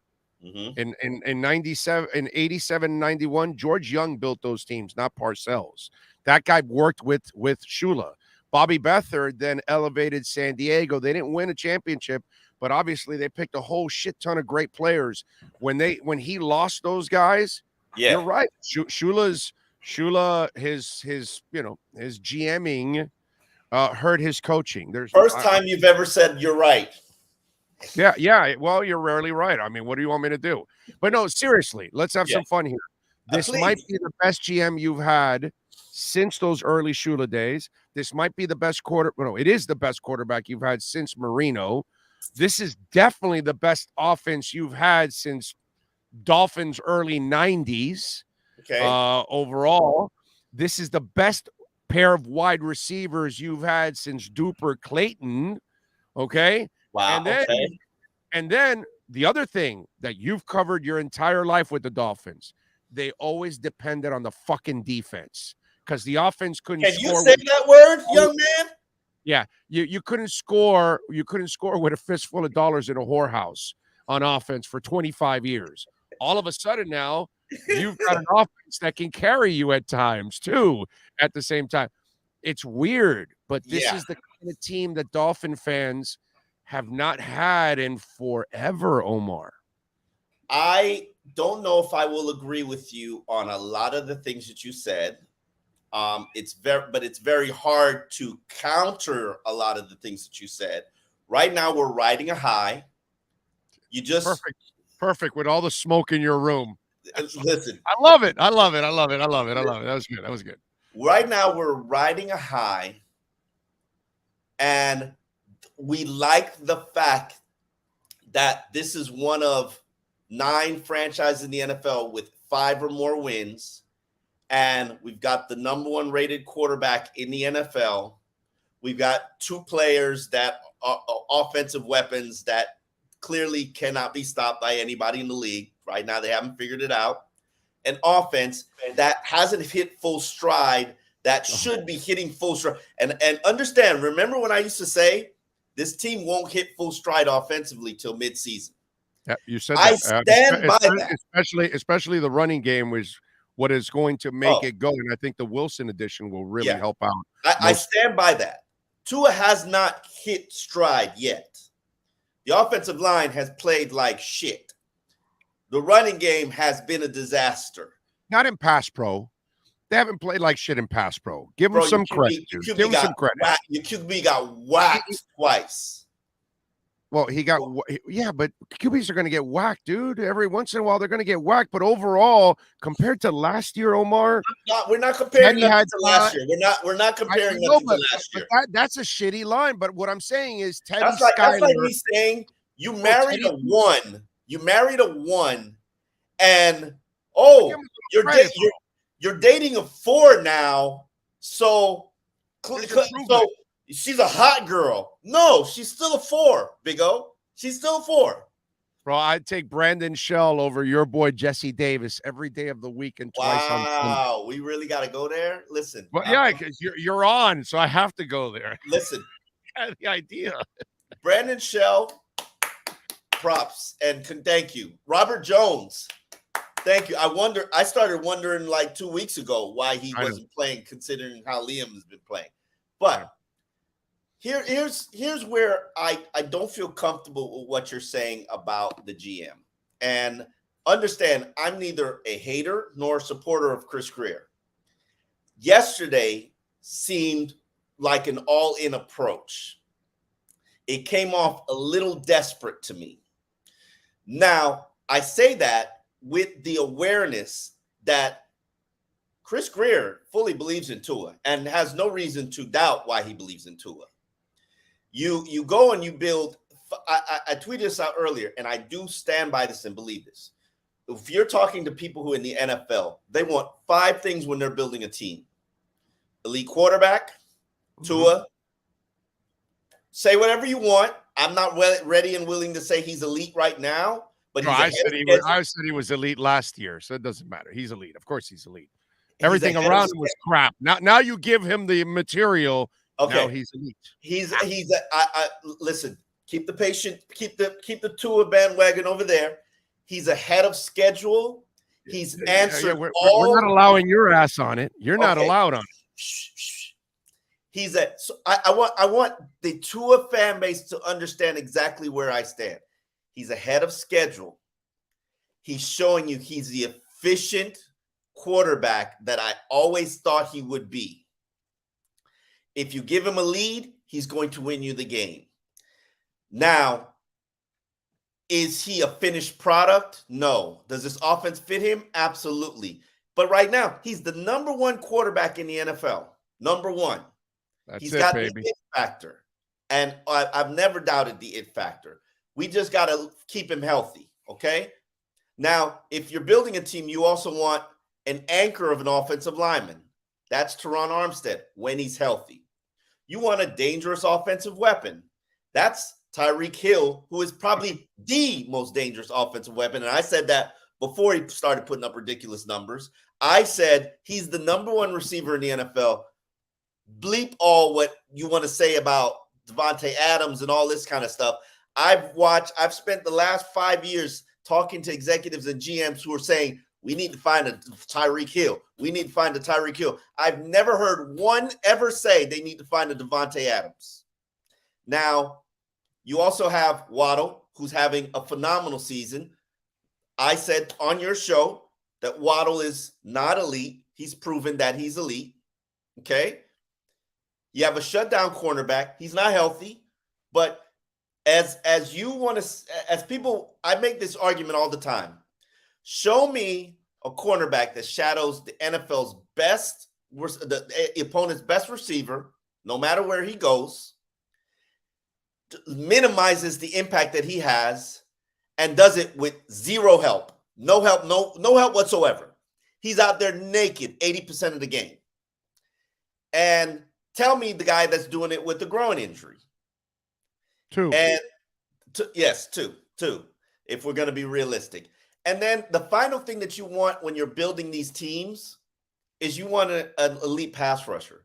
Is that Chubb? I'm not sure I'm ready to say that it is, but I'm open to it. The analytics, which the analytics got you Chase Edmonds, the analytics tell you that, oh, this guy's elite. I don't see the numbers saying he's elite. And the film is all right. It ain't like, goddamn. It's all right.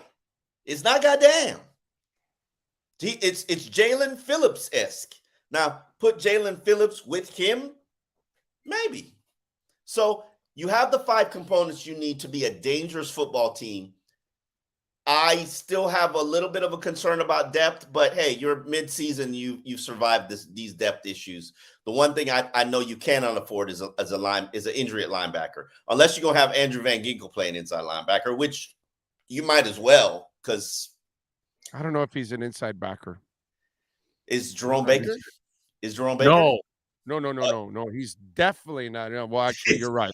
I'm just like either or. Yeah, I get you. You're right. Like you act like yeah. No, you're right. You can't. You have to put Van Ginkel out of the 2 if you're going to put one inside. No, it cannot be Baker. No. I'm just saying, if you do have an injury, that gives you some flexibility. Elandon Roberts is Elandon Roberts. You know what it is. And then Jerome is Jerome. And he's not having a good season. It is what it is. I think he needs to be blitzing more.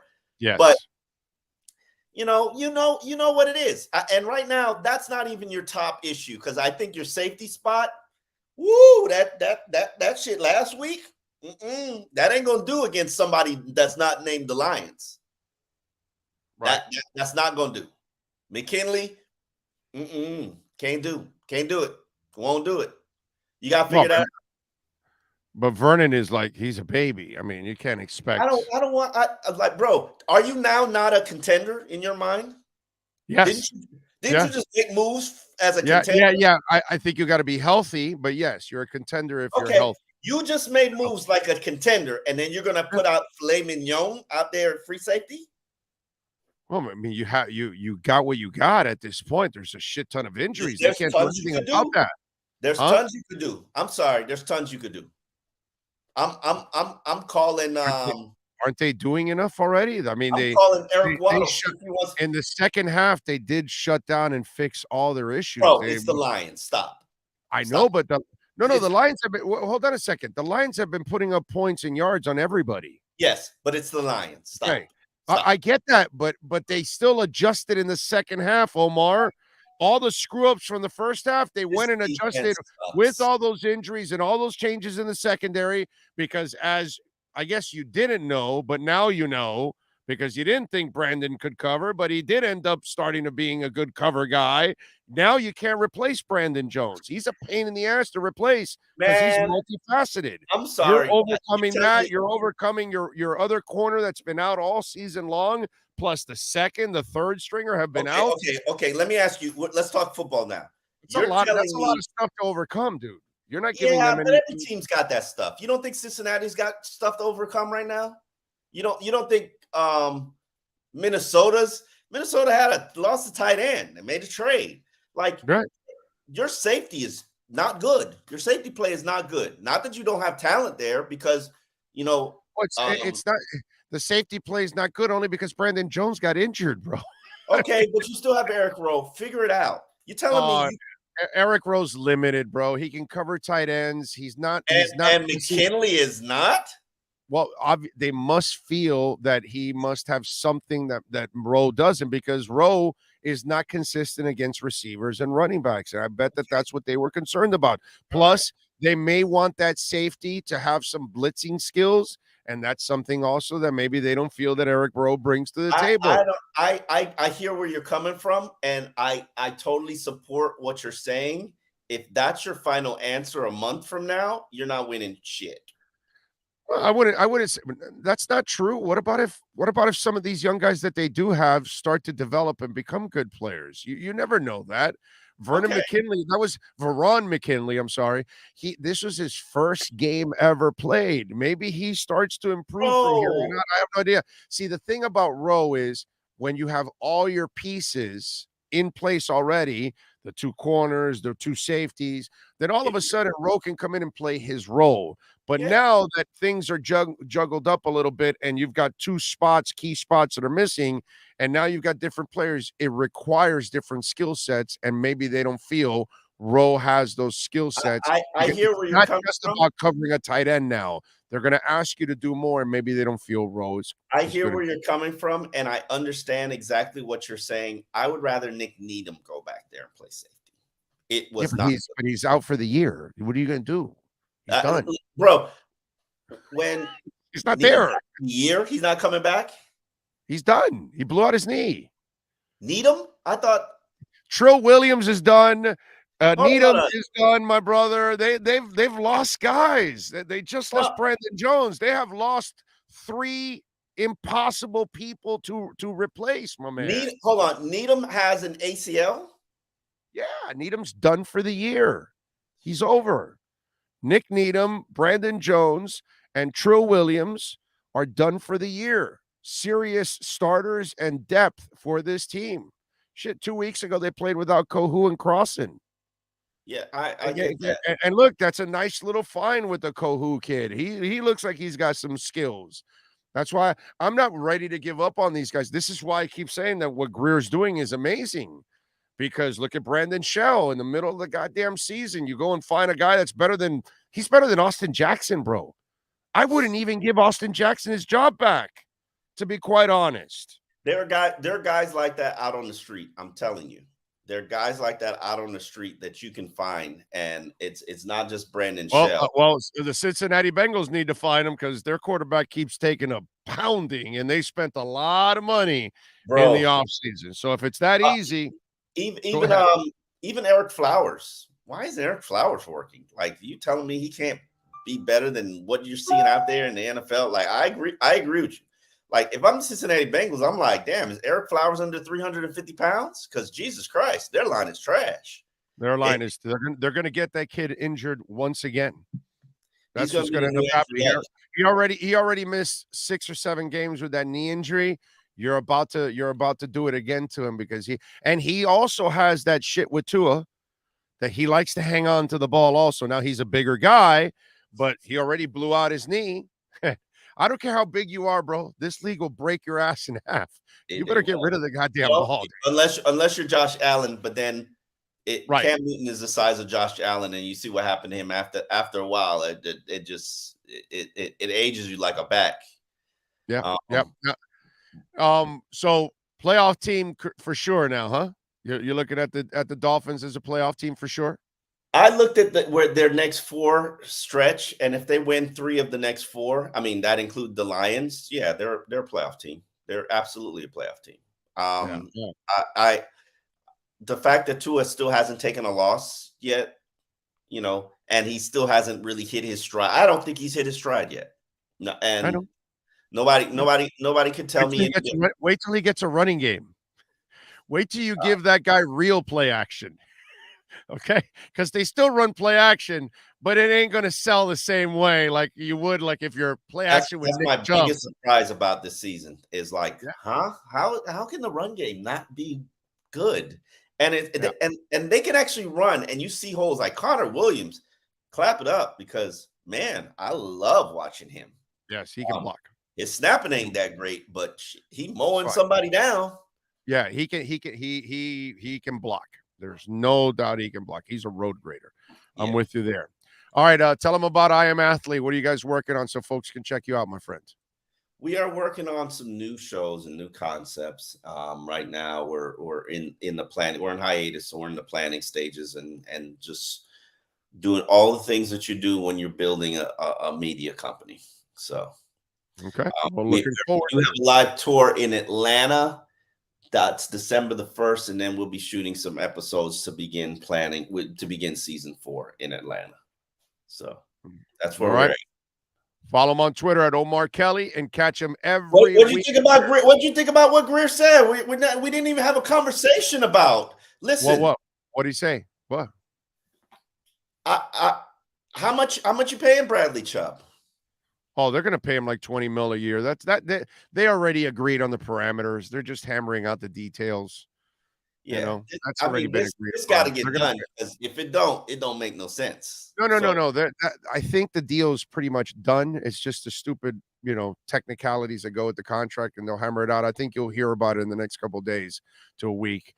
They'll get that thing hammered out. But I don't think they would have made this trade without the parameters being already agreed upon. And I think that's what's going on right now. So that's all it is. Let's hope. You know what I mean? Tag is $23.1 million. Yeah, I think what they're going to do is they're going to try to work the numbers. Then that's probably what they're doing over the next couple of days, figuring out their cap, what they want, and then how they can fudge the numbers so it can balance out. Because remember, in the next 2 years, you now have to pay Brandon Jones, you have to pay your safety, you have to pay Tua, you have to pay Waddle, you have to pay Wilkins this offseason. Wait. You're not accurate. That's not which safety I gotta pay. Brandon Jones. And Brandon Jones gets paid next year. After he comes back from the knee injury, he'll play out that season. You'll probably either tag him for a year and then pay him is probably what you'll do. You'll have to pay your other safety in another year because he's a second rounder. Next year will be his third year, as you know, Omar. No, you don't pay him in the third year. You pay him coming out of his third year. That's what I'm saying. At the end of next season, you will pay him in his third year. At the end, in the summer, going into his fourth year, you will not let him go into the fourth year without a deal. It will not happen. That guy's too important to you, bro. Christian Wilkins is the only priority this year. This year. Yeah. Christian, I'm not worried about 2 years from now. But you're not a capologist and you're not a GM, but you do have to look at the landscape. Capologist than you, sir. I am far greater of the capologist. No. You don't think it exists. So for you, there is no. It don't exist. It don't.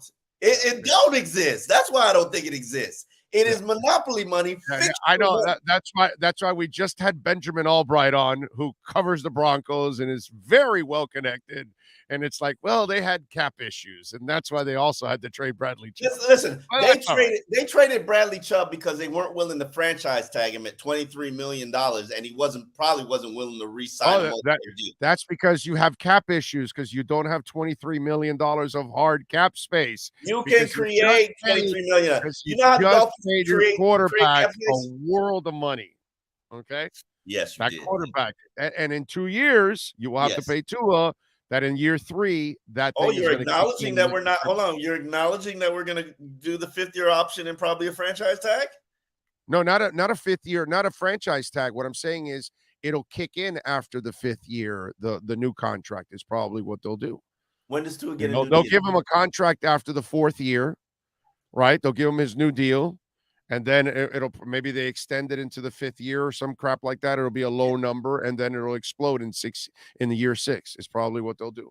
So like any other quarterback, it becomes a $200 million quarterback after next season. It's coming. It's going to happen. If he continues at this pace, you have no choice. That's the going rate. So it is what it is.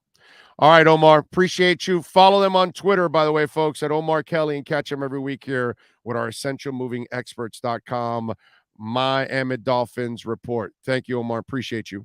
All right, man. You got it. There you go. Omar Kelly. You've been listening to the Essential Moving Experts Miami Dolphins Exchange with Omar Kelly. When you're looking for local, home, long moving services, or office relocation, call Essential Moving Experts at 305-602-8369. Flat rates and no surprise charges. EssentialMovingExperts.com. 305-602-8369. Miami Dolphins fans, follow Big O Radio Show on all platforms and keep up with your favorite NFL team. All right. We promised you the Miami Dolphins traded for a running back yesterday from the San Francisco 49ers. And wait a minute. She was there. She was there for a moment.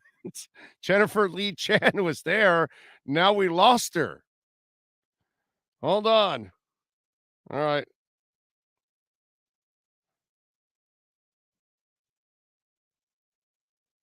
All right, there we go. She was there. There she is. There she is. All right, we are ready to go now. Okay. There she is, Jennifer Lee Chan. Jennifer, good morning in your case. Good afternoon on our end. 49ers beat writer for NBC and 49ers out there in the West Coast. Hi, Jennifer. Hello. Thank you. Hello, how are you doing this morning? Afternoon to you. I am doing fantastic. After watching what the Dolphins did yesterday, I was actually shocked that they were able to make the move for Bradley Chubb. But then they go and get a friend of Mike McDaniel in Mr. Wilson to add at running back. First of all, Jennifer, your thoughts. Talk to us about the player that the Miami Dolphins are getting. Jeff Wilson is someone I will really miss in the locker room. He's such a great guy. And then he's also fantastic on the field. He has a lot of burst. George Kittle talks about how he has a dark place he goes to when he runs on the field. And it's not so dark that you can't talk to him when he's on the sidelines, is what Coach Shanahan says, but he's very serious and he sees only the field in front of him. So, I mean, fantastic, intense player, smart guy, good heart, and he's a fantastic guy in the locker room. How multifaceted is he? Talk to the folks, because he's not just a one-dimensional type of back.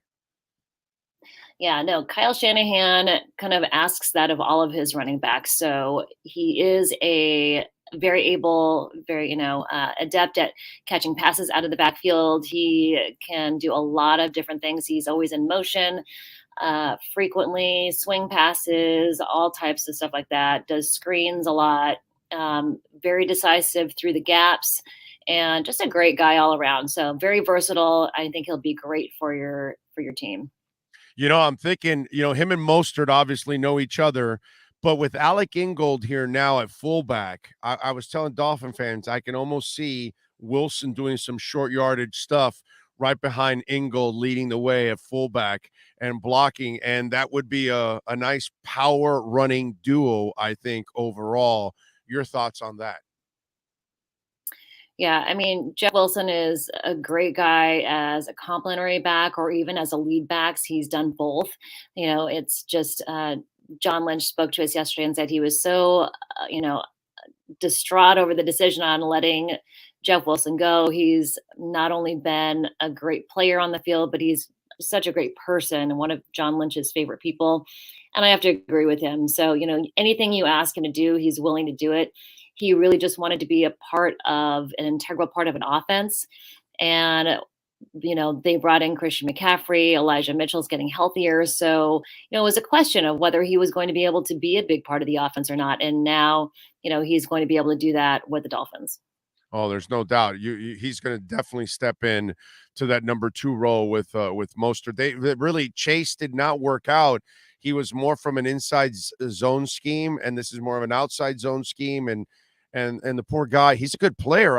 It's just sometimes, Jennifer, you've been covering the league. Sometimes good players end up in places that the fit is not good for them, and it just doesn't complement their skills. In a way, that's what I talked about with Tua for 2 years, that I didn't think they were ever complimenting him. And when McDaniel came in, I kind of felt that Tua was finally going to get that complimentary coach to his skill sets. And by the way, let's ask, because you were one of the ones that told us in the offseason you were high on Mike McDaniel. You were really positive on him having success as a head coach. Your thoughts on what you've seen from the other coast watching Miami and Mike McDaniel? Yeah, I'm always going to root for Mike McDaniel. Such an innovative guy on offense. And, there's a lot of questions in Santa Clara whether or not, his leaving for a head coaching position was going to affect how Kyle Shanahan was able to scheme up the offense. And it kind of looked like it was doing that at the beginning. I think it just took a little while to get their new system, just the stream of information to Kyle back on track. And it's been kind of a different process because there's different people involved. But Mike McDaniel is, so smart. I mean, incredibly smart, very creative in regards to the run and pass game. So it's only going to benefit whatever team he's on. And that's another thing about Jeff Wilson coming in for y'all is that, with Jeff Wilson and Raheem Mostert there, McDaniel knows exactly what each one is good at, and he'll put them in the best position possible. They'll play off each other. They can both be on the field at the same time, or they can, alternate, and they'll be fantastic for, whatever they're called upon for. And Mike McDaniel is going to put them in situations that are going to benefit the offense and, greatly. Oh, I'm with you there. And listen, in the end, these good, it's like Tyreek. He leaves KC to come to Miami, and then people think, well, that's going to, a couple weeks. They had to kind of adjust. But Andy Reid, Shanahan, these kind of guys, eventually they figure it out and they adjust to what they have and they maximize, what they have. Eventually these great offensive minds, figure out a way to do it. And by the way, I got to say, I think McDaniel's done a marvelous job with injuries along the offensive line and some of the inconsistencies that they've had at the running game. Jennifer, are you as amazed that the passing game for Miami has been that explosive when you consider that the running game hasn't been as dominant as the running games he's had in the past with San Francisco and some other teams? I think that it's all connected, right? So if the running game is working at least better than it was in the past, you're going to get more out of the passing game. So McDaniel's so good at keeping the game balanced, and you can see that already going forward for you guys. And I think it's just going to keep going. He's going to find ways to make guys more comfortable, so they're not doing what, is outside of their skill set. That's what I think makes him a great coach. And he did that with the Niners. He's done it wherever he's been. He looks at what guys are good at and maximizes their potential through that fashion. So talk to me a little bit on your end on the Niners now. It looks like they're starting to figure things out and playing a little better. I know down here in South Florida, we kept rooting against the Niners because they had their first round pick, and everybody was checking, okay, did they win this week or did they lose, for the draft pick? Now it's the Broncos pick. So Dolphin fans won't be focused on that. But from what I've seen, it looks like it's getting better and better right now with San Francisco. It looks like they're starting to settle down overall as a team. Yeah, they're finally starting to get things clicking, and especially with the arrival of Christian McCaffrey, that made a huge difference, obviously, on the offense. So, I think it's just getting, they spent the entire offseason planning for Trey Lance. And then, week 2 comes along, they lose him for the season. Jimmy Garoppolo comes in. And while they do know him and he's been their quarterback for, 5 years, it's changing everything around back to having him and what he is good at and his skill set. So reworking the offense in that way. And, it takes a while for everybody to page, the offensive line and the skill players. I mean, he's surrounded by great talent, but it's just adjusting to catching passes from Jimmy Garoppolo again, what he can do schematically. It's a little bit different. So they kind of had to not necessarily throw the whole offensive playbook out after Trey Lance was lost for the season, but they did have to do some adjustments in which, it's taken a little bit of time for them to get all on the same page. Yeah, no doubt about it. All right, Jennifer, Tell the folks how to follow you on Twitter and also over there at NBC Sports over in the West Coast. Did we lose her? Jennifer? Yeah, everything I have, all the handles are all at Jennifer Lee Chan. Follow us at NBC Sports Bay Area, and so all of our stories, and you can see a lot of. We wrote a lot about Jeff Wilson recently, so if you want to get to know him a little bit, follow us on Twitter and Instagram. Great little thing he did. When they played the Chiefs, he and Patrick Mahomes are close. So they actually swapped jerseys after the Chiefs beat the Niners because they both come from very small towns in Texas. Jeff Wilson comes from Elkhart and Patrick Mahomes comes from Tyler. They're about 60 miles apart, little tiny towns, but they've, come out together and they are very connected just because they're Texas background, and they swapped jerseys after the game. So nice little story there. That is awesome. Good stuff there. Jennifer, as always, thank you for taking some time and dropping the insight. We really appreciate it. Good luck to the rest of the season. Should be fun.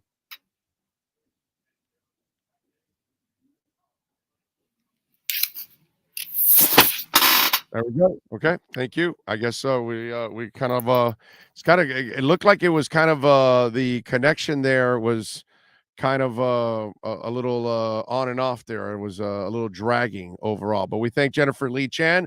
Go check her out. All right, Frankie Fresco. Nice job by you, sir. Happy birthday, Sean. Can you drink now, Sean? Can you have a beer? Are you 21? Are you 21 yet? No, you're not 21? 20. Okay. So it's happy birthday for Sean. Thank you, Frankie, for sending in a little love on the super chat. Thank you, thank you, thank you. Todd Jones says Omar has zero credibility when he says play Needham. He's awful. Yeah, that was bad. See, the thing is, he's not on the beat every day. So you're not in a groove. And he did not realize that Nick Needham was out for the year. So, yeah. Big O, please let Omar know that every team will be elite or perfect. Well, that not every team will be elite or perfect at every position due to injuries. I know. I think sometimes he has some realistic extremes for some of these teams. You know what I mean? Like, how do you not credit the Dolphins for giving their quarterbacks more time to pass this year compared to last year? I know they're not dominating in the run game. I get that. You want it. I want it. We all want it. Tua needs it. You know what I'm saying? Nobody wants a dominant running game more than Tua and Mike McDaniel, more than you and me. Okay. More than Omar. But you're not even willing to give them love when they actually have improved in their run game. Come on, man. You know, that's crazy. Big O, buy Sean a birthday buffet gift card. LOL. So, by the way, what's a great buffet in South Florida? Like, I can treat him to a buffet when we go to Vegas. More than happy to treat him to something in Vegas. I treated him several times in Vegas. But you know what? I got to say, Sean, we did screw up last time we went to Vegas. We didn't hit the buffet like you needed to. So we got to do that next time. Definitely got to do it next time. Big O, get Sean a triple Whopper. Why is it always got to be food? Maybe we got to give him something else, but not a triple Whopper. Why is that whole thing? What else do we have here? Big O, which players are A+ this season? I give Sanders a D because I have him in every fantasy football team as my kicker, but he's kicked better lately. He's done a good job lately. And the team now is scoring points, so you should be all right with him. I definitely would give Javon Holland an A. I'm giving Tua an A. I'm giving Tyreek and Waddle A's. I'm giving Gesicki an A because when you play him, he's productive. I'm giving Christian Wilkins and Zach Sealer an A. Brandon Jones, up until the injury, A+. Love what I was watching from Brandon Jones. There's some players that, deserve a lot of credit for what they've done. Mostert an A. That's a good one, John. I think Mostert, not with an Armstead an A. Yes, you're right. When he plays, he has been absolutely a blessing overall. He's just got to stay healthy, or if not, it becomes a bad deal. Got to play, bro. Got to play. Special teams coach, an F. Maybe a D, not an F, but yeah, it's been bad. It's been mediocre. I'm not impressed with Crossman. And Sean is thanking everybody for their birthday, which, I mean, there are 700 people on there. Let's go. You got to wish the man that masters this entire platform every day and is a tireless worker. You got to give that man a lot of love and a happy birthday. Okay?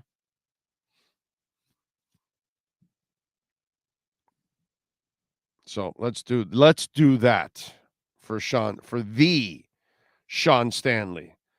Even though he wants to go with the Sean Allen on wrestling, but we'll go the Sean Stanley. Ohio John, thank you for the love on Venmo. He says, excited to see Chubb and Wilson in action. Bummed about Chase Edmonds not working out, but after watching all of his drops, I felt like it came down with the football version of what Steve Sachs and Noblaw had in baseball. Yeah, I don't know if he has the yips or not, but it just did not work out. I felt bad for him because he's a good player. Okay, that's the thing. He's a good player, and he deserves, some understanding in that sense. Juiced F5 says Greer, the next Pat Riley in terms of GM. He's got a ways to go, but he's well on his way. And I'm seeing a lot of happy birthdays for Sean. I like that. Let's see what else here. R Rhinos YTH says, happy birthday, Sean. Big O, do you think Ross deserves some credit for choosing Greer over Flo? No, I don't want to give that guy any credit for anything. Just, you know what I give him credit for? Signing the checks. That's about it.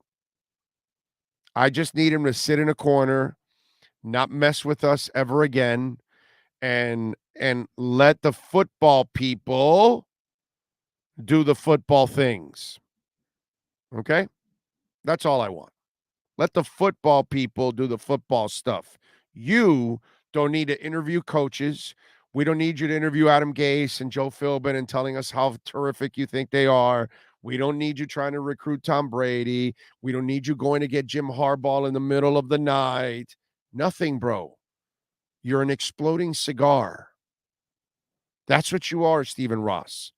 You're the human exploding cigar. It's probably why the ears are like that. I don't know. I'm not exactly sure, but I'm tired that what you do something, the joke and yoke is on us. Okay? Sign the checks and get out of the way. That's all you got to do, bro. Sign the checks, get out of the way. Let football people do the football things. We had a general manager here in Mike Tannenbaum, nice guy, but you can't have an accountant as your general manager. And those are the things that you kept that guy around. So I can't give Stephen Ross credit for anything. I'll give him credit for getting the hell out of the way. That'll be my favorite thing that he can do. Get out of the way, bro. You don't know anything about football, and it continues to rear its ugly head over and over again. You get nothing. Okay? You mess with the fizzy lifting drinks. Now we've got to clean the ceiling and everything. You get nothing, sir.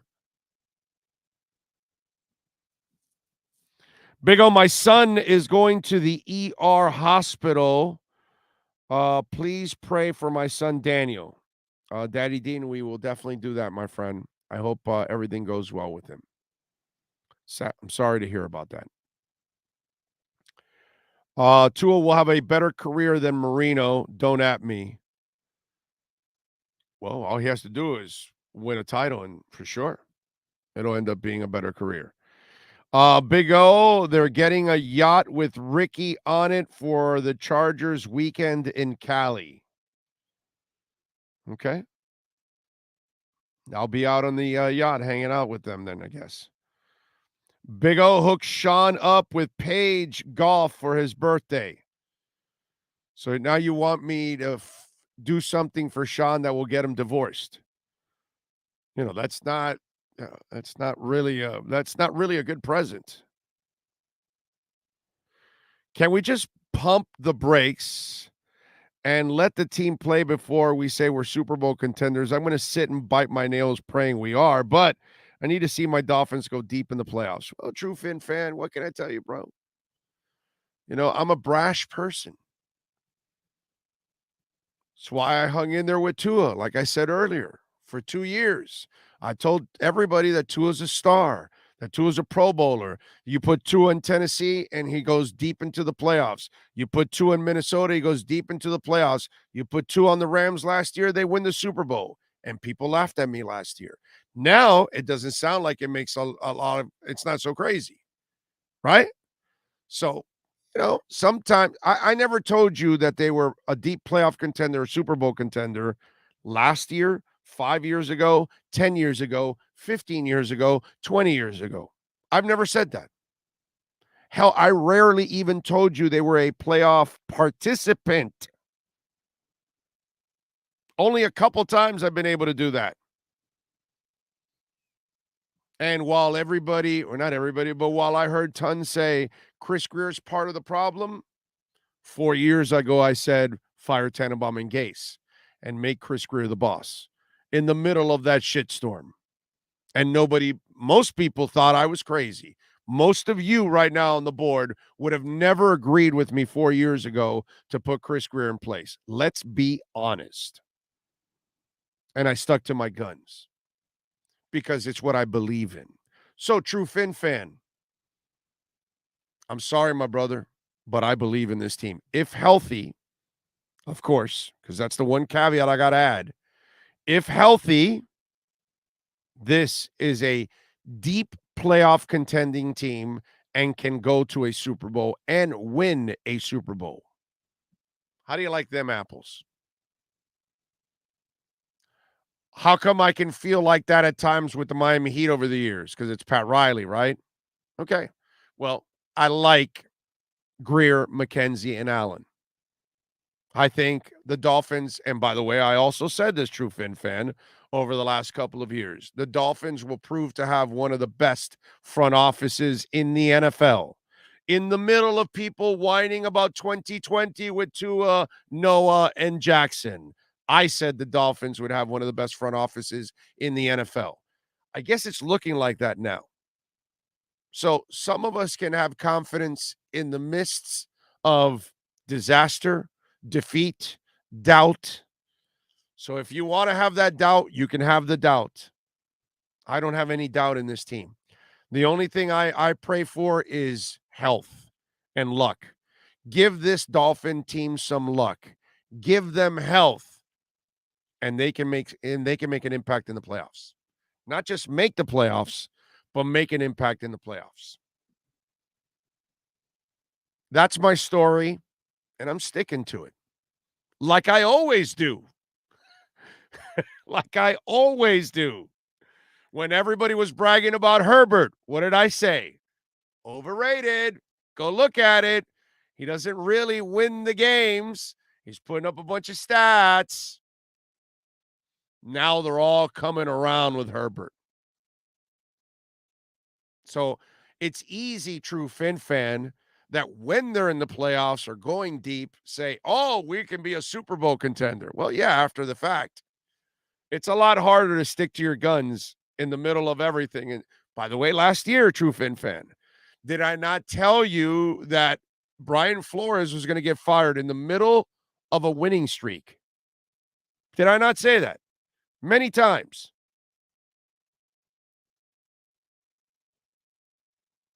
So I tend to, I may be wrong, I may be right, but I'm going to stick to my guns no matter what, and it could be in the middle of a shitstorm. When we had all those Tua haters, I kept telling all those Tua haters, you're wrong as hell. Right? And in training camp, I had Adam Beasley making fun of me. Oh, I know. You're part of Tuanon. No, dude, I'm not part of Tuanon. I just know quarterbacks and you don't. That's all, Adam Beasley. So you want to make fun of me? Now I'm going to fucking crush you now. That's all. Pretty simple. You want to laugh at me when I say he's Montana, he's Breeze, he's Greasy, he's Fran Tarkenton? You want to laugh at me? No. It's because I know this game much better than Adam Beasley does. I forgot more about the game than Adam Beasley will know. So that's fine. They can't laugh at me anymore. So, true Fin fan, I'm the guy that sticks to my guns no matter what. And I'm going to stick to my guns here. Your Miami Dolphins are a contender. They just got to be healthy. And if they can get Byron Jones back, my God, that would help out immensely. That would create all kinds of depth. And with Chubb, and you add Byron Jones, so you have a better secondary and a better pass rush. Holy shit. Holy moly. Holy moly. Let's see here on the super chat. Devin Jordan says, Big O, what's your thoughts on the Steve Nash fire? Now that the rumors are they're going to hire Udoka. I think the Nets are a joke. I think they're a disgrace. Look, Steve Nash didn't show me anything. But Kyrie Irving is a mess. Ben Simmons is as soft as it gets. That whole team, that whole organization is a disgrace to the NBA. They haven't done anything to Kyrie Irving, the stinking anti-Semite. I mean, you're promoting a book and a movie that says that the Holocaust didn't happen. That's just fantastic. Let's just insult an entire religion. Let's just insult millions of people that lost millions of family members to a real disgrace in the history of our world. So I got nothing for the Nets, dude. I hope they lose every game for the rest of their lives. I hope they never win anything. I hope every black cat crosses them. I hope every mirror breaks. I hope anything and everything that can possibly be bad happen to the Brooklyn Nets. How about them apples? Because they don't know how to handle anything. They can't discipline their own people. They can't hire the right people. They can't put together the right team. And I got to tell you, Kevin Durant, dude, you left Golden State for this. What the hell is wrong with you? What kind of an idiot are you, dude? When you got it good, come on, dude. What's wrong with you, Melo? Lala Anthony is waiting for you in bed.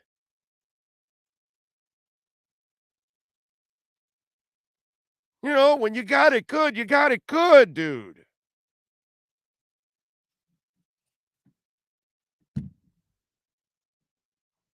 I don't get it. True Fin fan, great points. You did say it. Thank you. I said all of those things in the midst of negativity, and I stuck to my guns. So I get it. And I talked about this earlier, and I hate to repeat, but you're jaded, True Fin fan. Many of us are jaded. Many of us are hurt. Many of us have just been suffering for decades. It's disappointment after disappointment. So you can't pull the trigger. You can't feel confident because you've been taken down so many times. It's hurt you so many times when you think this, that, and we're going to cross that threshold. Boom, it's over. I get it. I get it, man. I totally understand. But I'm not going to allow that. I've been telling you this for months now. Haven't I? This is like consistent as hell. What have I told you? Stop paying attention to the past. Isn't that one of those segments that you've podcasted, Sean? I told you, stop thinking about what happened 2 years ago and 5 years ago and 10 years ago, and stop being negative about everything. And then everything has changed. Tua will shine, and now he has. Mike McDaniel will prove to be the right guy because now they've got a coaching staff. And Chris Greer's got a great front office together. I've been telling you this for months, not now. I've been telling you this for months. Do not beat yourself up anymore about the past. It's like the idiot earlier in the week. Oh, well, the Dolphins only hit on 45% of their first rounders, when the guy has hit on 7 of his last 9. 7 of his last 9, he's hit on those first-round picks. What GM used to do that for the Dolphins? I'm sorry, I must have missed it. Because Don Shula couldn't even do that without Young or Beathard being in that front office. How do you like them apples? Stop living in the past. Stop beating yourself up. Give yourselves the opportunity to enjoy what's going on. Feel good, man. Feel confident. Feel proud. You should feel all of that. Your Dolphins are a hell of a team, and if they get fully healthy, they will be scary. Nobody wants to play these guys. Nobody. The Bills will not look forward to playing the Dolphins. Stop acting like you're at some kind of terrible disadvantage or something like that. Those days are over. You got a coaching staff. You got players that can get it done. You got stars on both sides of the ball. And one thing you've never had in 25 years, an offense that can carry you. It's always been the defense. Always. Since Marino left, it was always the defense, never the offense. Now, the defense can bail you out and the offense can carry you. Huge difference. Give yourselves the opportunity to enjoy this moment and enjoy the season, and stop beating yourselves up about the stinking past. That means absolutely nothing right now. So, Sean, what are you doing for your birthday today? Watching wrestling?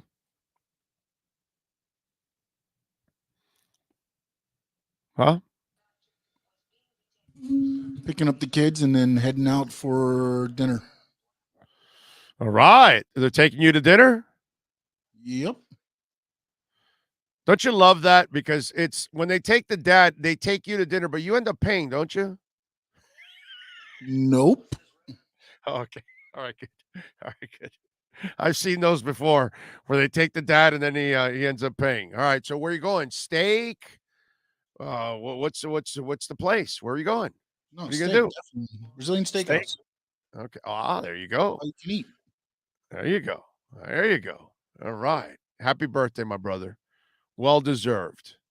Appreciate you every day, man. Thank you so much. Appreciate you as well. Thank you, man. Love Sean, bro. He's just absolutely amazing. Michael Gura, Big O McDaniel will be coach of the year. He can win coach of the year. Tua can win comeback player of the year if you want, or quarterback of the year, and they can win defensive MVP. I want playoffs and I want a Super Bowl. Okay. That's what I want for our team. The individual awards are nice. They don't mean anything to me. It's nice to brag about after that. I want to brag about team accomplishments. And then the icing on the cake can be the individual awards. But I want team accomplishments for you, for me, for Sean, for you, the young fans that I've talked about many times. I'm so happy for young fans that they're experiencing all of this. That's great. All right. We got a bunch of people to thank. Kurt Heelan and Ira Winderman, great job. RedRecover.com, Inside the Paint Show, 9 to 10 a.m. every Wednesday. It's there if you want to check it out. It'll all be podcasted, put it on video. Of course, Ian Rappaport, Matt Verderam, Benjamin Albright, who covers the Broncos, Inside on Bradley Chubb, Omar Kelly, of course, with our EssentialMovingExperts.com Miami Dolphins report, and Jennifer Lee Chan, 49ers beat writer, talking a little bit about Mr. Wilson. So all kinds of stuff, all kinds of insight for what is this? Almost 4.5 hours of sports, pure sports talk for you out there. We appreciate all of you out there. As always, thank you for sending in a super chat, or if you want to make a donation through Cash App or Venmo at Cash Big O Show. That's Cash Big O Show. And of course, we always love for you to donate a little Bitcoin there at Cash App. And remember, Saturday, we're going to be at Walk-On Saturday night, FSU Miami. We'll have all kinds of giveaways. So come on out and join us. Great way to watch the games. Tomorrow we'll be at Hialeah Park on Thursday. Friday we're in studio. We're not on the road. But there you go. Plenty of things to do. And hopefully we can hang out. Hopefully I'll see you on Saturday. Sean and myself and Mike McCoy will be out there on Saturday for UMFSU. Y'all be good out there. Much love. Sean Stanley, happy birthday to you, sir. I hope you have the perfect day. Y'all be good. We'll see you tomorrow. Same time, same place, same bat channel.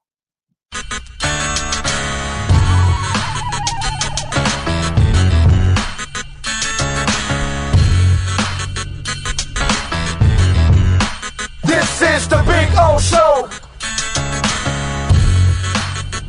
This is the Big